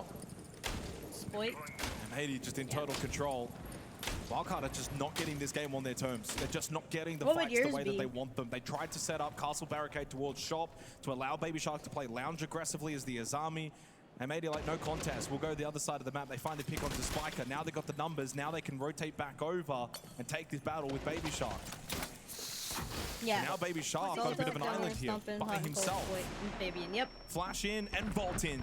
Gavin and Diffuser at the same time, but the Shark doubles up. Kino will get the trade, but job done from the Azami, but they lose Bay. M80 flip the script. They now go with a faster tempo. Again, at all times so far on Cafe, it's felt like it's been their game. They've been in control, doing as they please, with Wildcard having to react and cannot react quick enough. Down to Kansan, 2 left. Lots of time remaining, even into the post plant. Still winnable here for Kansan. The vault over, it's just been made from hot and cold. Kansan has to go for the double kill. Can't just go for the long arm of the law. He's got 30 seconds. And he will just opt to try and stick it. Gets off, but doesn't matter. Gunner forces him off. Okay. Maybe this will go to map 3 after As all. M80 are looking to force The third map in this series, doing to Wildcard what they did to M80 back on Consulate. What a round from Gunner. Finds the opening pick, offers his team the opportunity to be a little more versatile, eventually go for that clear lounge side. Baby Shark did his best, found the 2K, but was traded out. And then Hot and Cold, covered for the plant, makes the correct decision to then jump back out. There's not really a whole lot Kansan can do in this position, especially with the vault out animation. Finding the double there is a Hail Mary at the best of times. That's now 5 players, all 5 players for M80, 110 EPS plus, which is almost unheard of, guys. Yeah. Let alone at a lower bracket semi-final at a major. Oh, these transitions just get better and better. They've been absolutely magical. Production team at the back, thumbs up to you guys. Thumbs up right now to M80. 4 rounds. I kind of like that lineup. I don't know Kanto, though. It was 7-2 on I do know in Uno. favor of Wildcard. It may be 7-2 to M80 here on Cafe. Skyscraper feels like it's on the other side of this round. Right. Wildcard now need to string 4 rounds straight. Yeah. This was their opportunity to progress to a top 3 at a major. Knock out M80 in the process on their map pick. The back's against the wall. M80 have stood tall. Baby Shark goes onto the Oryx.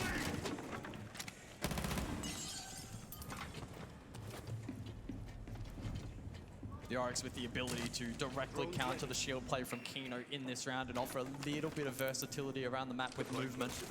Given the license to dash around and try his best to find picks. Baby Shark has had a couple of good moments here on Cafe, just needs to be enabled. No searching over towards Lounge. The Repel game, though, already in play from M80, and they've shown strength from this position. I mean, this is where if you're Fox and Laxing, though, you're sitting there thinking, geez, we called this one. If M80 can play like this, they'll find the result. Guess what? They play like this, and 6-2 up. Baby Shark flashed out. Gets at least out of a deep position. Kino's already in bar, along with Diffuser. Baby Shark's going to get pressured here. Kino pushes towards Cocktail, but they actually ran straight past Baby Shark. He got the kill onto Diffuser, but then knocked onto the floor from Kino. It's been a couple rounds like this where it's been so chaotic, back and forth. Kino has really risen to the occasion on Cafe, now 9-5, commanding the map with this blitz play. Still 1 Candela available for Hot and Cold. A couple of smokes as well for M80. And with the slide jump, you can still play the Burt game. That's really risky. Bay, full white, running, but cannot run fast enough away from Kino. Trapped in the barbed wire, the only thing slowing him down at the moment. 2v2 as they did lose Hot and Cold. And Spiker finds the angle and shuts down the blitz. Didn't feel like this was the path we were on in this round, but now down to Gavin. 50 seconds to try and close this map out for M80 and be the hero. But Spiker and Kansan, a duo that will be very difficult to stop. Gav has time, but so too Kansan and Spiker to reposition for the trade. Can he find vital info with the drone? Will establish it. The Grave can watch. 30 seconds. We spotted one in mining. Did he spot them both? Kansan and Spiker are playing together. 28 seconds, frag grenade thrown in, no movement, and Kansan from the bomb chassis has the better angle. Now you're right. Wildcard will offset one of those map points. Welcome back. 6-3. 3 more needed for Wildcard to force overtime. Well, the pacing in that round, explosive from M80, trying their best to extract value from Blitz. But it was Baby Shark to find the first. And then Wildcard able to peel back to sight and deal with that snowball over towards White Stairs. A well-calculated round. The additional bans then in play for the remainder of this half. The Izami, so some of that util extracted. Castle, of course, though, still up. And then the Blitz, which we saw in the last outing, will be off the board.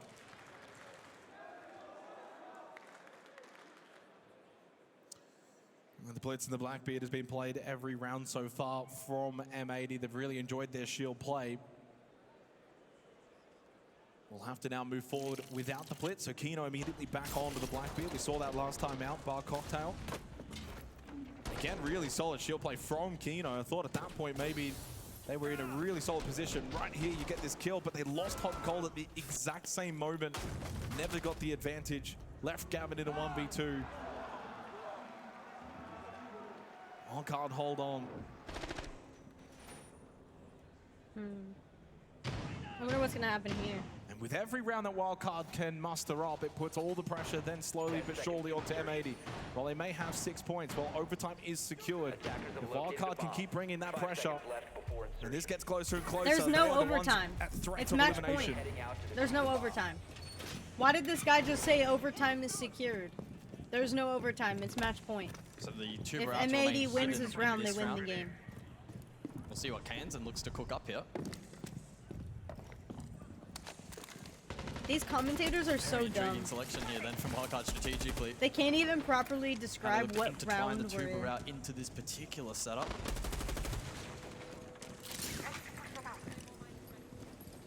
Like, just proves my point even further. They just say whatever the fuck like comes out of their mouth. Like, there's no thought going into what they're saying, and they don't know anything about the game. And with that, his army now taken off the board.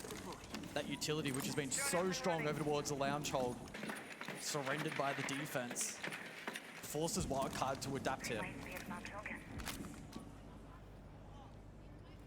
I mean, to the credit of Wildcard, I feel like they have slightly adapted as well. They know that M8 is going to play more of the repel game, play a little bit slower tempo. It's match point. So how is overtime what they've secure? kind of done is played some more aggressive positions to see if they can catch M80, knowing that they're not taking that kind of space early on.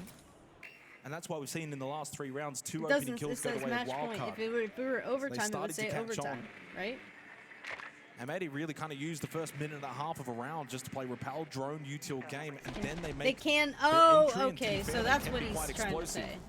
I thought he meant that they secured overtime and. Noted Kansan before in the prep phase. Overtime. Still situated on that first floor. He's been a big impact player for the team. But they haven't secured it yet. Yeah, I mean, he's just that's prep. the thing. He'll wait for his moment in this round. They have it. They're about to lose. I mean, could he even think about maybe a bakery run out? He's that deep now that he could honestly go for it. But a double kill from M80 now forces Kansan, but there was an air jab. Kansan went for the run out. So he's done absolutely nothing in this round now to help out Wildcard, as they have been slaughtered on the site, and now he's the only one left. Such clinical siege. Oh, it's flawless siege. Wildcard thought they were cooking. There was no overtime secured there, brother. Serve them up, and we go to a third map in this North American Bowl. I just hate the commentators. I can't stand them for him. We'll have to wait a little longer as Skyscraper is on the other side and Fabian is pumped up. M80 turning it up there in map number 2. I cannot wait for the third. These two going toe to toe. It's going to be a banger. 7-2 on the first map. I think it's possible on Skyscraper. Bounce back to M80, all tied up. Skyscraper so if Wildcard. Oh, okay.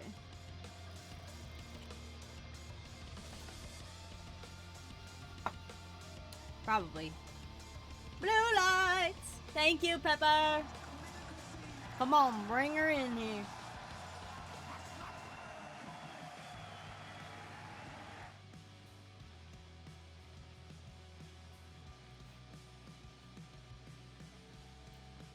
Well, even if he's right, Crim, I don't like them. They annoy the crap out of me. Blue! Pepper! Love you, Pepper.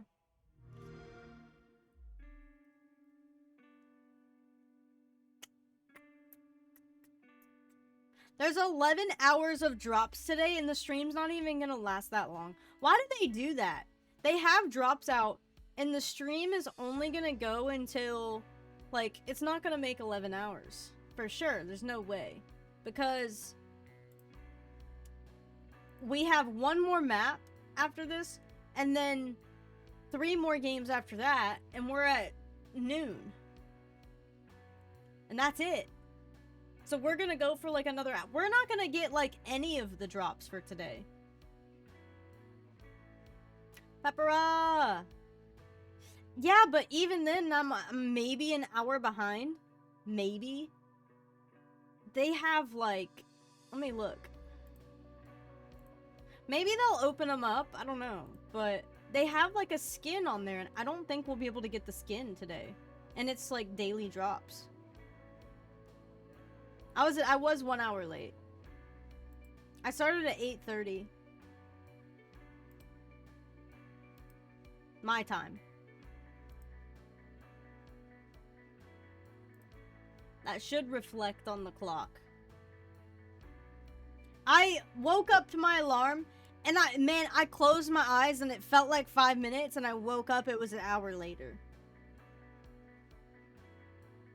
I tried, okay? I tried. I tried.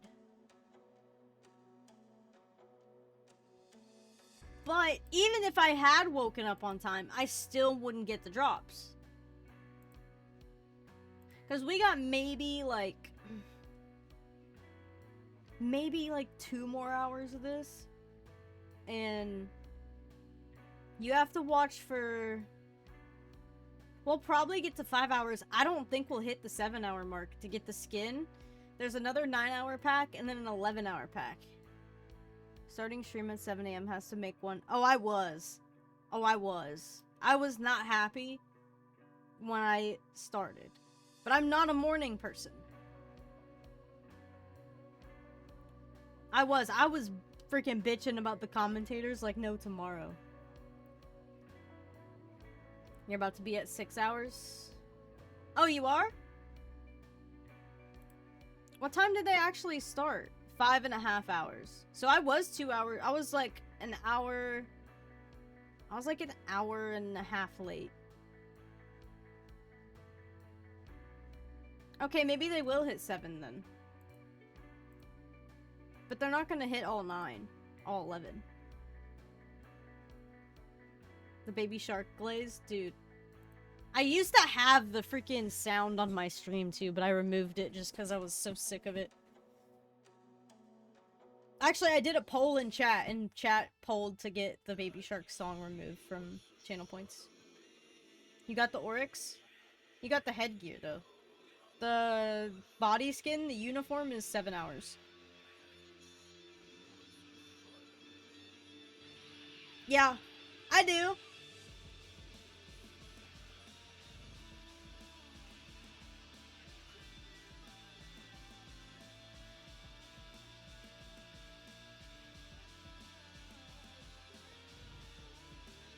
Have I heard... Me? Have I heard the commentators? Oh, you're asking Pepper, yeah. I think you are. Oh, let me zoom in. Oh, look at this dachshund drone. A little drone with a doggy on it. I guess I have to buy that, don't I? I need to get the Munich Major drone skin. You did your job in defense. The attack went really well. Now is the M80 we expected to see. Yeah, I mean, we started slow. We weren't really fighting their entries. We said this map we're going to fight everything, and it worked out. Spike, Wildcard struggle a lot, especially in the attack. Why did that happen, especially in a map that you picked? I think they were catching us off guard and weren't really adapting the way we should. And I think they were countering our drone work pretty well. And I think we were making a lot of mistakes that we normally don't, we shouldn't have. So it's on us to just fix it for map 3. Is the mental, is the crowd? No, it's not the mental at all. It's really just like, we're just not doing what we normally do. I don't know why for whatever round, but we'll fix it for map 3. What a great bounce back from M80 in the series to keep themselves alive. And he's the IGL so far. Now, he is the IGL for the team. Spiker just said there. I mean, M80 were capitalizing off the mistakes that Wildcard was making. Yes, they absolutely were, and it's so crucial for Spiker to be able to realize, especially going into map 3. But you can clearly see here in round 2, this is what we're talking about. Capitalize on the mistakes. Wildcard not droning Gunner out in Cigar, allowing him to be able to get away. Round 6, yet again, not droning Gunner, playing top red, yet again, furthering into this round, not droning hot and cold in heaven, playing this perfectly. This really is speaking into why Wildcard was struggling this match. Yeah. And it's exactly what we wanted to see. I mean, Kino on the shield here in this round, M80 was doing such a great job at staying alive later in the rounds and then exploding against Wildcard. He seems they weren't really young. giving them the opportunity to get picks. He seems like a he's way to 18. leg up, to have a man advantage, and to use Wildcard. Hey, good for him though. He's gonna look like he's like 20 yeah, I when think he's that's something 50. to really note here. When you look Like, at the good for aggression him. coming on the side You know of what I mean? Consulate, and then you look at the aggression coming, I mean, the passiveness coming on the side of Cafe. He's it tall. clearly speaks Is he into actually Kino's that play tall? style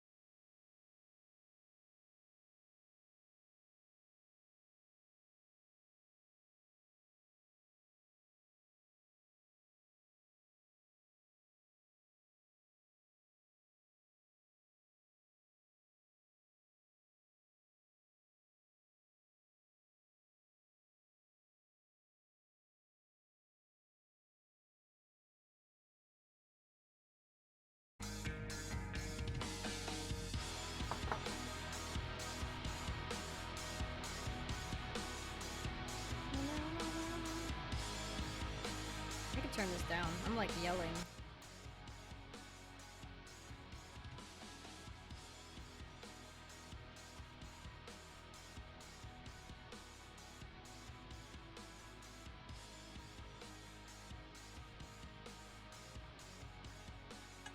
Oh shit.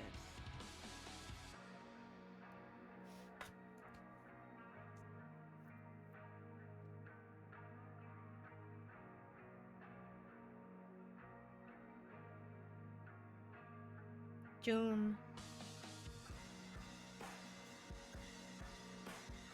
Who did Furia lose to? Who beat Furia?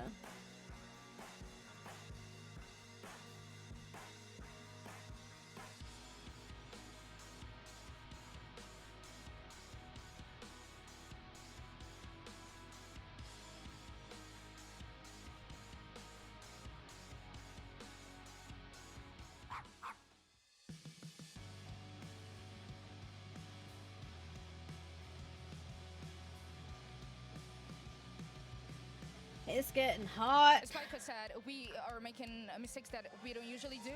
So you are the person that reads that. What did you tell them? Yeah, we talk a little bit, like it was a lot of learnings from the first two maps, of course. But in the last map, like the shields were being very annoying against us. I think that was the main thing. So right now is He's got some cool eyebrows. Adapt for that. And that's it. I think the rest is just having fun, enjoying the moment because all the preparation is done. So now it's just playing. Ban the blitz. That's it. The water is rising Ban the around blitz. the remaining NA teams as they're fighting to knock one another out of the competition. We'll be heading to Skyscraper as our final map, and I just want to know, who Is it has the all better cards NA going teams? into this No, one? there's one Brazil Within team. the last year, these teams are both identical statistically when it comes to a map like Skyscraper. When you look at their experience throughout the tournament, you know, Wildcard has played it a lot more recently. They've sent 3 teams home off Skyscraper. They have, so you got to give a little bit of confidence to them. But at the same time, I'm glad Lagonis mentioned the shields and Kino. In my opinion, Kino's always performed better when he's not on those shields. So if they do ban it, we're going to have to see how they manage the Ying, the Glass from Kino. Absolutely. And then on the other side for M80, if they want to find comfort on their attacking half, they have to get rid of the comfort, the layering of the Azami or the Clash, because if you can do anything on a defender-sided map, remove that little bit of layer and comfort, and it's going to start with that Azami and Clash on the side of Wildcard. Now, I don't know about you guys, but when we were listening in this map, it sounded in here like the M80 fans just got louder. Is that true? I hear some boos. Yeah, I hear some boos. What about Wildcard then? All right, it is just one more map that stands between elimination and continuation in this tournament. We'll take it to Skyscraper to find out who takes it. So the third map of this lower bracket semi-final heads to Skyscraper, quite fitting, the map of which Wildcard has already knocked out both NIP and G2 in this lower bracket run. Can they do it for the third time? We'll have to wait and see. Munich, it is the Are you gonna third head out and already, final map Will? of this lower bracket semi-final.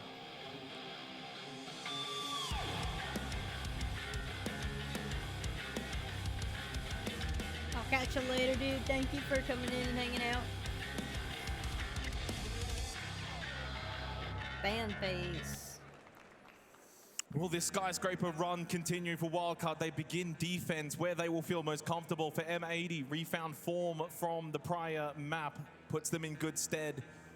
Fabian looks a little bit more controlled, comfortable behind his team now, heading into this third and final map. A record of 5-1 for both of these two teams throughout the given year. But they haven't really met each other here. That's exactly the case, right? We mentioned before that these two have dueled it out 4 times in 2025, and whilst M80 won out on 3 of those occasions, in not one of those best of ones or best of 3 series did they go head-to-head, toe-to-toe here on Skyscraper.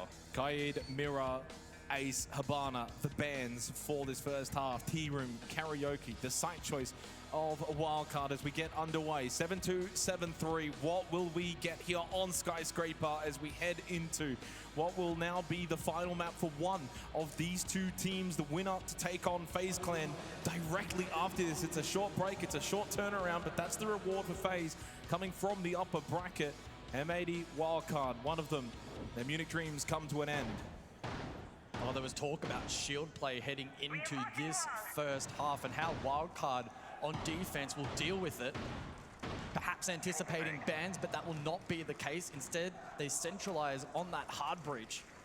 M80 now with the tools available. They have the Blackbeard, the Monty, and the Blitz all available for these first 3 rounds at least. And this is where it gets tense, and this is where for the players, it's just not their skill inside of the server, but even their mental skill that will be tested. Cannot err on the side of caution. Must move with conviction. Make the right choices. Could this be an aggressive start from M80? Their lineup does suggest that they could go quick. Diffuser on the blitz. Could make the push in through Geisha. The repel is in. M80 will set the tone early. It's aggression that they choose. Diffuser with the battle over towards Geisha, but it's Gunnar getting the plant down, and it will be successful. We now enter a post-plant already. 2 minutes shaved off the clock, as the majority of Wildcard have been decimated, leaving only Bay and Kansan to remain in this post-plant. Such a dynamic start from M80. A kill back from Bay, but from a very difficult position. Triple repel in play and hot and cold with flames available. Surely unwinnable. Nitrocell from Bay. Kansan forced off. Nitrocell on the windowcell does catch out Gunnar, but still 2 more on the exterior that need to be dealt with in Kino and hot and cold. Flames extinguished. Kit must now be stuck, but as they move together, hot and cold gets the double kill, and M80 get the perfect start. Hot and cold coming alive here. Great set play there from M80. Explosive, aggressive, well connected, well timed. Wildcard unable to deny plant, and then with triple repel in play and the Capital utility essentially impossible. I don't know if M80 Wildcard may have had some of the chance prior to that map starting, but it's now M80 garnering favor from the crowd. They take an attacking round on Skyscraper, on Tea Room Karaoke to open up this 3rd and final map. A statement. Wildcard give up an attacking round to M80 already. They need to do well on their defense. That was the talking point back in Consulate, and they followed through on that map. Over to Office and Exhibition, need to respond quickly. It will be difficult though to replicate that level of success with consistency here on Skyscraper. That being said, over towards Expo, and with the Rayora teased here from M80, are they again considering something direct here? Samurai window, try to gain space, get Kino active on that blitz. It is possible. Wildcard though should be anticipating it, especially if they are able to spot out that Rayora and start posturing for it. They do have, of course, the Warden available to counter. Well, to kickstart the lower bracket, Wildcard beat NIP on Skyscraper, but it was 3-3 halves. They, of course, yesterday beat G2 on this very map, 3-3 halves. So both of those went to overtime, and it does showcase Wildcard themselves had the ability to win attacking rounds. Could we end up with another similar situation here? Office exhibition, though, crucial. And need to win these main sites. It's one thing if you're losing Barbecue Kitchen, the tertiaries. Got to have control of the main sites here on Skyscraper. Spiker on the Vigil rather than Bay. Bay was a menace on the Vigil back on Consulate, but Spiker will get his opportunity now. Over towards Geisha, holds by himself. Baby Shark over towards Drum. As Kino wants to make entry over towards VIP. But it's Kansan that found the opening pick. Kino has made his way in through VIP, wants to progress forward. Had dash close by, slips in towards Dragon. Pistol out from Kino, and it is going to be successful onto Kansan. But Kansan had found one earlier. And Baby Shark then shots down Gunnar. Hot and Cold and Kino, the last 2 remaining for M80. Again, they bring the early aggression. Bay will fall. Kino trying to slip into Exhibition, but the impact from Spiker will shut down the blitz. As Hot and Cold now finds himself in the 1v3. Spiker puts an end to it before he has any chance of doing something special. There's the response from Wildcard, 1-1. I'm tired. Another direct attempt there from M80 trying to Aqualights. Pepper kind of backed up the lock, so it might be a while before we get the The layering of the Aqualights. smoke utility. But Wildcard up to the task. Wildcard already calling their attack. Kansan, play the warden, the echo shotgun, okay? Let's use the yokais to spot like what they're doing. If they're doing like something direct and to count a little bit the shields. Okay? No, you're good. You're good. I don't want to You can. I'm just letting you know that if that's why they didn't change. So it's in a queue. Okay, you can be the one playing the Valkyrie. Jake plays It's not your bad. You're fine. Or Clash on Drum. Pepper put them in a put a bunch, redeemed it like a few times. Blew a few times, so they'll stay blue for like 5 minutes apiece each time she redeemed it, and then they'll switch to aqua. So they'll change eventually. I just don't want you to think your channel points went wasted or anything. Like outside the map, you guys can like run outside across the door. You're good. You're allowed to change it. I don't have it on cooldowns. It just puts you in line, you know. If people start getting backed up with it. Timeout from Wildcard. My lights will only just change wanted every to 5 send minutes, a pretty early message, even though it is 1-1. The first half certainly will matter for them on See, defense. there she goes. Collecting those They're rounds, still and coming just through, wasn't see, fully Spirit? comfortable with the way things had started. 2 more in front of you, and then they'll Does be mean off. for M80 and Fabian, they will keep theirs in the back pocket. I think it's funny. I don't later mind on it. in this map. But better for Wildcard It's to just be so more people prepared can't for that change fast my pace lights from constantly. M80. That's why I have a cooldown on the lights. Blue only. He did aqua. Technically, aqua is blue. Especially. So. Able to extract value from that Warden, who was a key counter in the round to the kind of set play that M80 there she goes looked again. to establish. Very early tactical though from Wildcard. We'll see if it pays dividends. Oh, she's going. For this defensive site. 10 seconds remaining. Kitchen barbecue. The discussion incredibly tactical. 5 seconds remaining. For Wildcard. I'm hot. We'll see if that translates into results. There was clearly a definitive message that taming some aggression, bringing the right level of aggression, is definitely something they're searching for.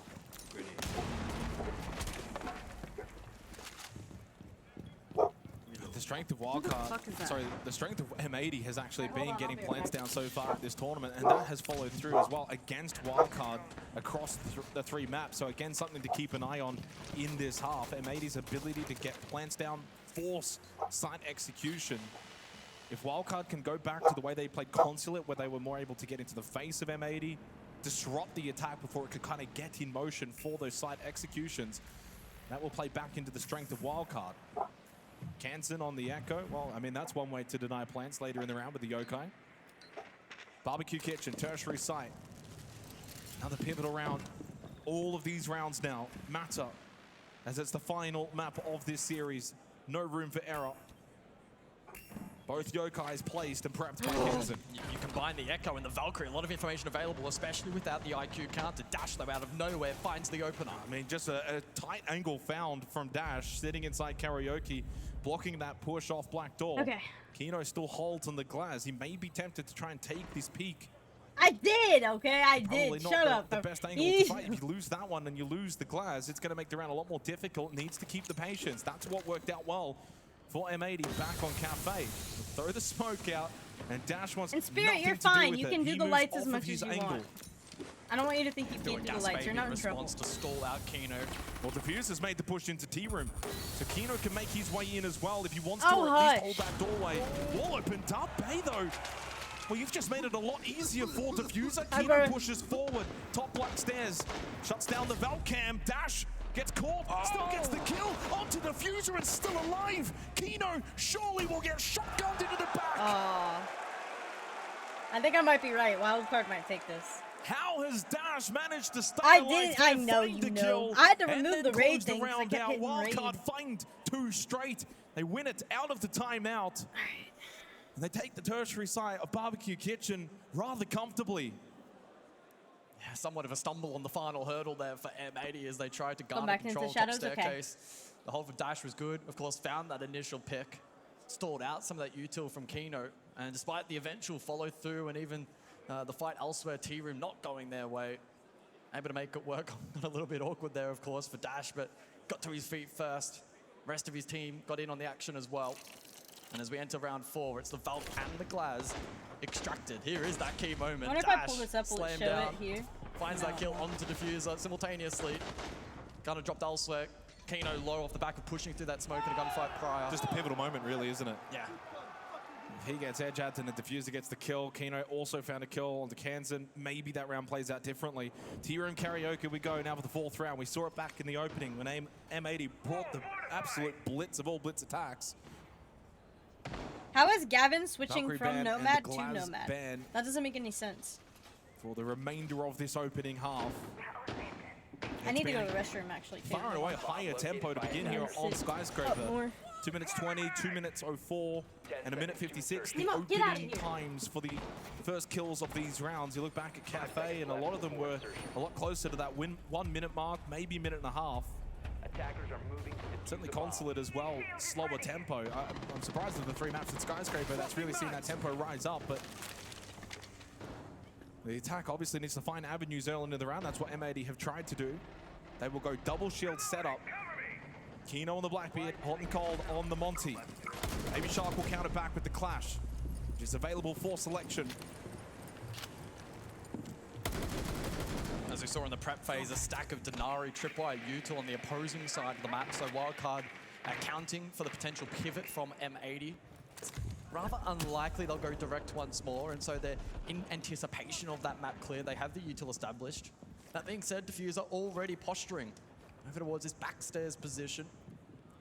2 death marks potentially available as well. M80 potentially looking to spearhead from this side of the map once more. Diffuser in the hands of Hot and Cold. He's progressing up the stairs, so expect immediate pressure here on Karaoke once more. It's a rather horizontal extension though from Wildcard over towards Office Exhibition side of the map. Despite the fact that M80 play more so vert, they're playing around T-Room Karaoke. No presence whatsoever from M80 on the other side of the map, which does make it a bit one-dimensional. At some point, Wildcard will clue onto that fact. They can cut the map in half, turn their focus back over towards the site. 20 seconds remaining. Slower tempo here from M80. It feels purposeful. And they got the double shield set up top black stairs. This has been their focus. Dash has a Yokai close by. That's just been yellow pinged out. 20. M80 trying to absorb some of this utility. Hot and Cold though pushes forward. Will he go for the plan? Baby Shark in the corridor as well on the Clash, trying to provide some kind of nuisance. Into Karaoke, Hot and Cold thinks about the plan. Wildcard now must edge closer towards the site to get into a position where they can deny. Spiker over towards Geisha is close by with a Nitro Cell that he could throw over if he does slip in towards Karaoke. It's a poke and prod sort of round. No one wants to make the first real move to make a mistake. Hot and Cold, though, continues to get peppered, low on health, so Kino's there for good measure, and now he too joins. They just cannot find a comfortable place to get the plant down. Real lack of explosives, though, for Wildcard would have proved costly here with 40 seconds on the clock. Desperately needed that kill. Dash needs to stay alive, but he falls. Oh! There was the team kill from Gavin, but doesn't matter. M80 have still got the numbers, and they dealt with the Echo. No Yokai to deny late round, and no Nitro Cell remaining from Spiker. And with Baby Shark still up on that Clash, he can be a nuisance, but is he going to be aggressive enough? At some point, he may have to put that shield down. As Hot and Cold looking to put the kit down onto the floor. Again, no real way to deny this. It will be post-plant territory. Gavin and Gunnar will combine 3 in the round. And then with that elimination onto Bay, M80's patience will pay off. Slowly pieced that round together. Systematically, didn't rush, didn't panic when the double shield players were getting quite low in Karaoke. A second attacking round, and this one's pretty even here on Skyscraper. Yeah, the HP management there from M80, absolutely pristine. They were able to extract so much of that explosive utility out of the hands of Wildcard, making that Plantanel very challenging. Their last hope really was finding value from Clash, but M80 had that cross cut.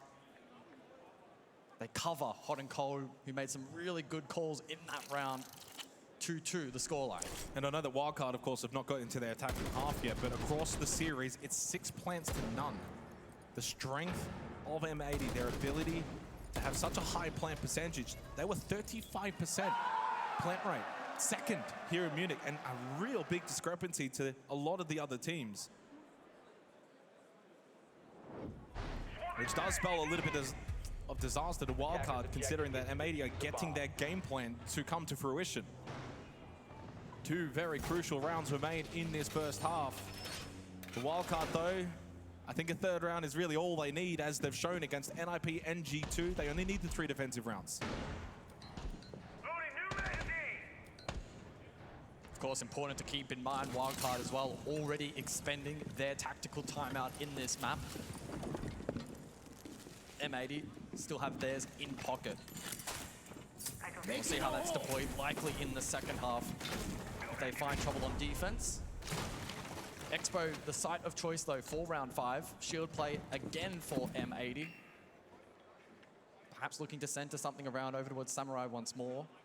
No Rayora though in play on this particular occasion. Very nice drone. Yeah, really good info.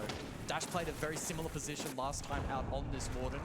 Was able to counter the smoke play and blitz that we saw last time out. And it means that for Diffuser, he can get into a strong position down below, put pressure as the Buck. No one on the first floor from Wildcard to contest him. So he has all the space and time in the world with their Skeleton Key.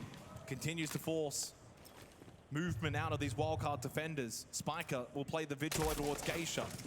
So he's playing a deeper flank position, but all the pressure again from M80 is direct towards the site. They're not going for full map control as the attacking team.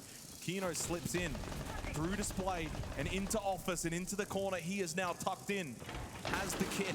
Diffuser down below on the Buck. Bay slips in towards the side as the Azami.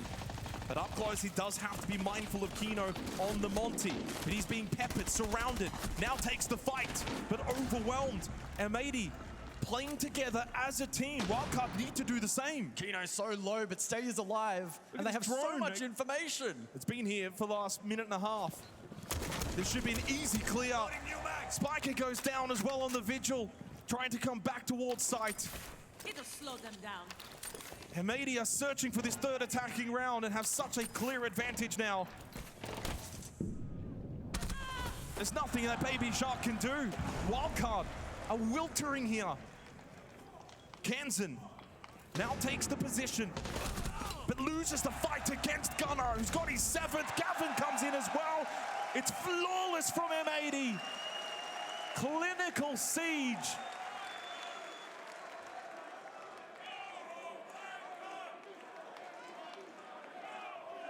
M80 have risen to a new level. And the pressure of this lower bracket semi-final, they rise to the top at the moment. 1 round to go in the half. Wildcard now need to respond. Yeah, really good display of some simple siege executed well there by M80. The value from the drone was immense. Dash under so much pressure with the vert below from Buck. Kino initially pushing forward, gaining information, drawing that defense in as the rest of the attacking closed. Able to stay alive as well towards the late round reposition. So many examples of good drone work in this particular round and actionable by M80. Forcing plays, low percentage at that from Wildcard. A 3-2 lead. I mean, 5 opening kills, 5 conversions as well. That's been instrumental in these rounds, getting these early advantages. 2nd flawless from M80 in the series. They closed, of course, Cafe out in a flawless fashion. Another multi-kill from Gunnar, back-to-back for him. 7 kills in the last 2 rounds from Gunnar. And they take the lead, M80, for the first time since the opening round of this half. A 4th attacking round on Skyscraper would set them up beautifully going into the second half. Wildcard need to win this 6th round. And it's the tertiary side of Barbecue Kitchen, of which they won successfully last time out. Air jab in position.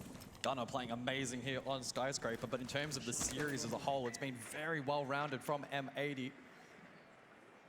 Kino trailing at 92. The rest of the team, however, above 100 EPS in this series. Wildcard, the same cannot be said. Kansan 128, Spiker 98, and then it tails off. M80 showing their depth in this best of 3. Every round so critical though at this point, best of 3, but now down to a best of 1. Every round matters just that bit more. You win this round, Wildcard, and it's another 3-3 half Skyscraper. That might just be the best pathway for them. That's how they knocked out NIP. It's how they knocked out G2. They do thrive under the pressure, but they don't want to allow this lead to grow any larger. Gavin playing behind Kino. So both outside that black doorway position. Dash holds black stairs. Baby Shark in the corridor. So it's a 2v2 standoff over towards top black. Kino forced back by the gas bait of Dash. He's only got one left, by the way, and there's still over a minute remaining in the round. M80 very eager to draw out this utility, sensing that once it's all been expended, then they can try to push forward. Some ground has been taken elsewhere as well, and eventually this attack can link up. Minute on the clock, however. Time management has not been amazing here from M80. I mean, it's been pretty decent stall out from Wildcard. Oh, they pushed in. Kansan finds the kill onto Gunner. The dog will be down, but Diffuser into Barbecue captures Kansan, who was not ready for the slip into sight. Hot and Cold was going for the plant, but he got pushed off it and eliminated Dash with the double. And then with Kino falling, no more Monty and Gavin by himself as Wildcard ready for M80. Much better from Wildcard. A 3-3 half on Skyscraper is exactly where Wildcard want to be. And we're in this very position against NIP and G2 and went on to win both of those in overtime. They couldn't do it for a third time straight in the lower bracket. Certainly not off the cards. I see what you did there, Wildcards off the cards. Let's see the bands play out then for this second half. It's Blackbeard and Kaid initially. Both coaches with an opportunity to briefly talk to their teams and evaluate what's gone wrong thus far and how they can prepare themselves for the second half. The second bands to be the Nomad and Bandit, respectively. So that means that full hard breach available with double denial off the board. Wildcard shouldn't have tremendous issue in opening up the hard breach here on Skyscraper, which inevitably gives them more opportunities to make plays. I'm very, very intrigued to see how this will play out. Oh, so we head into the second half, all tied up, 3-3 on a map 3. It doesn't get closer than this. The winner takes on FaZe Clan in the series to follow in the lower bracket final. Both teams feel deserving. I mean, Wildcard have had an exceptional run so far at the major. It would almost feel a little saddening for it to come to an end, but we know the quality and the strength and the power of M80. But only one can progress and represent the North American region in that lower bracket final.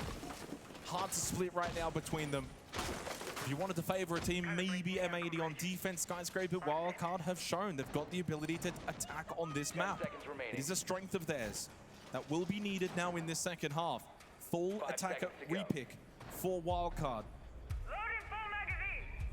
Attacker's objective is to locate a bomb and defuse it. That's I figured you Brits. The hard breach of Ace in combination with Thatcher. Again, very, very intrigued to see how much influence the hard breach battle will have in this second half when you consider the bans from both sides. I mean, even just intrigued how Wildcard's going to play this half. I mean, we saw from M80 on their attacks, they played a bit more direct to play the vert. They didn't go for the full horizontal sweep across. Will Wildcard opt for that play? Back in their fragging ability to clear out those holds across the map. M80 have given up Tyrion Karaoke and Geisha at the moment, although Gavin's still close by in Drum. Kino as well. So they will contest over towards Drum and Mezzanine. And it does seem like Wildcard will go for the more conventional sweep across.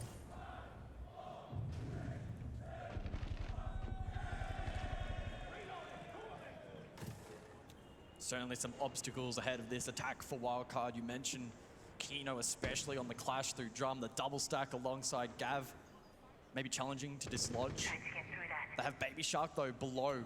Could play some potential vert off the back of this secondary hard breach from Kansan.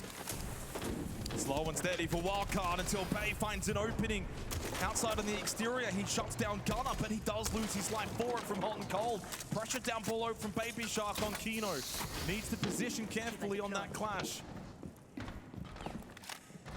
A little exchange leaves both teams wounded. But it also means that Drum has been evacuated from the defense. Wildcard taking map control. M80 likely not too displeased. They've wasted quite a bit of time. Both Nitros intact. Triple Zoto available. And Wildcard only about 25% of the battle done. They've taken some ground, but now comes the real nitty-gritty of this attack. Full side hold for M80 into the final minute. Kansan still outside Shrine. Could go for the vault in if they want to try and pressure towards Dragon against Kino, but may opt to go against and around him. 4 Candelas available for Dash, a couple of smokes as well. Get ready for this execute now from Wildcard. 40 seconds. Wildcard need to time their move a lot of this centered around being able to clear this very clash posing problems. Kansan is in. Forget the barbed wire. Go straight through it. Kino falls back. 30 seconds. They're going for a 2-2 split attack. Dash wins the battle against Gavin. Candela's thrown in from Dash. Hot and Cold will sit inside of sight towards Office, defending vigorously. Diffuser tried to play off of Kino. Kino towards Dragon. Diffuser low on health, stuck inside of VIP. They dealt with Dash. Goes prone in the corner. Want to delay the time. Big Nitro from Diffuser. Kansan into red time. Needs to deal with this clash. They've left him behind. Kino has stayed in Dragon. Kansan seeks out Hot and Cold. And Hot and Cold says, here I am.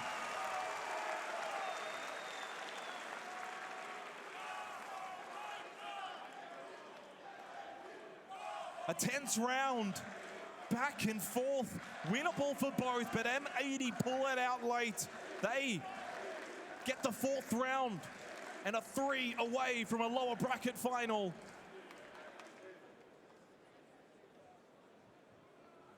Wildcard electing to pivot, taking the Diffuser house stairs, the clear not quite on point, a phenomenal Nitro sent their way. M80 doing a great job to center around that clash as well. Kino stayed up, did a really good job, and of course Hot and Cold, one of the best anchors in the game, doing his job nicely on site. Wildcard had a momentary advantage in the round, but the response was so sharp. Yeah, I mean, it was only momentary though. It wasn't really enough of an advantage that Wildcard could stabilize. There wasn't that much time remaining in the round. And this is where the pressure gets really applied. 5 seconds remaining. 4-3, M80 have taken the lead once again on Skyscraper. Attackers must locate Tea Room and defuse the bomb. Karaoke, the second main site here on Skyscraper for Wildcard to now have to deal with. This is where being on defense just feels that more comfortable. Especially this late into a lower bracket semi-final match at a major. Wildcard have to make all the right moves on the attack.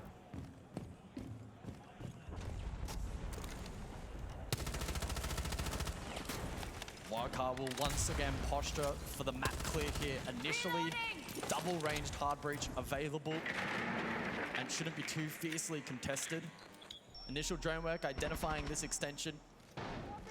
Gav, Diffuser, and Kino in a potential position as well to pivot if required on the clash. M80 looking to contest as much of the map as possible. Yeah, M80 want to make it difficult for Wildcard to get early position, to even just get into the building safely. Kansan knows that Gavin might be playing close by to that Cuba barrier. He was right. Didn't want to rush in dealing with it. Diffuser's close by as well. So Bang and Kansan will look to try and push together. Gavin defends vigorously. Diffuser though loses out. Baby Shark makes the move. Needs to win this battle against Gavin, but pop-up headshot. Gavin says goodbye to Baby Shark. And while there was a response from Wildcard, still now outnumbered.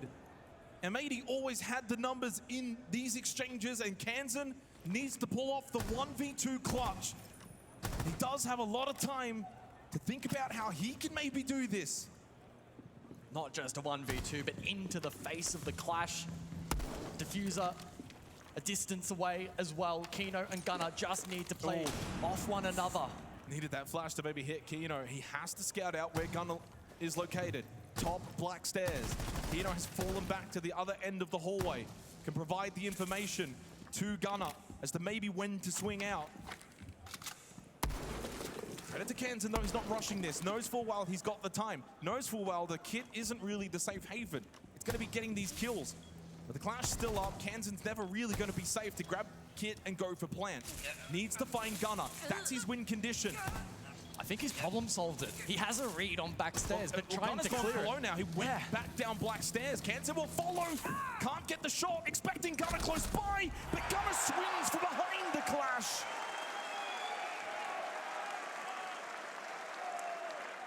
Well, Kino and Gunnar have played that perfectly to give M80 a 2-round advantage. And don't forget, Wildcard have already used their timeout.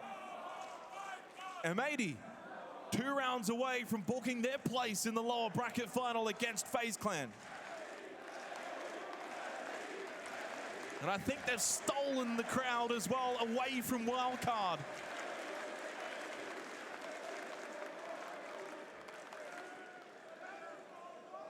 Do things, though, get spicy on the tertiary side? It will be Kitchen Barbecue for the 9th round.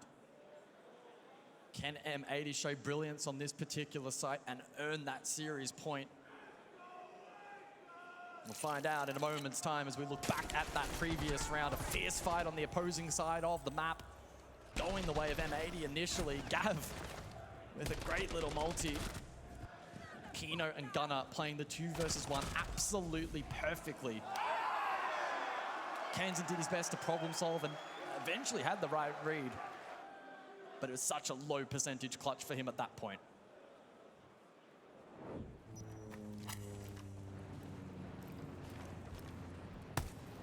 I'm reloading.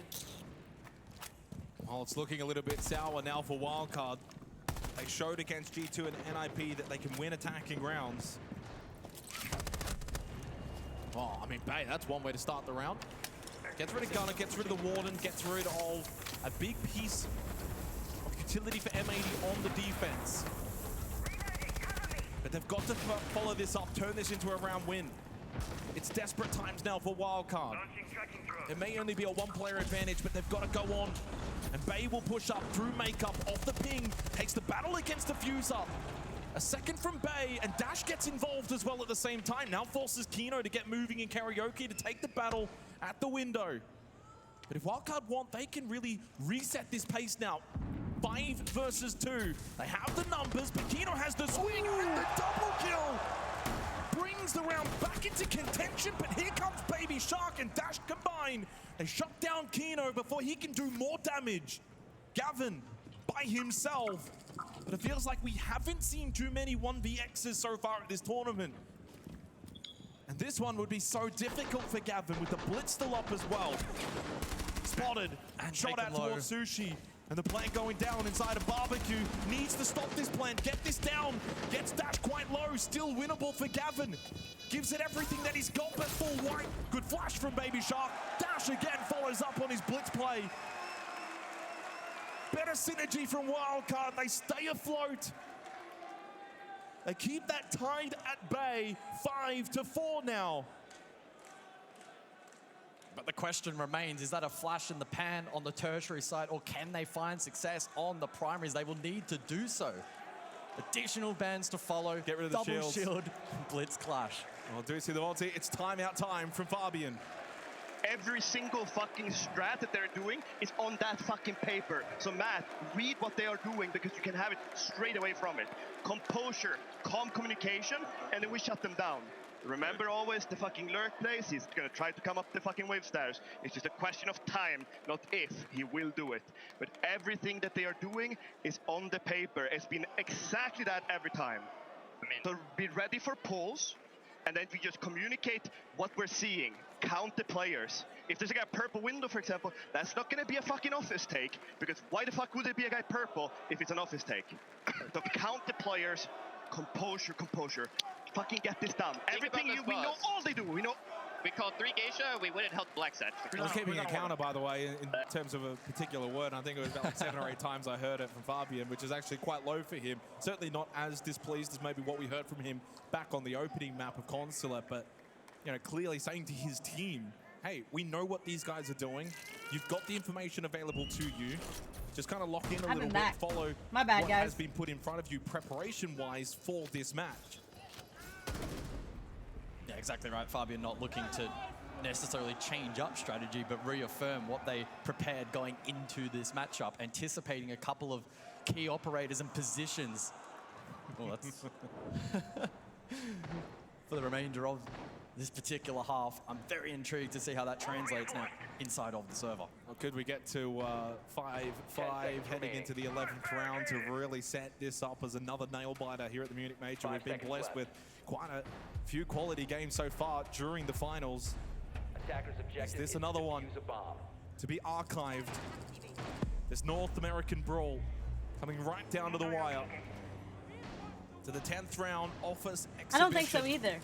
Sorry guys, I had someone knock on my times door, against G2 just and yesterday. then are they want proficient on like this site. these supplies They that I know what have to in my do. driveway that are left over from some work I've had done, but I'm returning them for credit, and I had to tell them no, and then I'm like, why are they execute dealing now when with, the pressure is reaching out to mounting? the people saying like, look, why hasn't this been picked up yet? Explosives so, sorry in about play that, here but I'm back. from Kansan in response to the mirrors from M80. Triple nitro from defense, so certainly keep that in mind towards not just the late round, but even in denying entry positions here for Wildcard. It is a big switch up though to last time. So last time they went for the Geisha side across, down towards mezzanine, clear horizontally. Now they're going more direct with this early pressure. Now, of course, at some point they may pivot, go for a rotate, wrap back around the other side once the M80 defenders have been pulled back to site. But currently it's Baby Shark, you know, down below in bedroom on the buck. He'll put pressure down below. Everyone else is kind of exterior around the site, ready to just continue to put pressure on these defenders. So it's a change up in mentality here from Wildcard for this site compared to last time. Can they find information on site to act upon? Or pressure onto Gav. Kansan finds the first. I mean, that's pressure from Baby Shark. He won't get the assist, but a help in hand there, and Kansan plays off it. So far, strong play from Wildcard, and they do have Spiker top I don't think he right did either. stairs, Let's see what so happens, he can though. flank late. That Can means for M80 Diffuser and Gunner, if they draw all of their attention towards this site pressure, it's a free kill for Spiker. Someone still needs to watch for that back push coming from mezzanine, and there's still a minute left of the round. Logic Bomb, Candelas, here comes the execute from Wildcard. Bay goes down on the hands of Gunner. Dash on 1 HP, collects the kit. They lose a couple though in Kansan and Baby Shark. Spiker needs to step up, and he does. On the flank, got one, but they lose Dash, and Spiker now 3 left to deal with. Otherwise, M80 will find themselves 2 Nah, he's got no match calls left points. either. Needs to pull off a crucial clutch right now for Wildcard. Is it a case of too little, too late from Spiker? A tricky 1 versus 3. Yeah. He certainly wasn't in the best position when they did go for the site execute, but he found 1 kill. Cannot get quietly up those stairs. M80 are on the verge now of knocking Welcome out back to Wildcard, Infinity. ending Hello, their Dragon. fairy tale run. Out of the timeout, they find success. They make light work of Wildcard's attack.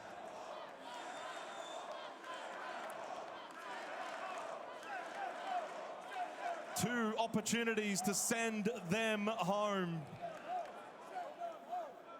And it's another primary site on offer for M80. Karaoke Tea Room. Can they seal the deal here? And the side of Wildcard now just looks flooded here on the arena. It's absolutely gorgeous, but it's not good news for Wildcard. It means they're sinking.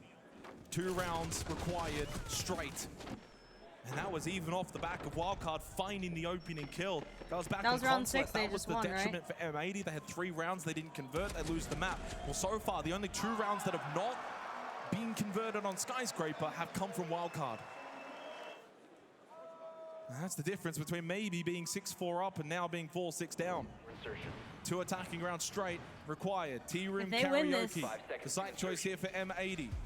They're playing Falcons. Will they close this out and book their place in the lower bracket final against FaZe later Or tonight? FaZe. Later tonight. Wildcard with backs against the wall. They posture again for another map clear. They'll be playing into Gav and the keeper barriers from the Azami. Hot and cold as well with F-Not mines. So a lot of utility to deal with here for Wildcard to gain some semblance of map control. It looks like they've garnered good information with yellow pings peppered around. We'll see if they can action off that, however. It's been a tremendous run from Wildcard. It's been a great year for them. Their performance back at Reload in Rio earlier this year. A deep run here at Munich. They've set themselves up to be a strong quality team heading into the 6th Invitational, but they want more from this event. They're not satisfied. Baby Shark, can he find the opening pick? No, hot and cold. Puts an end to the Shark. The Bay, a critical kill onto the smoke of Kino. Offsets the opening death for Wildcard, but then he too will lose his life. Oh, Diffuser! Massive headshot onto Dash. Falling apart now for Wildcard. On their knees here on Skyscraper at the hands of M80. It's all down to Kansan and Spiker needing to pull off an all-time clutch as M80 retreat back to site, and they will give Kansan and Spiker nothing. A synchronized peel from the defense as M80 look to close out this round and series. Still information available for Wildcard, but 2 players down. Kansan and Spiker, of course, incredible players, but this is a tall task. 60 seconds to determine your fate at the major for Spiker and Kansan. Needing to work together more than they ever have before. No logic bomb available for Spiker means garnering that information will be difficult, but they will know full well that M80 will plan to sit site. Hot and cold, half health. They need to make this push. They cannot leave it down to the final few seconds. Have to give themselves room to breathe. Time-wise, hot and cold, gets the kill, and with that, it's surely the end of this fairy tale, as most fairy tales end. M80 will continue on in Munich. The sole representatives of the North American region lies in the hands of Fabian. FaZe Clan now in their sights for this lower bracket final to come. And really, M80 will give themselves the best opportunity to make the final tomorrow. They were so dominant locally in the NAL. Fabian! Hot and cold leading the charge alongside Fabian, looking to translate that Does to Kino success play with on the his shoes international off? level. And they're one step closer to that goal. Commiserations to Wildcard, certainly losing no fans from what was a tremendous run in Munich. In fact, probably gaining a large section of fans from their run, their performance. A team that certainly will be keeping an eye on heading into the 6th Invitational. They're not to be taken lightly. A deep run for them, more experience. But M80 now giving themselves the best opportunity to make finals. They've booked their place against FaZe Clan. It's a short reset as well for them, guys, but they'll be very much ready to go. Exactly, they had to do it the hard way in this matchup as well. It was far from easy, trials and tribulations throughout, so I'm sure they're well tested, but will they be well rested for that matchup? It's going to be quite the grind for them. The green tsunami crashing in and collecting a shark along the way, which has been washed up onto shore. He will no longer be flooding the waters. The baby shark, and for Wildcard, we bid them farewell. Fourth place, pretty good for Wildcard. Maybe better than many expected. A run that has seen them proven to be false. have their That's true, SI that's true. chances qualifying. Absolutely skyrocket. The biggest benefactors, I think, from this tournament in 25 that regard, ducks for in the a difficult dog. region. But for M80, it is the lower bracket final that their sights are now set on, led from Fabian, I have a lot of different kinds of who ducks, I imagine is very, very happy with that win, considering that opening map really was disastrous. Let's see what he has to say after the win. First things first, massive hats off to Wildcard. What a run they put together to make it to this stage. M80 progress and have another tough challenge on their hands. He's gonna hate that I'm gonna say this, but first, Munich, give it up for a living Siege legend right now. You are loving every single second of this, and you're so proud of the boys. Yeah, I mean, that's the biggest thing. They work their asses off every single day. And with a team that works this hard, sky's the limit. Like, they deserve all of this. Why do you think it's clicking? What is it about them here as this unit at this moment here in Munich that is working? Trust, family, that's the biggest thing for us. Like, genuinely, we believe in each other so much. It's love. You don't have much time now. You literally just need to go and hit the reset button. You've got a really tough challenge on your hands. FaZe Clan up next. It's going to be rough. We'll see. We're in a good momentum now, right? They lost, we won. 2 best of 3s already played. We won 1, they won 1. Well, who knows what happens next. We can't wait to see it. One more time for M80 and Fabian, everybody. You will see them again very shortly. Fab, you can go and join your team. I was expecting a few more swear words from him there. I'm a little bit disappointed, but we might get some more a little bit later on. I'll tell you what, things are heating up. It is hot here on the main stage. I think I'm going to have to go and take a dip in the water.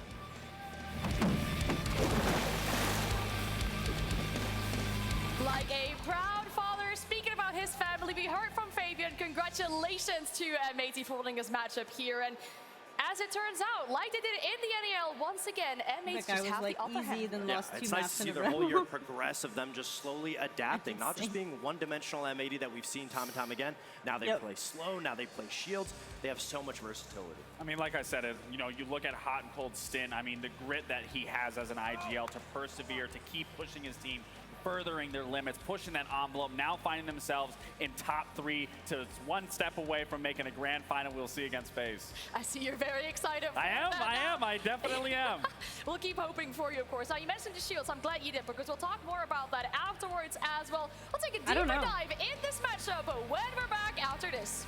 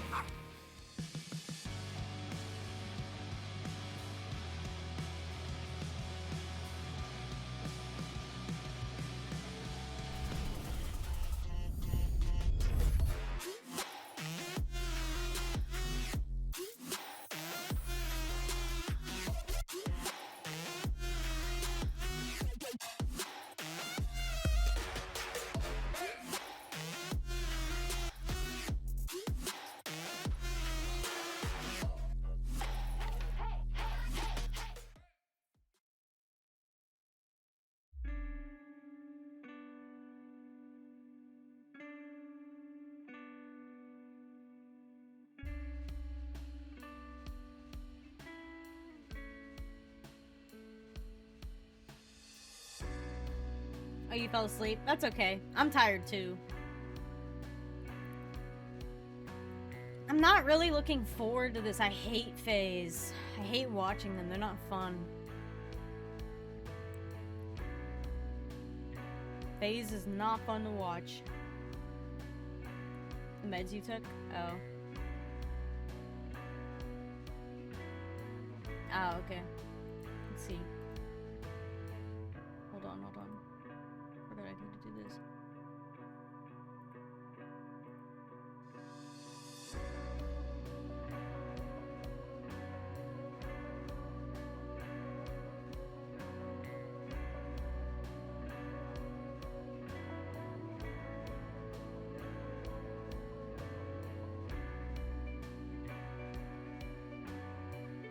You'll go sleep more? Of course, Nita, of course. Go get some rest, dude. I know you're... I don't remember. Was it you that was having a rough day? I think so. You have a headache. Go sleep. I'll let you know what the consensus is. This game's not going to be probably very fun to watch, so...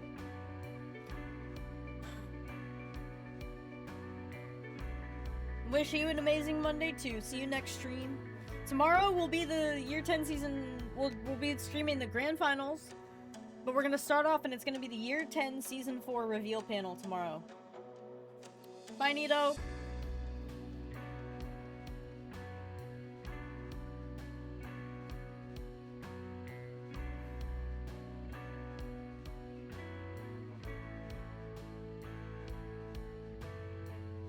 Perfect, perfect. Well, the VOD, even if you miss the stream, the VOD will be there, but I'm sure you'll find you can't streak for another. That's okay. That's okay, Nito. We'll make it back up.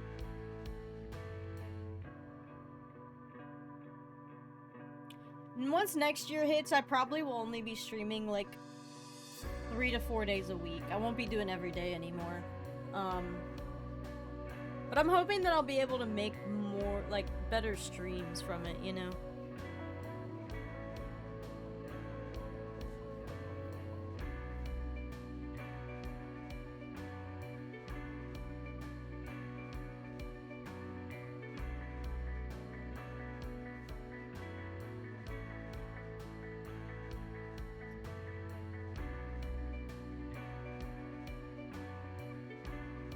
Yeah. It's fun, it just sucks when you don't feel good or you're like exhausted. Yeah. It can get tough sometimes. Taxing, yeah.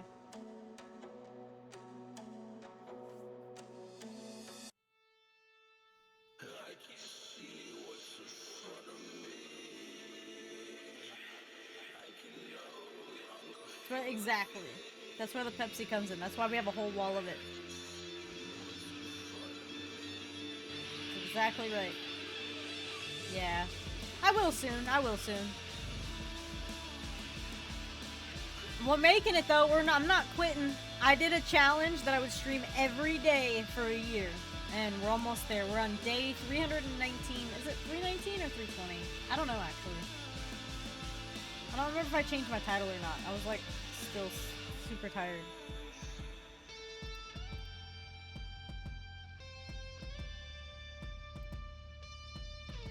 Your leftover grilled steak. Ooh. Yeah, we've been streaming every day since January 1st. Alrighty. Sounds good, Nito. I might not be. Once this game's over, I mean, if you come back before this game's over, yeah, but once this game's over and the stream's over, I'm probably gonna hop off.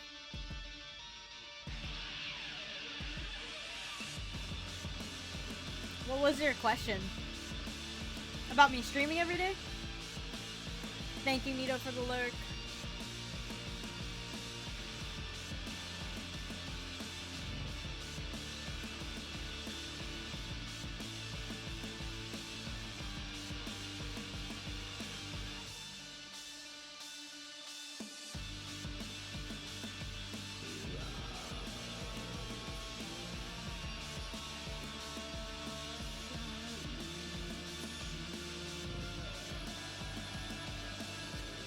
Hi, Dana. Hi, Dana.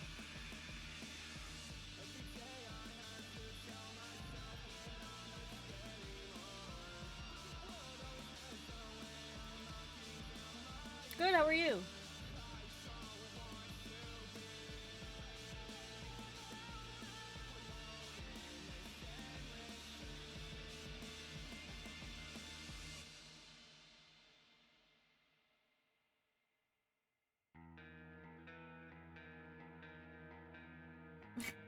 I'm good. I'm kind of tired today.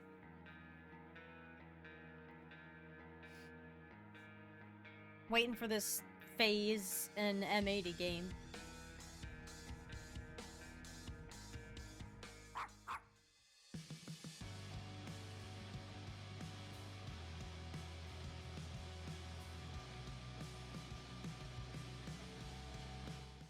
M80 are now the only remaining NA team as they knock out their fellow NA brethren in wildcard in this matchup we just had here. And we already spoke about it briefly, the shields being an absolute key for them here. Luckily, no blue stairs on Skyscraper. Kino is playing like a king, both on defense and attack. Yeah, I do. I just had a Red Bull. I need food, but I'll make food after this. Orchestrated with the shield being used. Kino feeding this information for I need to go to the hardware store too. I need wood glue and plumber's tape. On it. But then you just see how the round falls into M80's favor. They have the information in Terrace. They get rid of the Vigil. They go to open up the bar wall. As you can see, Gunnar doing a great job being that mailbox that he can be from time to time, holding it down, then turning it into a triple kill where they just close out that round flawlessly. But again, it goes off of that shield play not that nice. started, forcing that Starting to get angry, out of that not uncomfortable nice. situation. And Wonder what our map bans are this time. He stayed alive the whole round. But Kino himself was having an amazing game. It was so impactful off of those shields, specifically everybody on M80 in that last matchup. The way that they've just played so slow, being able to use the double shields on attack, slow down. They didn't let the clash affect them. They'd go for the execute, and then vice versa on their defenses. Kino Dude, the only one that's not negative is Kansan. They all went negative. Keynote, if we can highlight Kino once again, I mean, he's the only one that went negative on the team, but you have to look at the roles that he was playing and those shields. He was so impactful that he had the highest second in cost, so that clearly is showing he is the big contributor as to why they were finding success throughout this entire series and now pushing that envelope into a Series 3 of going against FaZe. Yeah, and then the MVP on the side of M80, the player that we spoke about before this game, Hot and Cold, who's been on a journey, as we can say, with this roster to get here, but definitely stepping it up. It's always a shame to see the MVP on the side of a losing team. Of course, great efforts being put in by Wildcard here. And, you know, when we think back about that first map, which feels like it was days ago, the momentum was so different. And I think the main thing we should talk about here is how the momentum shifted for Fabian as well. We think back about that timeout that he called that first map,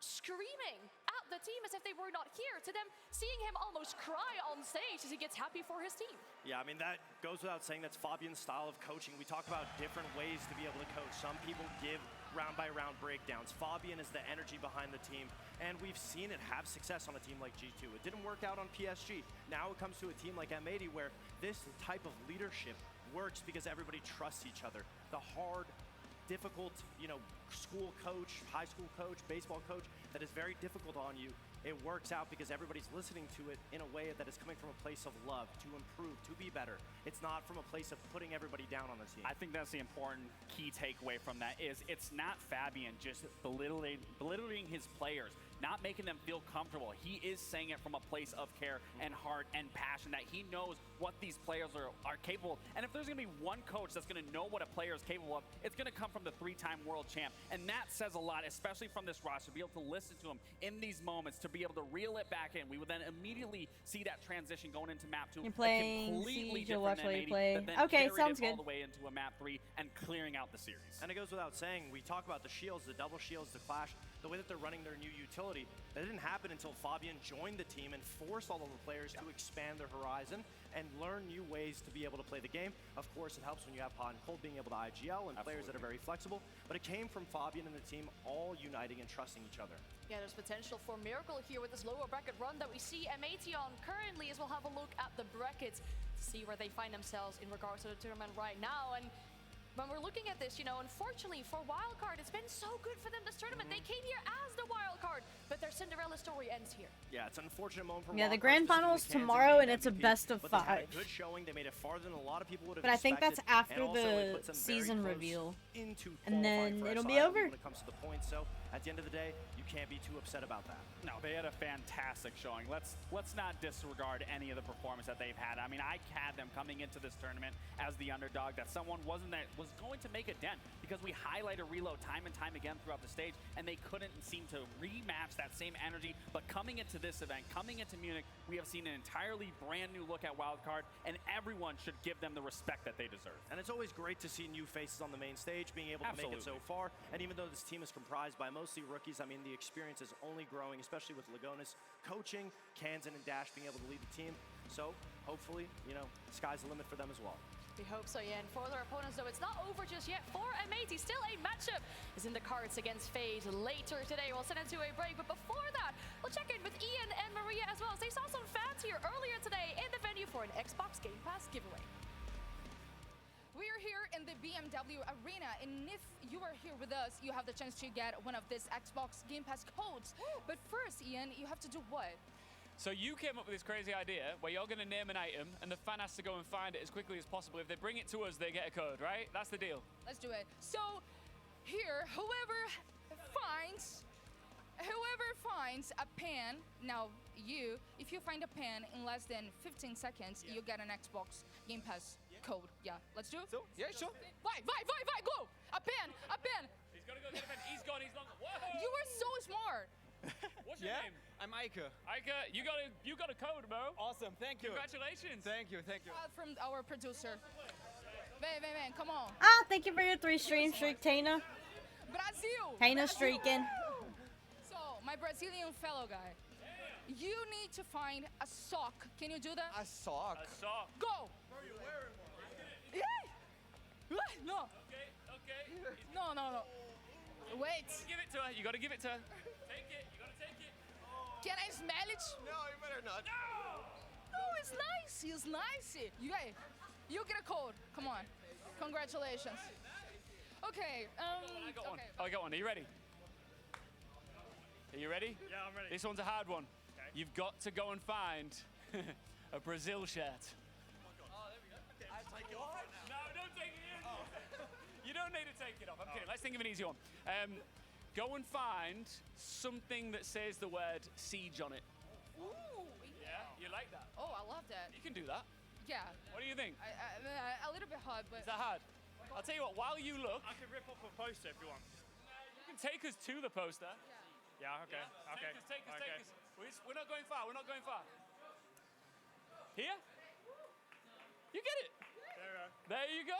All right. I don't see Siege anywhere on that. Okay, now... Oh, it does. It says Siege X. You, come here. You. Sorry, Minka, come here. You have to find someone with a yellow shirt. Okay. But not the Brazilian one, he's out. Okay. Yellow shirt. Come on, go. This is yellow? Yeah, it's yellow. Thank you. Congratulations. That was fun. I have no idea. This guy. Okay, come in. Come here. It was more, but you missed one. That's okay. I think I have an idea. Someone who has colored hair. Colored hair?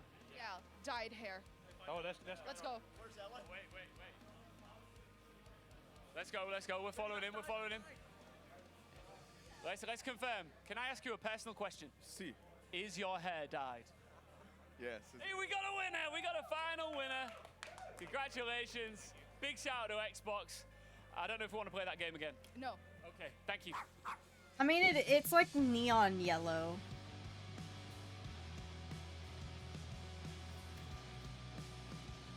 I don't know.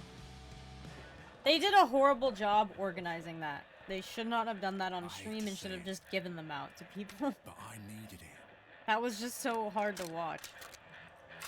An upgrade was in order. But I had a request.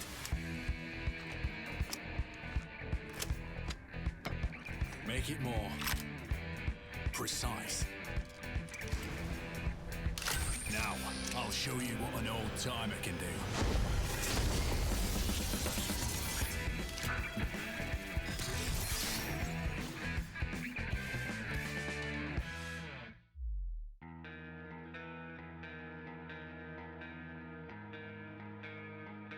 Oh, we got like 6 minutes still.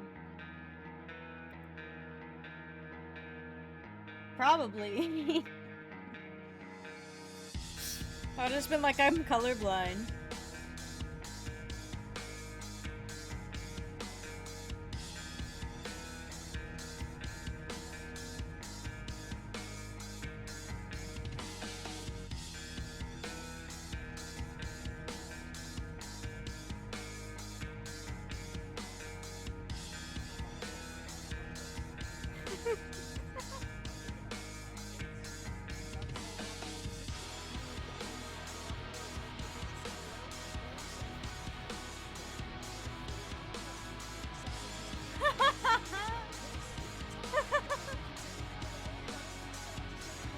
Why is this some...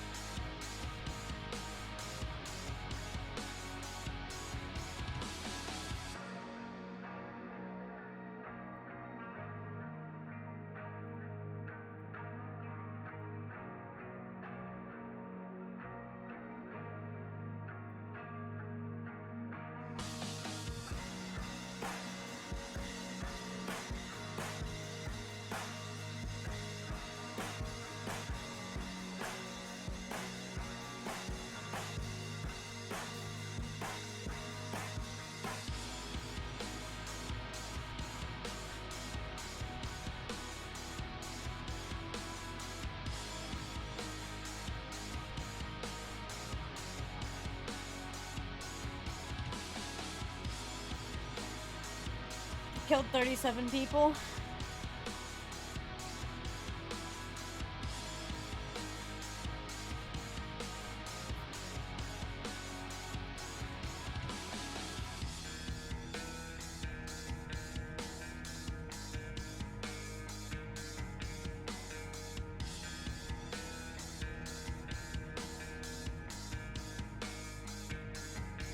I wonder what everybody else was doing. They're probably like screaming at him or just muted him.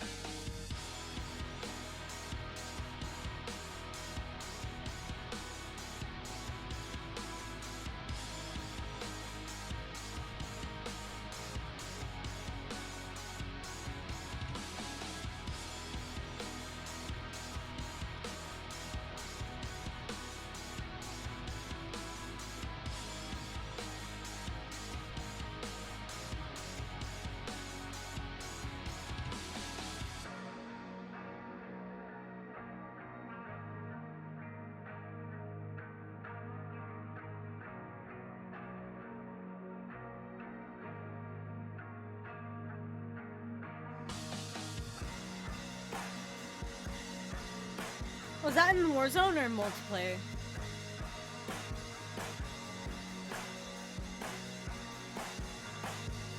I'm freaking tired. This is gonna... I don't know. What do y'all think? Warzone?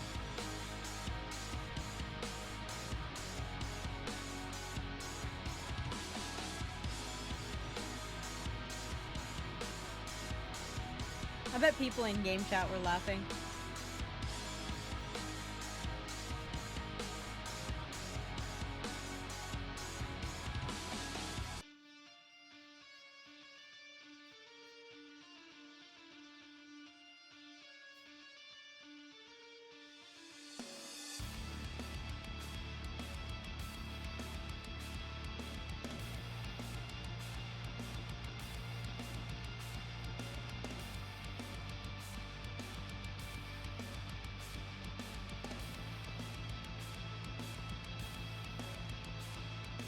I think COD dying.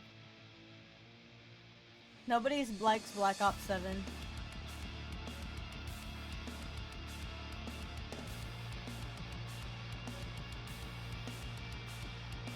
Used to ninja defuse bombs in COD 4 clan matches. Listen to their team argue. I just missed, you know what I missed is unhinged trios in Warzone. That was so much fun. Unhinged trios was the best. That was when you basically would just... You were a trio, right? But you could find another trio and combine your team together. You could invite them to your team, so you would be a team of 6. And then we just roll around in vehicles as 6 people. It was fun.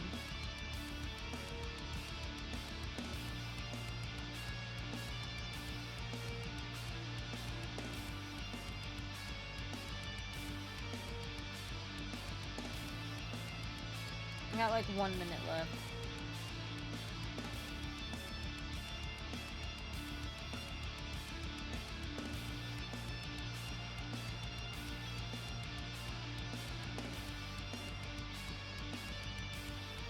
Maybe I'll do Taco Bell today.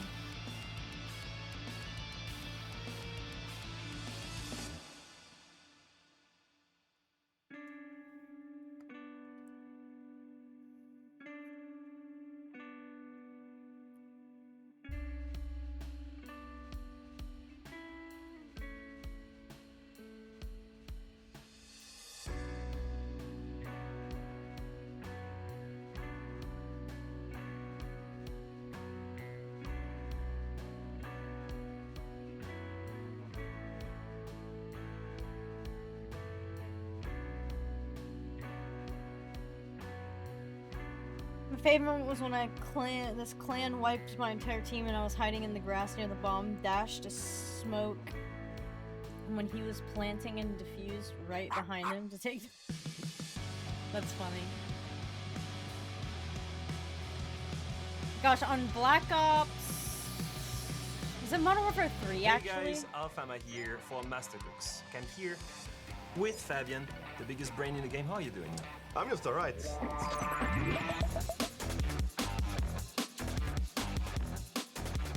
So we're trying to pick one of the bomb sites that are the least used, so you can then surprise everyone when you play with your rank stack. But one pivot is we only have 5 minutes to cook a strategy on it. But before that, we should get prepared. Looks like we're all geared up, ready to cook. So we are. So if you want, you can take off the cloche and we'll see on what bomb site we'll be cooking. Ooh. Border. All right. So then I like this site. I like all the sites on the border. Countdown. I think maybe we want to start with reinforcement. I don't believe you can play this bomb site without castle. We're going to be going very closely to something that I cook with PSG Talon here. What's very important with the castle barricades is one goes to exit here. Okay. Or towards like main stairs. Towards main stairs. Exit the small. No, down one to the right. There. Ah, that's there. the one. Okay, that's the one. Yeah, main stairs door. Metal. No, that's exit to main stairs. Okay. And then we have to actually put one into the little jail box. Yeah, but the reason for this is that in competitive play, and maybe in ranked, we see a lot of bandit and Cade bans. Yeah. So even trying to contest this wall ain't gonna do anything for you. However, on this area, you can play vertical. Again, It doesn't matter which color these are, but yeah, what happens with this is now we can actually play vertical on these reinforcements from above, which we will do later from here. This strat relies very heavily on vertical gameplay, simply because, well, the entire bomb site is deniable vertically. So then I'm adding this is line of sights. Yeah, you can add it there. You can add it by the you can add it all around the little half moon or whatever you want to call it. And there circle here as well. desk. And you can see here, if I remember well, you can see gel from there. Exactly. You can contest all of this area from above the map. What we're gonna do as well is we're gonna put the rotation by the castle door to the exit, as I called it. And make like line of sight there, so you can actually see the entire wall from main stairs and from the little box if you were to drop down. Would you do that on all of the Yeah, the entire wall. Because now you can see everything from main stairs, so if they go inside for sight and they haven't cleared you out top, you kill them from both the stairs, and you kill them from like feet level or head level. Yeah, I would do it like a little bit lower, so that they can't look up, but you can still see deep enough. So crouch level. Kind of crouch level. Okay, I think the fourth castle makes sense here, right? It does make sense there. Most of other things will actually go top floor. Reinforcements-wise, we're gonna be putting one in fountain towards like the triple wall. Obviously. Yeah. And maybe I'm assuming you're gonna want a rotation 90, right? Yeah, I will want a rotation 90. The important one here is that we play mirror as well, because the mirror window on that of fountain wall is going to make wonders. Because if they try to attack from office now, what are they gonna do? Well, they're gonna run straight into a mirror window, and if they haven't brought the right operator, they're not gonna be able to deal it. Okay. What we're gonna do next is take operators. I like traps on this map. Yeah. Makes sense. Fenrir is my pick here. Go-to, Yeah, but just because it gives you so much control. We need a reinforcement over towards office. And then what I like to do as well, I think a DMR to play on the walk-in to Fabulous. So do you want an Aruni? Aruni is usually the easier one. Or Asami with the DMR that can then play and... Asami doesn't have a DMR. Whether you like it or not, that gun doesn't exist. Yeah, in my book. you don't... No. And then we want to have one guy over towards break to begin with, whatever you feel like in the moment. I think Valk could make sense if the guy drops down, or Denari is strong as well. It's not what I'm thinking. You want a trap or you want intel? I actually want someone that denies intel. Which person can't you drone so you don't know if he's up or down? Okay, so you want to play mute? You want to play vigil, okay. Yeah. Okay. And then I'm assuming the castle is the only anchor. Yeah, he usually plays around the box, right? yeah. And I like to make a rotation hole between the small box downstairs and into customs, because it allows him to play all the shooting holes into the other bomb. I don't even remember what people call that bomb, so I think it's stock. You want to put it here? That's a great rotation hole. Because that allows him to stand whichever side of the box that he wants to and fight any single angle that he deems necessary. There can be a few barricades, for example, into workshop as well, just so that we can get some sound. Then you have sound if there's a normal barricade. You could put it here, or you could put it in box. No, I'm thinking normal barricades, like the wooden barricades, you know? So, for example, downstairs into workshop, both doors. Yeah, that for sure, because you don't want to give it up. Aruni gates, I'm thinking I would put break door. Yeah. And CC window probably, you know what? right? I think east, CC window would be good. We can take away the one from armory and put it the east door to catwalk. Fenrir traps might be able to be pushed somewhere around the catwalk as well. Yeah. If there is no rush, what's the win condition? It's literally just to delay them. They can't take CCTV because you have too much manpower around it already. Mira is close by to rotate. She also has a mirror window into office, so she has to deal with absolutely nothing here. We have the perfect strategy here on one of the least valuable bomb sites in the rotation that now is kind of viable. I think we can be proud of ourselves, Fabian. I agree. Would you agree that we've cooked? We'll see. I expect you to try this in your rank stack. Now, we'll probably just get notes that I want to show in the game. Yeah. So everybody's upstairs except Castle? I love cooking, but this is one of my favorite ways to cook things up strategy-wise. It's taking an old strategy that you used to see way back in the day, adapting it with our new operators. I want to see more of that. Thank you very much, Alfama and Fabian, for taking the time to make this great content. For some reason, Fabian looks really good in a cook's outfit, doesn't he? I mean, can he cook, though? Can he cook like me and you, though? Maybe in game. I'm talking out of the game. Of course, it's two washed-up Siege players making strats from old maps, you know. Fabian is not washed up, I'll tell you that. Three-time SI champion. And speaking of the Invitational, it is a whole takeover here at the Munich Major, because one more time, the Invitational 2026 is happening in Paris this February. Make sure that you pick up some of the last remaining ticket. It is the City of Love on February 14th. It is Valentine's Day. We'll all get to celebrate our love for Siege in this magical city, and we'll get to make history, as this is the 10th ever invitational. I promise you, this will be a Siege event like you have never seen before. And I'm lucky here to stand by the side of two people who have not only been on the analyst desk at the invitational multiple times, but they also have been there when it comes to playing. You've made it deep into the semifinals of SI19. That was a hell of a time. Yeah, never won it, but unfortunately for us, but it's still, being there means everything as a player. You build up the whole year to get there, to have a chance. You play as best as you can. All the stakes are so high. The prize pool is amazing to look forward to. But at the end of the day, it's about the pride, being able to lift the hammer. No, that is absolutely it. I mean, it's the pillar of Siege, the events as a whole, that you wrap up your entire year here to bring home the hammer, to bring home the World Championship title to your name, to your organization. It's the pillar of everything that you'd want to attend, and there's no better event that you'd want to miss out on. I mean, Siege is everything. SI is everything. And as we're talking about, us being players, the pressure that comes with SI, it's intense. I mean, even now as an analyst when I'm still there, the pressure is still there. It's high octane from the second you get there until the second you end, until the second you crown the next world champion. It is the event to attend. And the community too. I mean, every event is magical when it comes to Siege, but Invite is that much level higher when it comes to being special, because everyone shows up. They also know the stakes at hand. It's a lot more interactive when it comes to everybody there. And if you don't necessarily have any friends, the Siege community in person is so beautiful to be able to meet all the people that play the game that we all know and love.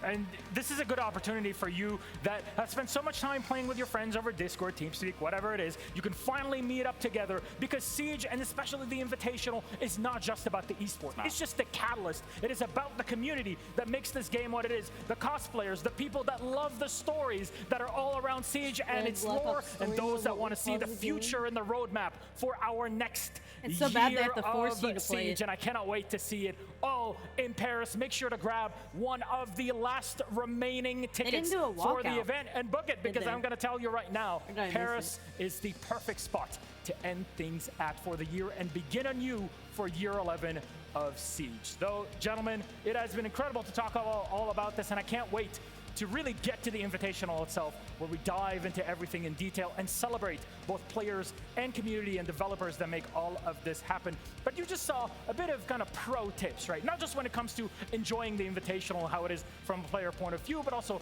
from Fabian and our own Alfama. Though there's a lot more for us to learn from so many of the best pros all around the world. That includes Player, that includes Joom, and I need to learn so much from them to take into my own game. Let's take a look at them.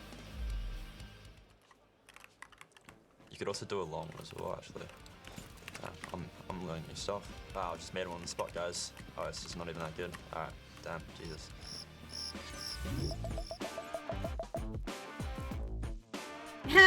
Dude, Nari's such a bad operator. You can do here. It goes in stock into the hallway towards the janitor door. You're going to reinforce these two stock walls to stop you from being shot from the stock windows, right? You're going to place your shield down because it stops anyone from square being able to peek you. And then on top of that, pretty much anyone that swings into this window is going to get hit by this trap. For office, there's actually some annoying ones. You can put one in the hallway here, kind of deep in office somewhere around here. And then if they want to push the hallway, they need to push like very deep. If you're holding armory, same thing. Put them also very deep so they can't shoot them from the door, so they actually have to most of the time hit it to actually destroy it. For basement, I usually like to put my Denaris in blue. A lot of people push blue for their basement executes. And you can throw one under this electro box. You gotta remember that they have to be hidden from the hatch so they can't shoot them. One I also like to do is on the main stairs. One you can do is like under the stairs. They're hidden from the top, but if you walk down, you still get hit. So CO window, this one is unnadeable, so the attackers will have to essentially get zapped by it first. This Denari trap's really good, especially in your ranked games. You cannot shoot this from the skylight, so obviously they'll have to twitch it or obviously get zapped in it, and attackers will obviously have to run through it. My friends, we are back. We got some pro tips when it comes to Denari. We'll get to see if those get used That's how bad in our Denari next matchup. It is the lower bracket Those final. were like the most Already one useless team Denari is sitting and placements I've waiting ever seen in my tomorrow. life. That is Team Falcons, but there are two more challengers that can bump up to That that was upper bracket and embarrassing. see who plays in the final. For, of course, it'll be either M80 or their opponents of FaZe Clan. Welcome back, I'm Milish. By my side are Fox and Laxing, and my friends, let's dig deep into our two squads, starting off with FaZe Clan. Our SI25 Boston champions, they've been able to bring it back, but things felt a bit kind of loose on their game versus Falcons. Yeah, it's definitely been a little loose from this FaZe Clan. Not as dominant as we saw back in last year when they would win the SI 2025's year. But the fact of the matter is, they're still here. They're still in contention to make another grand final appearance. It would honestly be uncandid if we don't see them in a grand final, but they are going against a formidable opponent of M80. But there's key things that you have to look at this FaZe Clan roster that they lost in that Falcons matchup, and it had to be those shields. It was one case, we saw the shields where they did work out. And then on the other side, we didn't see it. And then going into the map 3, Night Haven Labs, that's where we would see the shields absolutely fall apart and not be in contention to even make a dent inside an attacking round. Because once you ban the shields away from FaZe, they have no X factor. And that's something that's very unfortunate because from the test of time, something that you always took away from FaZe is one specific character. It's Cyber on the lurk. He's that player that's always going to be able to go head-on, get those kills. And that's what we saw very few rounds against Falcons. Every one of these rounds where he was able to lurk, go get kills, he was able to find success. But when the shields were in play and Cyber had to be playing back, that's where we didn't see it come to fruition. And the whole year, FaZe has really been practicing on getting Cyber set up as more utility-based operators. And that's been the biggest downfall for FaZe, is taking him off these lurk roles. Even on Thermite, he's able to make amazing plays where he gets into rat positions, finds a pick or two, takes position, takes area, holds it, but he's doing it on Thermite, on Maverick, on Ace. That is not the Cyber that we know and love, and if it's a testament to anything, they won SI off the back of Cyber's play. They absolutely did, and that was so many times we've highlighted Cyber time and time again, being the X factor, being able to open up a round, open up a site, being able to push the envelope for the rest of his team to find success. Yeah, sure, he might be on a more supportive role that, yes, Thermite, he can open those walls and play that lurk, but too much of the round is being wasted at that point for Cyber to make an impact. He needs to be let off the leash here if we want to see them make it into a grand final. And there's a straight up comparison, the numbers themselves, Cyber at SI 2025 versus Cyber here at the Munich Major, Fox. Yeah, the SI25, that is in just one game against Falcons, the best of 5, and Cyber here is in the total of the tournament. And as you can see, the biggest takeaway is the fact that in 2025, he was playing Buck, he was playing Ash, he was playing roles that would amplify the way he would be able to lurk and find those picks. Now, he's on more supportive roles when it comes to attack. So yes, FaZe is still finding success, but if the shield isn't on the board, there's no more X factor, and that's what we want to see, is Cyber be let off the leash one more time. Yeah, when you even looked at the opening kill discrepancy, I mean, he was like plus 20 at SI, and then here he's negative, what, 3, 4? I mean, it really goes to show, if he can be let off and just go off on his own and find that gap and expose it, that is where FaZe will absolutely thrive and be able to run away with a round. Now, one thing is that both of our teams are warmed up. They both got to play matches earlier on today. And of course, FaZe's opponents in this case, M80, they just got off of playing a game. And the stats that we're going to show here are for specifically the matchup that they just had on against Wildcard. Momentum is a very important thing. Being able to carry a game that you almost lost to Wildcard, being able to bring it back, being able to rectify rounds that should have went into your favor, and being able to bring it back. We saw that interview with Fabian being able to yell at them, bring them back. That is going to be such a big factor for their success here, to bring it into a map like FaZe, because they are going to be hot. They're going to understand where things went wrong in their maps, and they should be almost picture perfect getting into this match. I mean, we all know the ups and downs when it comes to M80, but since bringing on Fabian, they have been so much more electric when it comes to the utility that they're bringing. And having Han Cole to be able to lead everything inside of the server, it just makes things that much better. And this is the M80 that has been building up all throughout the year to come to an event and show that utility. Now, there's one person that we used to be quite harsh on when it comes to seeing him playing shields. That has to be Kino. I think there's quite a few jokes that have been made at his expense, and he's part of it, really. He's part of the meme. But he's been incredible at shield play here in Munich. Yeah, that's exactly what M80 needed to. They have so many shield players when it comes to Kino, when it comes to Hot and Cold, but Kino specifically has really been the spearhead when it came to that matchup against Wildcard. Taking position, being able to open up the site, and especially actually something that is a characteristic that I don't know Kino too well for, is staying alive. When it comes to the Monty or the Clash, some of these situations, he finds himself in a 1vx situation, and he just plays it so smart based off of his life. And that is the character growth since joining M80, since having Hot and Cold as a leader, and having Fabian as the coach to be able to maybe hit you on the back of the head if you overpeak, because that's something that Kino loves to do. But his play on the shields has been phenomenal, but even better, when he's not on the shields, he's still one of those players that can make or break a round. I mean, just seeing him on this M80 roster, you're really seeing him mature as a player. We teamed with him. We know what he's like. And watching his play on the shield, what it was back then, where we criticized him plenty, and where it is at now, he has evolved into a very, very strong shield player that understands taking the control, applying that pressure, forcing teams to feel uncomfortable is such a strong suit that then allows Hot and Cold to reel in an attack and go for the execute flawlessly time and time again. Well, Shield play is incredibly important in the current state of Siege, of course, through many changes that Shields have had, but on every map you have to have some sort of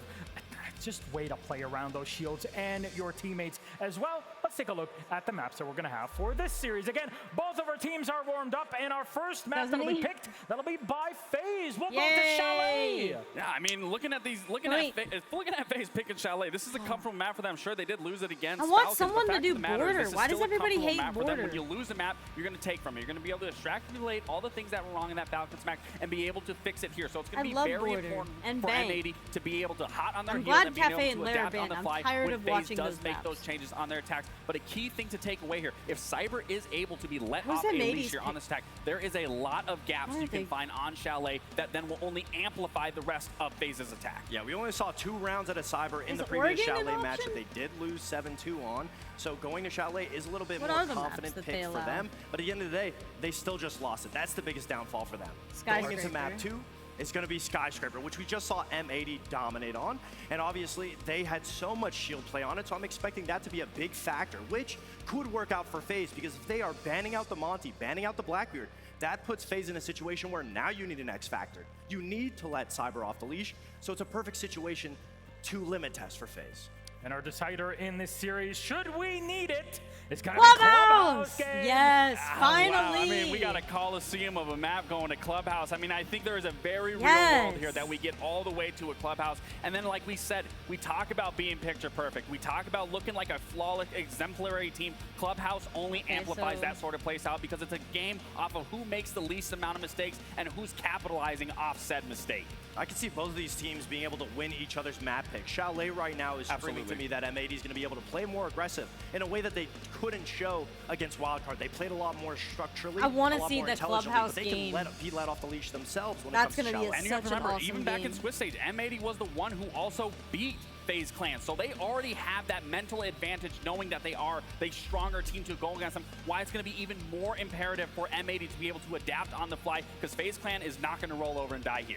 Absolutely will not, and they have some great leadership on the other side of FaZe Clan, but do they have the mental now to recover? Because that loss against Falcons, it really does hit you hard. Yeah, they don't have a Fabian behind them screaming, so to say, but at the end of the day, any team that is able to win an SI, make it this far, is going to have the grit, the gumption to be able to pull themselves back out of it, and I wouldn't expect one loss to be able to set FaZe Clan aside, but momentum is a hell of a thing, like you said, and M80 currently does have that momentum. So given the context of this entire year, right, M80 with the way it's been formed, with Fabian coming in to coach the squad, and FaZe on the other side trying to cover that lost luster from the Invitational, what would making it to the final here, the Munich Major, mean to these two teams?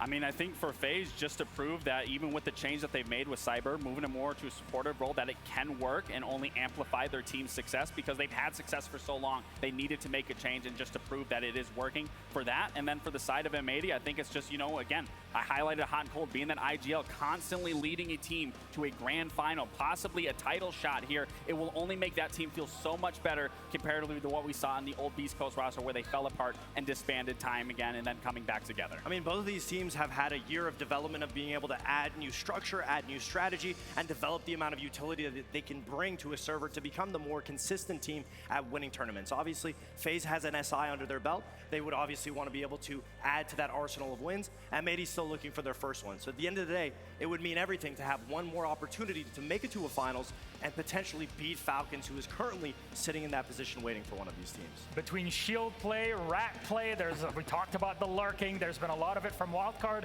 and pretty much every single squad here. We've seen it from Likefak also with the way that he's abusing Solus. That's something that was difficult for FaZe to try to deal with. But in situations where you don't have much time to prepare for the next game, for you, from your experience as former professional players, how do you get back into that game and also draw on the experience of those people behind you in the support staff? It's very difficult if you're FaZe because you had to sit out, watch a game. So yes, you got the understanding of being able to see what M80 did, but at the same time you're cooling off from already getting ready in the moment. Whereas M80, fresh off a hot win, they can get back right into it, but you can also face exhaustion. So at the end of the day, there's double-edged swords to both outcomes. It's really going to be the team that has the most amount of energy, that wants it the most, that is going to come out on top. I mean, I think for me, when you're looking at FaZe's side, it's just taking it round by round, not focusing what happened in the last series, focusing on what you can change now, how you can picture perfect rounds into your favor, swinging any bit of momentum in the best way possible to close round after round after round. That's the important thing here when you're in these moments, is not focusing on the past, worrying about the future. The past is done, the future is right there, and the future is now, as we say. Before we start off with our final matchup of the day, let's get all hyped up and ready for it, and we'll get back for our final predictions. 16 teams fought against the roaring currents of Munich. Chasing the trophy, they were swept aside one by one by the rising tide. Now, only 2 remain standing against the surge to take the last spot in our grand final. M80 versus FaZe. They could probably have an extra 5 people on the team playing and they still wouldn't beat us. Eles não têm nenhuma chance. Am I bleeding? Yeah.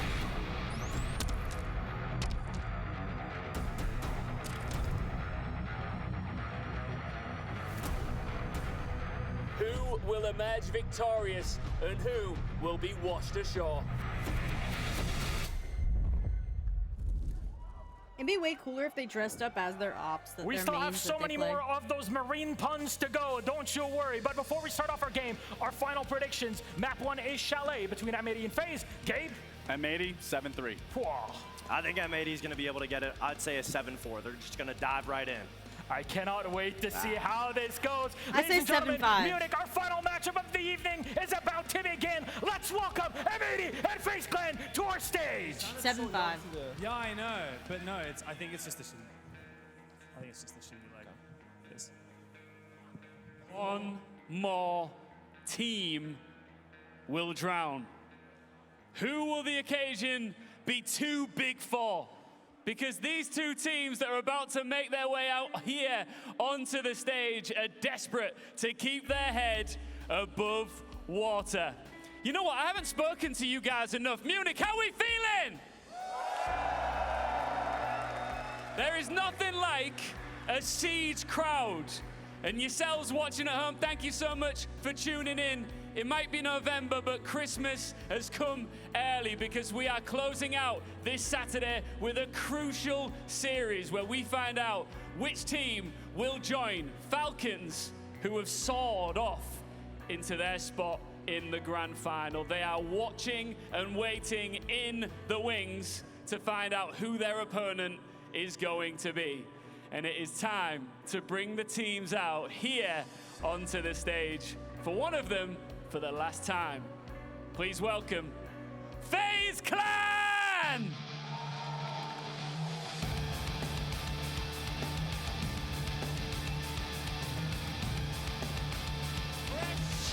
From defeat to Falcons, FaZe need to rediscover that World Championship winning form fast. The Brazilians know how it feels to lift trophies, that's for sure. But if they want a crack at this one, this could be their last chance.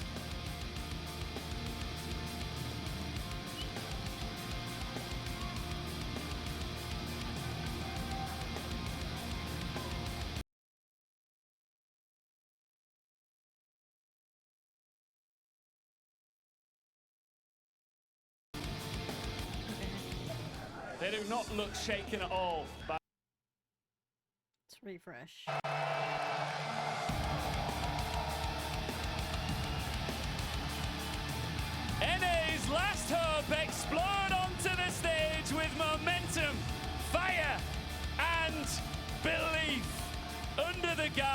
of an absolute legend.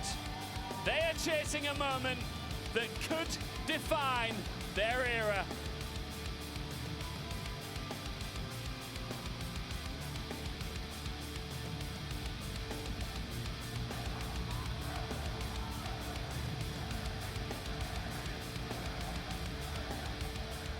Two great players come and join us here on stage. One of them, like I said, for the last time. Before I talk to you guys, quick sound check with the crowd. Wait. Are you worried about that? No. We are ready to play against them. They are a very good team, but we are strong too. These guys are a humongous threat. World champions. We know what they're about, but you are off the back of a crazy win. Momentum on your side here. Yeah, I mean, we're feeling confident in this game. They got us last time, but we're feeling better this game. Final words? Good luck and great game for you. Good luck. All right, good stuff. Just before we go to the crowd, who's taking it? FaZe Clan? Or is it gonna be M80? Oh, let's get into this one. We find out who our second grand finalist will be with the amazing Devin Pengu. Thank you very much, Ian. And that's right, it is time that we send a second team to play tomorrow in our grand final. And it's going to be one of two regions. It's a battle of the Americas here. Will it be Brazil, as it always tends to be, or North America once again have a hope, helmed by the player and the coach who has won everything that there is to win? Thank you for bringing that up. I was going to say it's North America and Fabian, the European coach who has so much history behind him. A former player who's now a coach who will join the team and make them championship level kind of players. He joined G2. I'm gonna be on as long as this is on. So this best of three, if it goes quick, once this is over, I'm gonna get off. I'm gonna run to the here with hardware store, and breaking their and I'm gonna bad go to streak of Jersey going out Mike's, either I in think. groups or at the very final After top this is 8 over. position. This is the furthest they have I'm ever so gotten. hungry too. And Go they get wanna some go food, dude. one more If I'm game not back, further. if I'm not here when you're thing back, that I'll be on Fabian said to tomorrow us before, of course, night. No, chasing tomorrow. We'll yet be on another tomorrow in the trophy. morning. He's had again, 8 so far, 6 as a player once he's greedy. as a coach. Finally, a team I can win with again. Yeah. That's what he said about joining M80. Is it possible that North America could raise another trophy here in Munich? Well, first, they will have to take down the world champions in FaZe Clan. This is the thing, right? FaZe Clan, they played earlier, they came in from a loss. They're gonna be so motivated, but they gotta dig really deep here and go back to that championship level of play from inside, because the way they've been playing on average so far this event cannot take down M80. But on the other side, M80 just played a very long, grueling BO3 match. That final map of Skyscraper, mentally taxing for all the players, and they had a small break and back to the action. Now, one thing to keep in mind here for M80, of course, this has been a long tournament so far. It was also a very long stage in North America prior to that. M80 went undefeated in the NAL. They came into Munich, and there's only one team that has taken them down so far. Guess who that team is? FaZe Clan? It's FaZe Clan. FaZe 2-0'd M80. Revenge for M80 actually winning in the Swiss stage. And now we come to the match that matters more than any that have come before it, the lower bracket final. It is a glorified opportunity to send either the Brazilians or the Americans with Fabian into our grand final against the Falcons tomorrow. Either way, whichever team makes it there will be at odds with the crowd, more likely than not. Yeah, Falcons, what can I say? The Europeans, of course, in Europe are always going to have the advantage. But I wonder, at what point do the European crowd cling on to M80 with Fabian? What do you guys think of Fabian here in Munich? There is a bit of love for the Swede here. So let's assume that Fabian and M80 they go to the grand finals. What does the crowd feel about the Falcons? That's a 50-50, that's no? surprisingly close. Well, it's going to be tough because, of course, Brazil, they've made it to almost every single grand final. They've been too good, James. In known history. For too long. They have dominated Siege. It is time for Brazil to take a back seat and watch the grand finals from the stands with the rest of us and not make it there as a team. Well, the last time a team that wasn't Brazilian won the World Championship, it was actually Fabian coaching them with G2 back in Montreal a few years ago. Of course, you spent the longest time with him at the time back in the day when you and Fabian were at your peaks, it was all about the NA versus EU rivalry. Surely it feels like a little bit of a betrayal to see him turn cloak and fly the flag for an American squad. It is hard At to first, pretend like the it camera's did feel not like there. a stab in the heart, stab in the back, but I gotta say now I'm just happy and really proud, you know, on behalf of Fabian. He's gotten old, he's gotten softer, but he's gotten to be this like fatherhood kind of figure for these young players in North America, and he's doing EU proud by taking what we know and what we're good at from Europe into North America and making this specific team the best they can possibly be. And Europe has, at this event, looked like the best region in the world, the most dominant. But of course, while Falcons are waiting in the grand final, it could still be a Brazilian event, as it has been for so long, such a long time in Rainbow Six. Have the Brazilians had the advantage, but you guys at home, you're putting your hopes on M80. It's time to see which of these two behemoths will join Falcons in the grand final.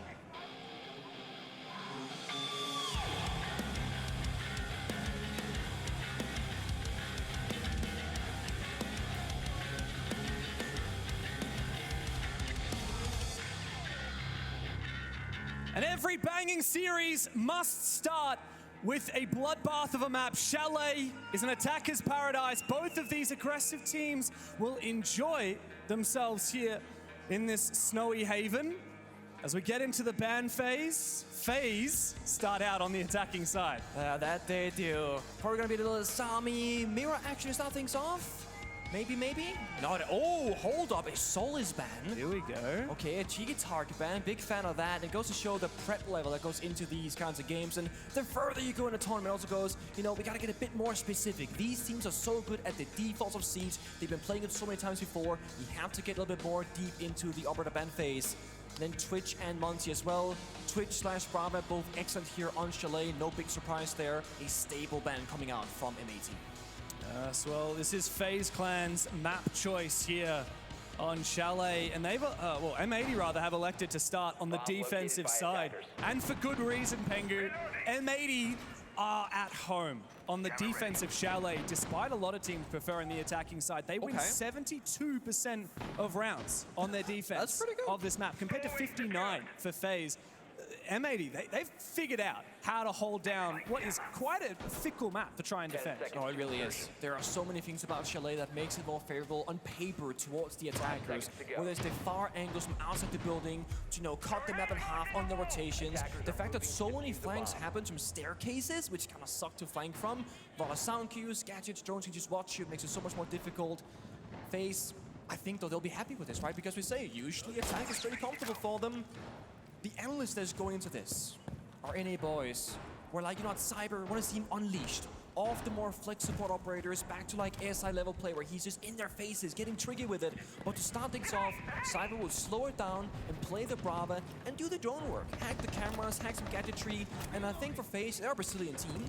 But I've always liked to say that they play a European kind of style from Brazil. They're more slow, more methodical, but when they will go for XU, that's when they get really explosive. And that's what lends itself to FaZe's consistency, the fact that they play with a little bit less of a risk than, for example, a team like your Furious. Yeah. Well, we are in the era of EU in this slightly less risk-taking play style. As Cyber starts to drone up the situation, of course, Twitch banned out by M80. We see a lot of Twitch on this map, and so instead the Brava has been picked to replace it. Right now, FaZe is just on the repels on Solarium, bathroom window, big window, office balcony. They're just kind of fishing and prodding and seeing if we poke a couple of windows here, will they respond? He takes down hot and cold, overstepping. Oh, and the gas might keep Souls at bay for a brief moment, and that will disconnect FaZe. It will be challenging for them to capitalize on that early numbers advantage when Gavin has picked up his gunner as well. Gav now finds his second on the Denari, really chasing the trophy. As M80 hold on, restabilize, and gain the advantage. Yeah, they're gonna run backwards, deeper towards the bomb site, and now play on that soft floor for no verticality. The big thing that someone like Fabian can teach the boys is discipline. In these 3v2 number advantage rounds, you need to give them a lot of space and only worry about the most important things. The verticality right above the bomb site of kitchen, and then have just one guy anchor it downstairs. It's gonna be Gunner in the basement, and the two other players of Gavin and Kino up above the site. Meanwhile, FaZe, in the numbers disadvantage, have snuck in M80 looking to play retake, looking to play plant denial from above. Vidiking with the air jabs. That might be a handy ingredient. The Souls. This might go down. Aware of the position on the hatch. The flank is late. They are going to have to worry about West Main in the post plant, but M80 steal their nerve. They look to play this slowly, patiently. Giving FaZe time to reposition, however, may be their undoing, as two come from the top floor, and Gunner up from the basement into West Main. Both of these FaZe players are separated. They are playing individually, and as such must rely on their gun skill. Oh, they Position don't know. revealed and a good cross. Behind the smoke, Vidiking misses too. Flank. But it means that he's gone undetected, and he might be able to stab them in the back. Oh, matey! Will claim both kills and safely hit that diffuser with plenty of time to get that round. Some nerves there being shown from the side of FaZe Clan. The lack of trigger discipline. Using, okay, do I go for the shot immediately? Do I wait? Oh no, panic shoot the wall. He whiffs every single bullet. And with that M80, they hear the shots, they turn around, they take him down. At first, it was a surprising plant. I thought M80, they're gonna flank up West Main stairs while they peek the vert, because the guy covering the planter can only look in one direction. But miscalculation from M80 meant it came down to a post plant 3v2. Ironic though, that was very back and forth, of course. Started off with 2 kills for FaZe. FaZe looked good. M80 looked good. Took the numbers advantage. FaZe got the plan. Oh no. Funnily enough, the shooting of the fire extinguisher to have that smoke effect. Oh yeah. It's funny because at first I thought, oh wow, that's going to let them pass. That's great. And then I thought, oh, but it means they don't know about the guy behind them. They're going to lose it. And then they killed two anyway. So very chaotic back and forth round. A game of centimeters, all those small, tiny details. And this is the thing, when you get to this level of play, again, there's no time for hesitation. And it's why we always say confidence is oh so important. And it's also why, with the insight we've had at this event into the tactical timeouts from the coaches, we can really sit there and go, which coaches are very strat-oriented, and which ones are very emotional about, like, guys, you know, we know our stuff, focus on this, you know, play all together, communication has to slow down. And obviously we don't speak Portuguese, unfortunately. But we have heard Fabian was here, that's really relevant. He's very much about the emotional side. Every time we hear from him, it's about guys, you know, slow it down, work together. I want to hear that communication. Or we did all the prep work. We have to, all the strats they're doing, we have on paper. You should be knowing this. It's about just kind of fortifying what the players already know and making them believe in themselves more. Yeah, it's been a great showing from the M80 support staff. Clearly, if they are able to map out every single thing that Wildcard in that previous match brought to the table, FaZe, a team known to have quite a lot of strategic depth. For sure. Right? They're hard to chase. They're often perfecting the meta. And so let's see if M80 are ready for everything that they've got. Ooh, a missed opportunity there for Souls as the Grimm's Bees actually land on the windowsill and disperse down below. Kino's still pretty chill in his position on the stairs. Well, the diffuser is tempted. This could work. Tempted to make a little play. I mean, this should be a call, right? Should the jump out comes now. Yeah, you would have thought so, but instead, it seems like FaZe looking to take matters into their own hands as Handy gets inside the building and waits for the peek. But Gunner has seemingly fallen on back. I'm not sure he's aware that the player has gone inside. If not, he might overstay his welcome in this hallway. I cannot believe that Handy's not in there, but for M80, it's going to be an easy way to regain that numbers, as they won't really be aware. FaZe 3v5, and they haven't taken the ground that they wanted. It's ridiculous. And maybe they give them all the bomb site control, they run back, they win the gunfights, they sneak past all the angles, and all of a sudden baseline all outside the building, Gunner finally goes down. Again, no knowledge on that big with the repel player. Gunner thought it was clear because he crossed earlier. Yeah, FaZe's patience is rewarded there, but for Gunner, you got to wonder, what was the play there? Sprinting past, unaware. In the numbers advantage, you really have to focus on staying alive, consolidating those advantages, establishing those crossfires. But look at M80's point of view, right? They don't know what's happening. There's a FaZe player on Library Balcony with diffuser, mind you. They thought they were on the bomb side. They're actually very far from it. FaZe have completely reset this round, but there's only 40 seconds to go. And M80 with maybe a good read here, with a potential flank on blue stairs. Timing is everything. If FaZe aren't aware of Gavin, they could get backstabbed at the most critical moment. They do not know. I mean, they're seriously considering it, though. Souls just spraying it down. Now they have to turn their attention forwards, however. As Souls has that diffuser, he can open an avenue onto site with his bailiff, or you can just vault on straight in through. Makes a little bit less sound. Good cover from Cyber. Denies that flank, but the Nitro Cell comes forward. And an eruption of kills for FaZe confirms the round for the Brazilians. FaZe with a great read. They had a drone in the bar hallway downstairs. They didn't know Gavin was right around the corner, but the second he tries to go for the flank on the staircase, the drone sees him, the yellow ping came through, and Cyber locked it down. C4 maybe in the wrong position there from M80, couldn't quite get the angle, also gets shot by the swing rather from FaZe. So again, FaZe Clan, very calculated, very step-by-step, and just is so impressive how they can lose the early stage of that round and be completely okay with, let's just reset it, guys, and try again, and then come out with a round-winning plan. I mean, look at this early stage. There's nobody on the bomb side. I would argue that if FaZe had more information, they could just walk in for free, but they didn't. FaZe showing a lot of patience in those late rounds. Oh, that was what happened. There's a one-tap reload. One tap for Cyber. He almost got caught while reloading as well. You can see he's having a bit of a chuckle about that. So we do have some Brazilian fans in the audience after all. I think I met someone who described themselves to me as the lone Brazilian fan here in with Munich. the yellow shirt? Yes, the yellow shirt. I met the same fella. They were doing the giveaways as well with Ian before. But I'm glad to see that there's more than one. It's a long way to go. It is a long way to come all the way from Brazil, but I think one Brazilian cheers for about 50 Europeans. There is certainly some passion there. Oh, Gunner tries for the spawn peek, but FaZe are too good for that. Come on, they're not. That's the thing. They're gonna sprint towards the building, right? They're gonna check with a gun or a drone. So that's the thing. FaZe might be a little bit slow sometimes, but it's because they're trying to play that perfect style siege as often as possible. And I feel like a lot of these, well, the first two rounds so far has been FaZe kind of setting up and waiting for M80 to make the first move. And again, M80 they move, they peek it door, they run past an area, and FaZe are watching it. Where did Hot and Cold run out just then? Was that the balcony or was that down outside of lobby? I think it was the lobby. It had to be almost. Very risky. Very risky. I feel like FaZe are always ultra aware of those It was the positions. balcony. Yeah. Oh, very ill-advised for Hot and Cold. But M80, I mean, they feel like they do need to play aggressively on this defensive side. And I get it, because again, if you follow this on paper, the expectations that you don't want to let the attackers get to an execute, like a 5v5 by the bombs, because on paper, you lose it as a defender.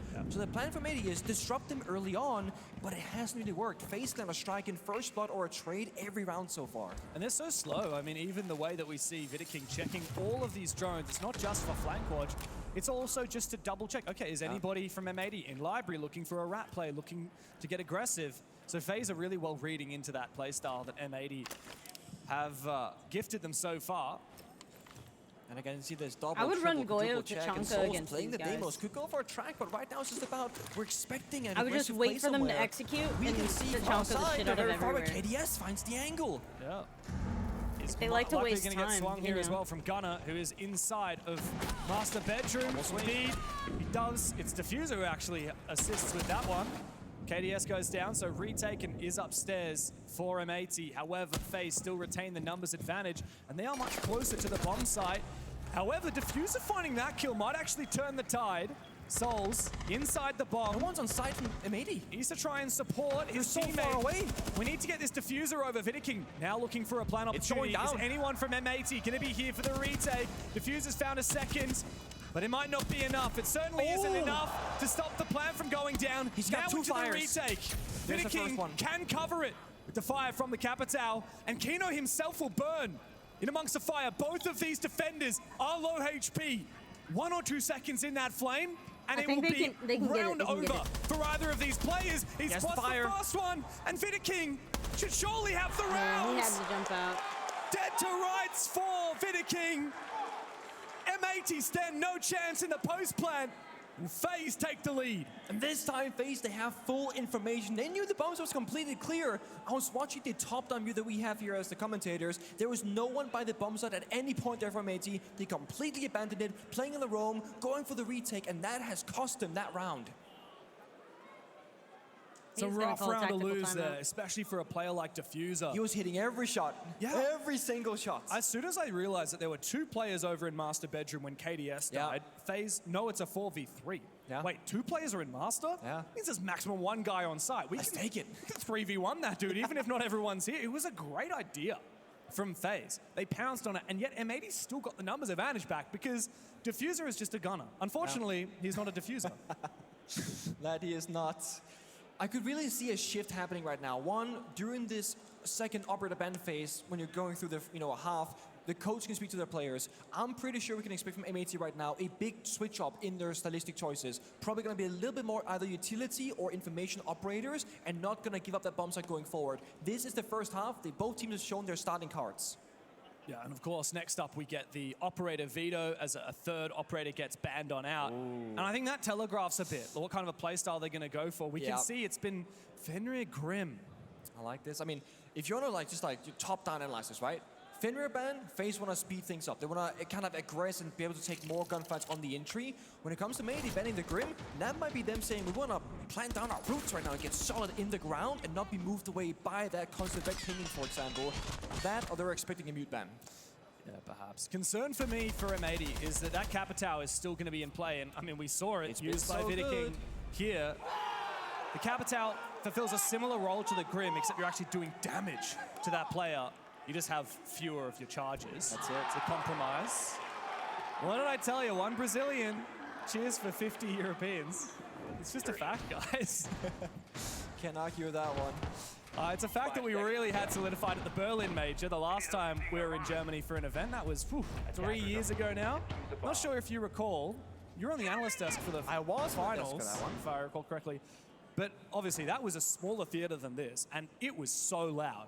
Every single person in that arena was cheering for... They were standing up. Rogue. There were seats, but they were standing. Yeah, but in that grand final, it was Rogue versus FaZe. Of course, FaZe lost that the last time we were in Germany. They lost their grand final.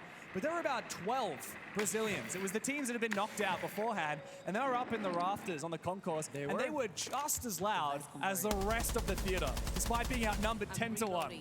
Well, they were fighting back. High ground versus low ground with both of their chants going back and forth. It's beautiful to watch. We gotta watch FaZe now. Is it gonna be that same pace on their repels, locking down angles, or should we expect an aggressive play somewhere? They got the game, they got the glass. Yes. If I know anything about Siege, this means 3-1 all of a sudden, and they're gonna be in the building by the bomb site and taking names. That's right, and no dread mines to worry about from the Fenrir as they do erupt onto the site. And that opens up everything, right? There is going to be the Ella. This is a substitute 1-2-1 operator with those most important areas of the map, because the sound cube and jumping in is everything. I mean, M80 saw that the Fenrir ban came through. They're like, let's go Malusi, let's go Ella, let's go Legion. But can you stop when the Candelas start marching on through? Trophy. Here is the eruption from FaZe, as you say, directly in the trophy, and it's Handy, who's the tip of the spear. He's the Glaz. He doesn't find any targets as of yet. Amongst the smoke, he looks to march on forward. There is one player on the objective that needs to be targeted by FaZe. And with Hot and Cold down, the gates are open on the side. However, M80 on Overwatch from up above, as FaZe look bloodied after this attempt and executes. No more smokes, only one Ying spare from Vidiking. This means FaZe, they got some ground here, only in trophy, and on the exterior, a plant attempt should be almost impossible. They need to go fishing for one more kill or get a player up above for a bit of pressure. I was about to say, I swore I heard one upstairs. There are 4 defenders alive, and they're just gonna push them. Diffuser, he might be able to find it. It's Gav actually from the other direction. I knew they were many times their aggression together. Him. And retakes trophy just as Souls abandoned his teammates. Beautiful. Now he's left to 1v3. This isn't gonna happen. M80 have played this to perfection. They got the case. They said, you want to execute? Well, we're gonna lash out first and take down your most important players, the Ying and the Glass. So, support player, great clutcher, great planter, great at very many things, but this one is gonna be a lockout. The crossfire, the great positioning. M80 have discipline. Oh, good read though on the gunner. Swipes him on down. 1v2, very winnable. But Diffuser is held by Diffuser and Gavin inside a trophy. And so that means Souls will need to take every single fight. Very small magazine, 9 bullets left in the 8RX. He switches to the pistol, and Gav, cool, calm, and collected, claims his life.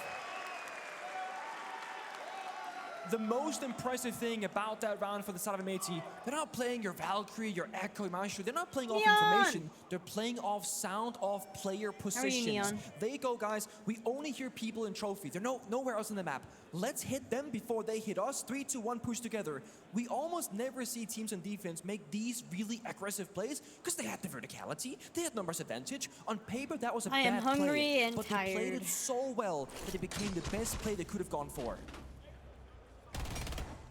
I like the reads from M80. Right here, great push. Yeah. I think the thing that really I noticed for the American roster in that round was the fact that FaZe clearly telegraphed, we're coming for you. Candelas are in, Smoke Babes are in. There wasn't even a Warden on the board for the defense. Nope. There wasn't even a Solus, of course. It's been banned on out. How do you know where the plan's going down? Well, they're chill.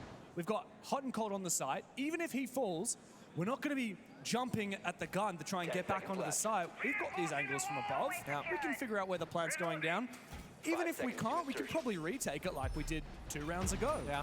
And so that confidence and the ability to just chill out, slow the round down, it's benefiting M80 a lot. Also, mind you, if you go back to the first 3 rounds that happened, and maybe we're so far away from the bomb site, really extending around, roaming, they were all by the bomb site when the Candelas came out. They were not holding library and holding bar. No, they were actually locking down, almost expecting a rush and a push.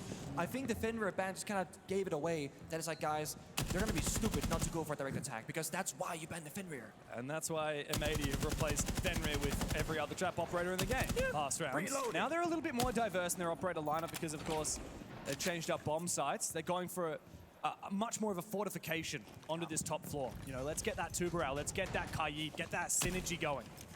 It's a bit of a trade-off, right? You get the Kai Tubarão, and then FaZe Clan, they have to pick up the Maverick. There's no question about it. Oh, Diffuser! Just like that. I mean, forget about the Tubarão. His gadget is nullified for the rest of the rounds.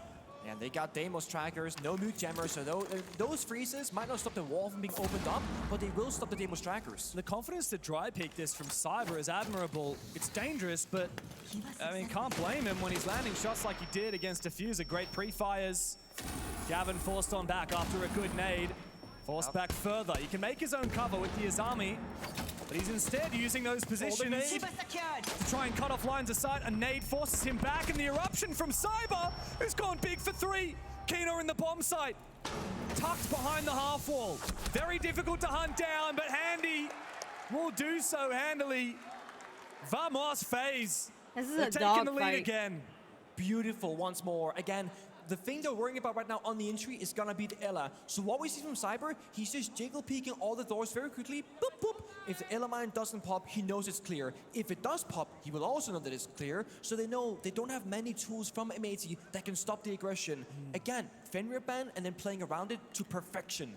Goyo Tachanka Clash is my recommendation. There's so many ways you can counter those traps. Cade, if they wish Goyo, to. Tachanka We saw Clash. the grenades used very well to counter the Azami. Oh, that was the Nobody kill for plays Doc Cyber. anymore. I mean, look at that. None of The these shots here pros from play the Doc, AK. do they? It's not everybody's favorite weapon. Shoots about 1 bullet every 3 years. If you're used to a much Well, you got tons faster of fire bullets. weapon. It does have plenty. And Cyber says, oh, mate, I've been farming on the Deimos. Yeah.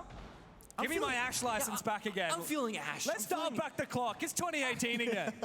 I mean, I gotta say, the analysts called it the best, right? We want to see Cyber on these kinds of operators, whether it's the Shields, the Deimos, or the Ash, or the Bot getting active in the What server. is that? I don't think I've A seen last-minute switch here anybody onto play step Doc. to step, but it's all the same.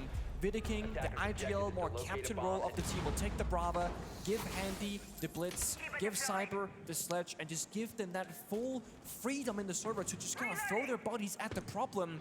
M80 again falls into traps, right? They gotta play the Melusi, they gotta play the Ela. This is where the Brava comes into effect. Yes, the default cameras are great to hack, but the Banshee in main lobby, that's a big one. And if you can find the most important Ela mines, deployable or bulletproof cameras as well, that's gonna mean in the later stage of this round, when FaZe wants to go aggressive, nothing can stop them.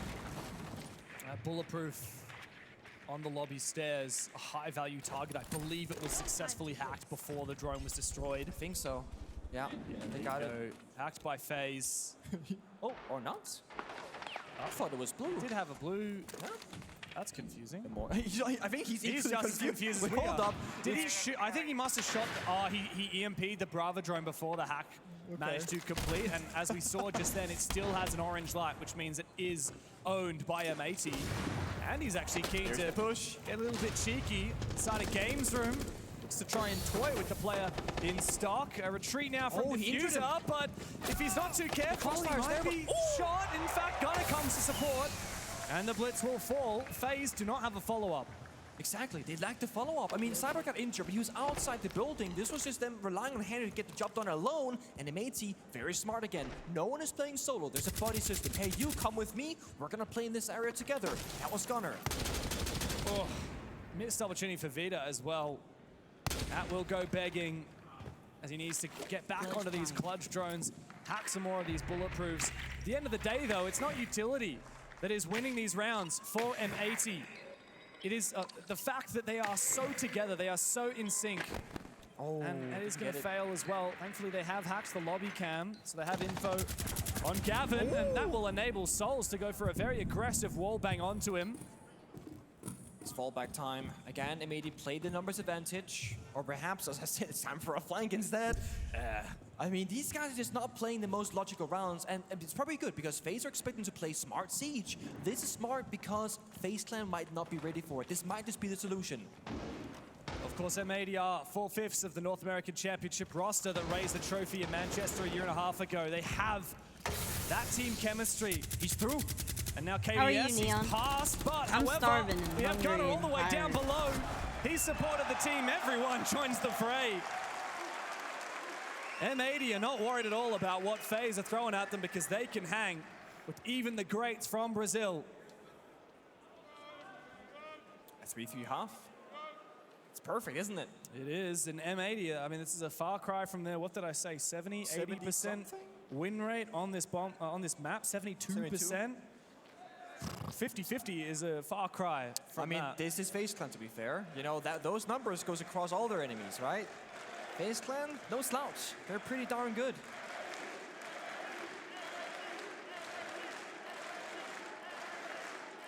I wonder at what point can the players and the coach hear or feel the crowd?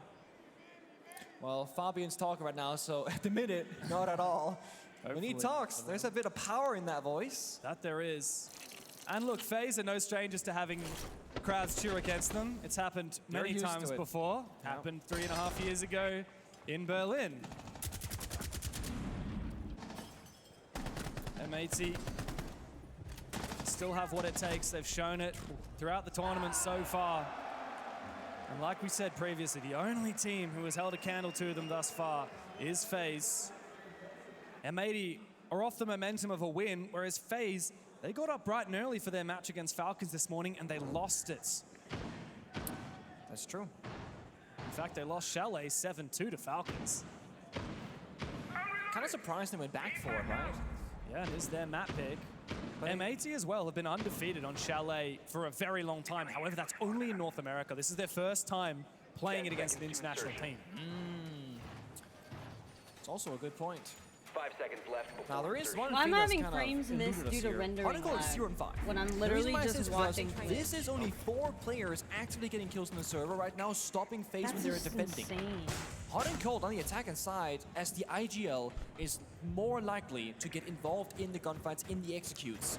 FaZe Clan, though, I gotta say this as well, they understand the tactical aspect of this game. They will have those crossfires on lock, just like M80. They're not gonna make it easy for them. But look at the operator bans. Double trap ban from M80's side on the attack, the Ella and the Fenrir. They're gonna open up all the entries and all the gunfighting and really just play to the strength of Chalet as a map.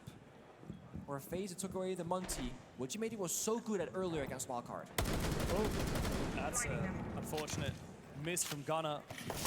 Right on the money though for M80. It's going to be an aggressive, explosive execute when they're ready for it. Kino has to repel straight into the gas. He will march past it. Push. No Ella to worry about, no Fenrir either.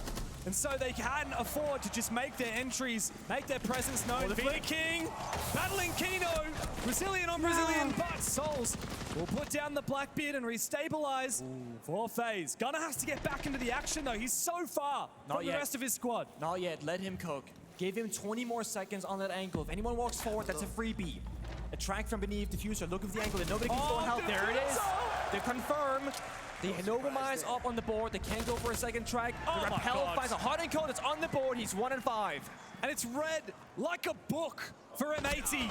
KDS is on the breadstick. And M80 are looking for a feast. 3v1. He spots the first and takes down the fight. Well played onto Gunnar. As M80 recollect that diffuser, and guess who's planting it? Hot and cold, must cover. Looking for his second kill off the map. The KDS denies diffuser.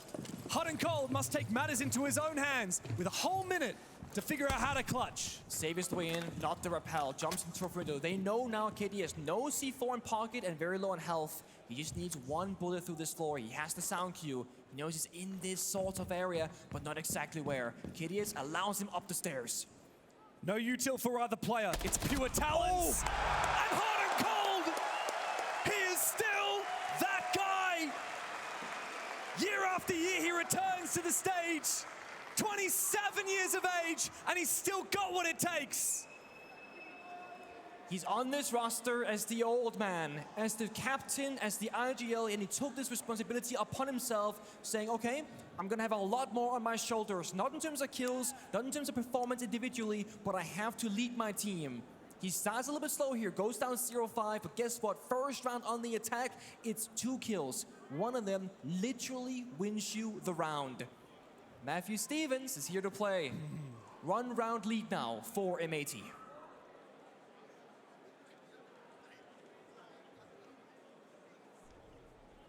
FaZe, for the most part, they've been ahead this game. They've taken the lead more times than M80 have done so. What a read. And they had every right to hold on to that round. Oh, we see that? Calm down, boys. Fabian is a proud dad to these young gunners. So is Lean, a proud mom, I could say. Celine, of course, worked with Fabian myself in both PSG. Celine also was working with G2. Yep, exactly. So they go way, way, way back, and I know she's proud to watch him on the big screen right now in the arena. For the longest time, Siege always felt to me like a young esport. Compared to a lot of other games that have been around for a long time, built up these legacies and histories, but those times have gone. We're heading into the double digits. We are. Kicking it off next year with 6 Invitational in Paris, celebrating 10 years of this amazing esport. And we see that history in people like Fabian. We have a lot of legacy nowadays. We do. Some players, they're building it still. Some have left, you know, for a different job or a different kind of environment to be in. Players have come and gone. Players have come and gone. Dynasties have risen and fallen. Some players coach now. Some players cast. Some cast. We're everywhere. Oh, how the mighty falls. This in, though. He's going to lead the charge now on the blitz. The FaZe not really that close to respond. Look at that, though. On the other side, C4 will await hot and cold. He baits it out, takes no damage. FaZe, fully aware that M80 wants to get up close and personal. Ooh. Grenade goes on through, and Andy actually tanks it to try and keep his position unknown. Wow, a swing from Cyber. Can't believe he managed to get the angle onto Hot and Cold's head. But the Blitz will sit out the rest of this round. Now, where can they find the pick? They lost the main push, but there's a glass with those smoke grenades. They gotta find Handy first. Handy. He gets injured and confirmed by Gunner on the window. And so FaZe will look to fall back. Cyber will be caught on his rotation out of there. He's surely going to die. I don't think Vidiking's going to be able to revive him. Yeah, the drone spotted him as well. They're going to have to leave him for dead. They're not going to come for him. They actually could have gone in theory, but no, it's too risky. I mean, they're still going to be able to confirm this kill sooner or later. There it is. The fires come out from Gunner, who's copped 10 kills, by the way. He was the MVP way back in Manchester when he raised the trophy. And he's hungry for a second one. Gunner's everywhere. I mean, he's on the roof 2 rounds in a row, and it's kind of, you know, it's kind of nice up here. Holding your angles, playing it nice and safe. He is the Capital with so much utility in pocket. It's very important he does not die early. It was hot and cold again. And the benefit here is the IGL is dead. You can now watch the cams, watch player perspectives, and call the shots right now. Souls with a great shot, though. Great flick takes down Gavin. We're back to even numbers. The fact that Gav landed the first bullet and Soul still won the fight speaks volumes to the mechanics of this player. Vidiking waiting below blue stairs. Gunner is marching towards him, inching closer and closer. It's a tough plant, it's a tough denial. 20 seconds, fire and smoke goes south. That's the last piece of user that M80 has. Oh, this is risky. The glass will be able to peer through the smoke. Down. It's on Kino to go deep as Gunner will fall. Kino is the man that must cover, but Diffuser has fallen. And Kino needs to clutch. There's no time to get it done. Kino! Surely not. Don't be doing this to me. Let's go. You can't give me hope like that and not convert. That was badass, Kino. It's back and forth. They've once again tied 4 rounds apiece on Chalet. Neither team can edge their way forward. I'll probably grade out after this game. A great clutch. I need to go run some errands, so. The melee, the timing, the reaction, 2 seconds left that could have gotten you just 1 round closer to victory on the first map, but instead faces no. It's too soon. That would have been too easy. Let's tie it back up.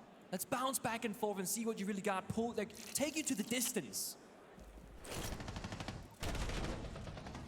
And again, it was fighting for every inch of that map.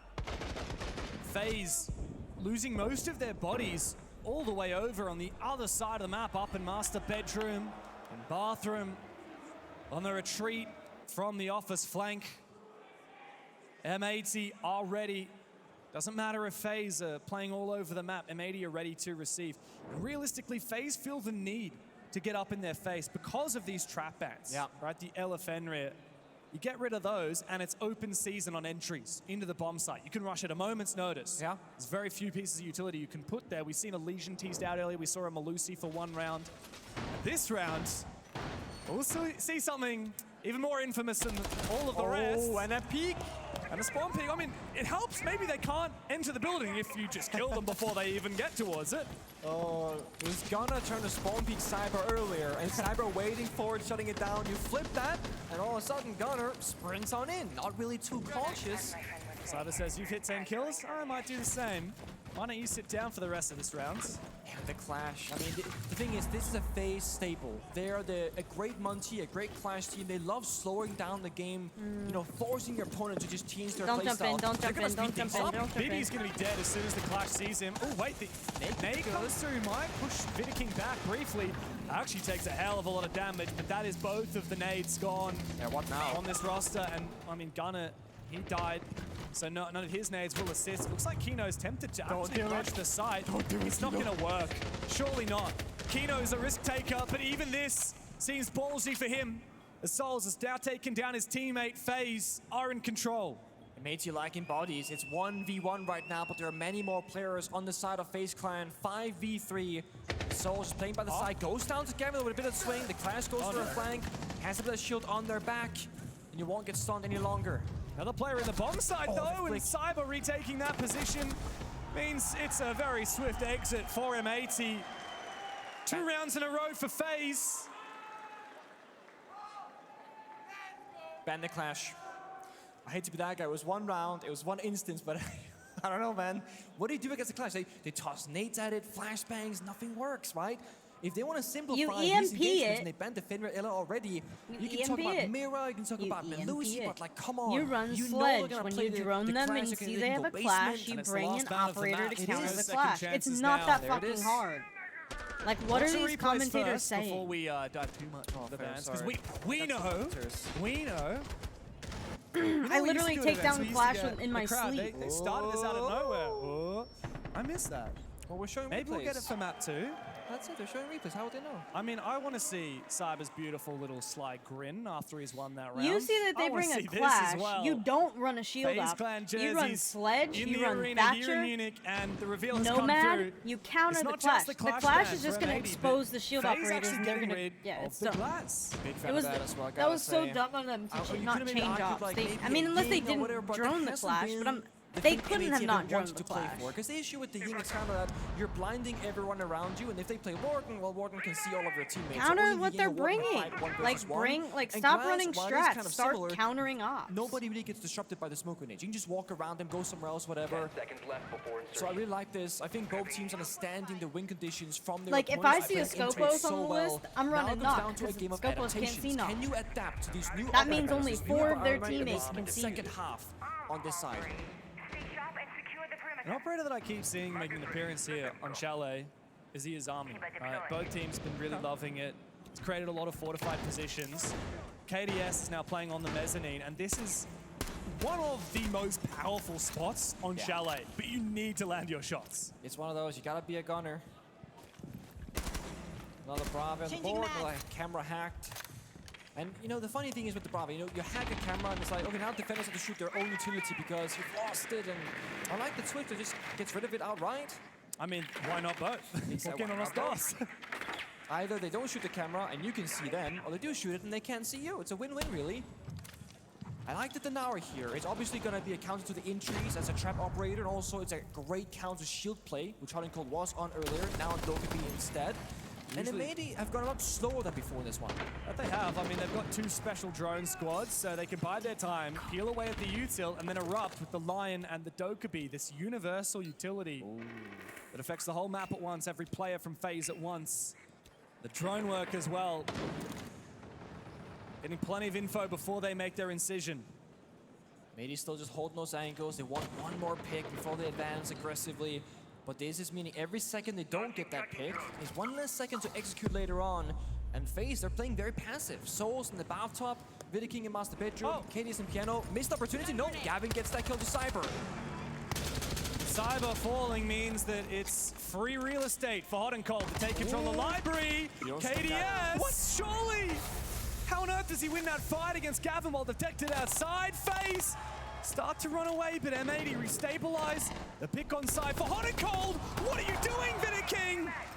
He's fallen off his throne and left Souls with everything to do for FaZe Clan as M80 look to tie the score once again. All they must do is lock in on this one player. Planting. The diffuser is being planted by Kino. Souls has absolutely no idea about it, and he's been caught in 4K. With the plant down, M80 can assume safe positions, and Souls needs to take fights one by one. Straight up onto the bed, he puts Kino to bed. There's 2 players on this rappel. One impact grenade is not going to help him here.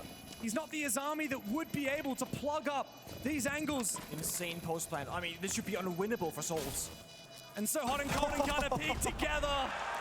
It's a perfect tandem for M80. And with that, we are tied again at the scoreline. Wait, what just happened? 5-5. It looks like FaZe will call it. What did the official say? Oh, he called the timeout. A gente fizesse com as 2 reforçadas do CEO ali da Switch. Só que o Cyber pega uma Solis e o Randy tenta ficar peitando o Cyber. Então a gente vai ficar começando agressivo naquela parte do piano e tal, pensando em fazer uma caçada. E a gente vai, tipo, só jogar naquela área. Mas tu quer que eu passe pra lá? E o da cozinha, a gente pode fazer a mesma coisa, só que ser a Clash e o Cyber jogando embaixo também, pra poder segurar um pouco lá a parte do Souls. Mas no caso, o Souls não fica jogando aquele roll de novo, pode jogar mais pela J mesmo e pegando o boneco de ID na parede. They're going to attack now? Pra colocar pega a mira, por causa do... Tipo, bora, guys, bora. Eu passo pato. I don't speak Portuguese, and I'm really sad that I don't, but I will say very calm tactical timeout. And I saw a lot of hand waving from up and down, like Fabian saying, guys, calm down, relax. I feel like it comes down to communication. You need to have really clear comms to understand what is going on when the rounds are these fast-paced. FaZe, they are a championship winning roster. They can adapt to this environment, they can figure out the problem, and then just come out swinging and winning in short notice. For FaZe, it's even more imperative that they win Chalet, because next map up is Skyscraper, which M80 have chosen. FaZe haven't actually beaten an international team on Skyscraper in a very long time. So they really need to make their mark here. Now Snowy Haven. I love every tactical timeout that we get to hear the fans make a little bit of noise. We're actually seeing a little bit of light in the arena. Coming out. As Munich is lighting up for M80. Of course, in the tactical timeouts, we and our lovely viewers at home get to hear the coaches' communications in the arena. We've had to dull that down a little bit. Yeah. It's great to see the teams get involved, or the audience get involved regardless. So keep those lights shining for M80. Show them the support that you want to give them for this very important upcoming round. One team with 1 round away from taking this map, and the other oh so far away. And so who will claim map point first?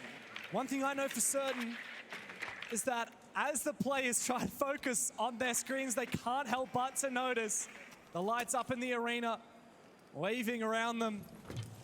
It's time to lock in. Kino in the building. The Blitz again making an appearance. The Blitz has struggled to find an impact. But it's been Hot and Cold in the past. Now it's Kino, the shield player. Once we memed upon saying, you know what? He's not cut for the Monty. He's not good enough. Kino has had a massive glow up from his personal side of things, performance-wise, operators, consistency. Right now, he has to be the mini IGL for his team, saying, guys, this area is clear, cover this angle, okay? I need a drone here to check my left. The Blitz cannot expose himself to two separate angles because that crossfire will take him to the grave. So they're being very careful. But when you're being careful, you're being slow, and half the timer is gone. I like this, the usage of the smoke to try and lock out these players inside of Office. And so the attention is given, but there's an ability to push through the smoke for Handy. After the battle phase, weather the storm. M80 now must just rely on Gavin and Hot and Cold to pick up the pieces of this tattered round. That was everything, though. No more Deimos trackers, no more Blitz Shield on the entry, just a Candela in the pocket of Hot and Cold and have some flashes and grenades. They have limited tools in their pockets. It's gonna come down to gunplay once more. If they can isolate and find one player of FaZe Clan, this becomes very winnable. And Cyber's in an off angle.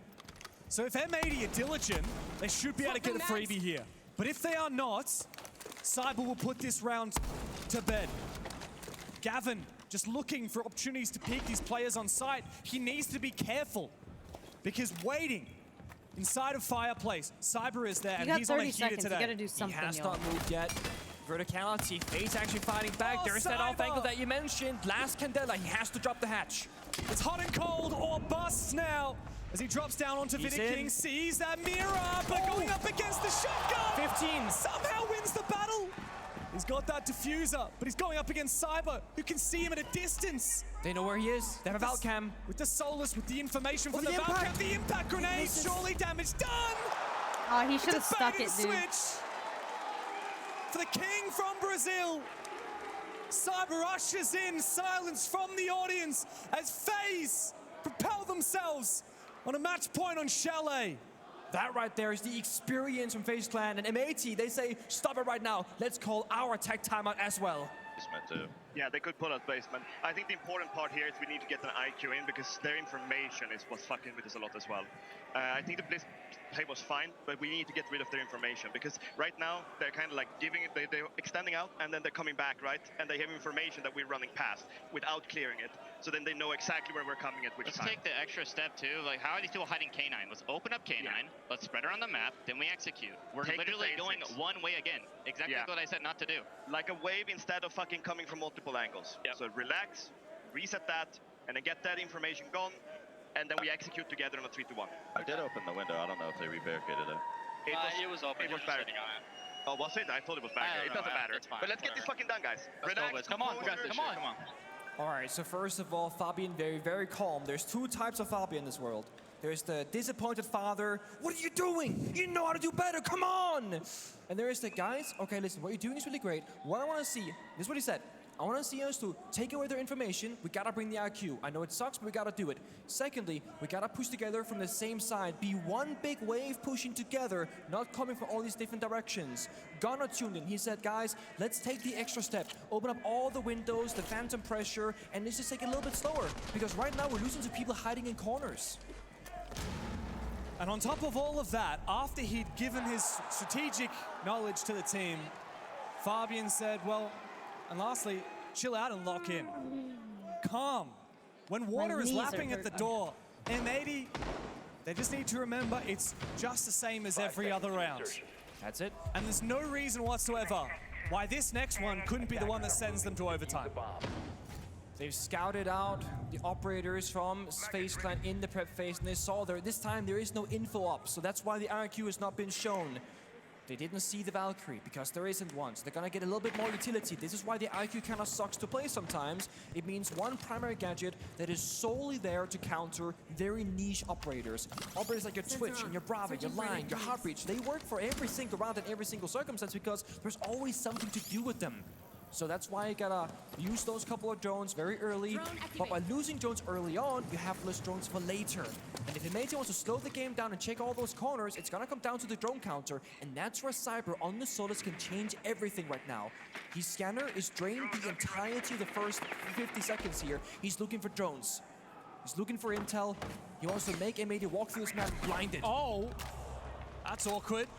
Barely exposing himself, Diffuser still will die on that balcony. Soul's threading the needle, as Gavin intends to do as well. He's just waiting for an opportunity to be gifted to him. Wait, why didn't your thing work, Neon? Will not. However, from down below, Cyber is so tempted. It was a 2-timing play from FaZe, as they figured out the way to play this safe aggression on defense. Did you already come in today? I think you did. FaZe will aggress. Maybe, yeah. If the statistics back it up, they're not going to take anything worse than a 50-50. You have an auto shot And up, they're just so I don't peeking know for why it didn't information. They work. know Gavin is probably on that balcony or on the roof. Here Let me comes see. the backstab from Hot and Cold down in the bar hallway. He's got the right read. Hot and Cold. As cold as ever. Into the 4v4 M80. Nobody's have playing, a lifeline. What do Garage. they do with That's it? interesting. They just keep going bar and Both master, teams bar right and now. master. Don't get too hectic. Start screaming your callouts. Keep it cool, calm, and collected. KDS got the mirror window, but no camera. Twitch cleared that earlier on, so this is FaZe Clan. Lack of information and a blind spot. But he can abuse, but he pulls forward. This is aggressive, but Gavin might be able to march forward and take down KDS inside of mezzanine. KDS is repositioned. He knows. And the game sense. It's perfect. Gunner and Kino now. In a desperate situation, KDS trades back to Force. And it is a monumental round from the individual as FaZe push M80 into the depths. All right. Let me find someone to raid. Chalet is won by the Brazilians. Vidiking, Cyber, KDS, goddamn FaZe, all of them. They were so ready individually and they got the job done on map 1. And if there's a way for M80 to survive, it must happen on Skyscraper after this. Let me refresh. I don't think I have any co-streaming this. Anyone co-streaming this but Fett. That's what we'll raid. I'll raid Fett. Thank you guys for hanging out with me today. Thank you, thank you, thank you. I will catch y'all tomorrow. Tomorrow morning, bright and early. I'm gonna go run to the hardware store and get some dinner. I don't feel like watching the rest of this game. I'm bored. I really am bored. I'd much rather watch... I'd just rather go get my errands done. The game's kind of boring me. They're just going back and forth, but... We'll see. We'll see the results. Tomorrow's the grand finals in the Season 8... or Season 10. Alright. Tomorrow is the Year 10 Season 4 reveal. We'll be starting stream about 11 a.m. CST. I think it's about our success.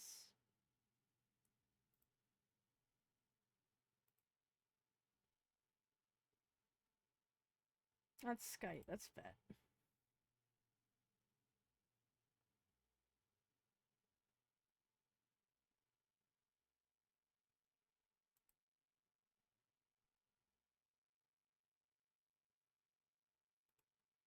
Alright, we're gonna raid Fat, y'all.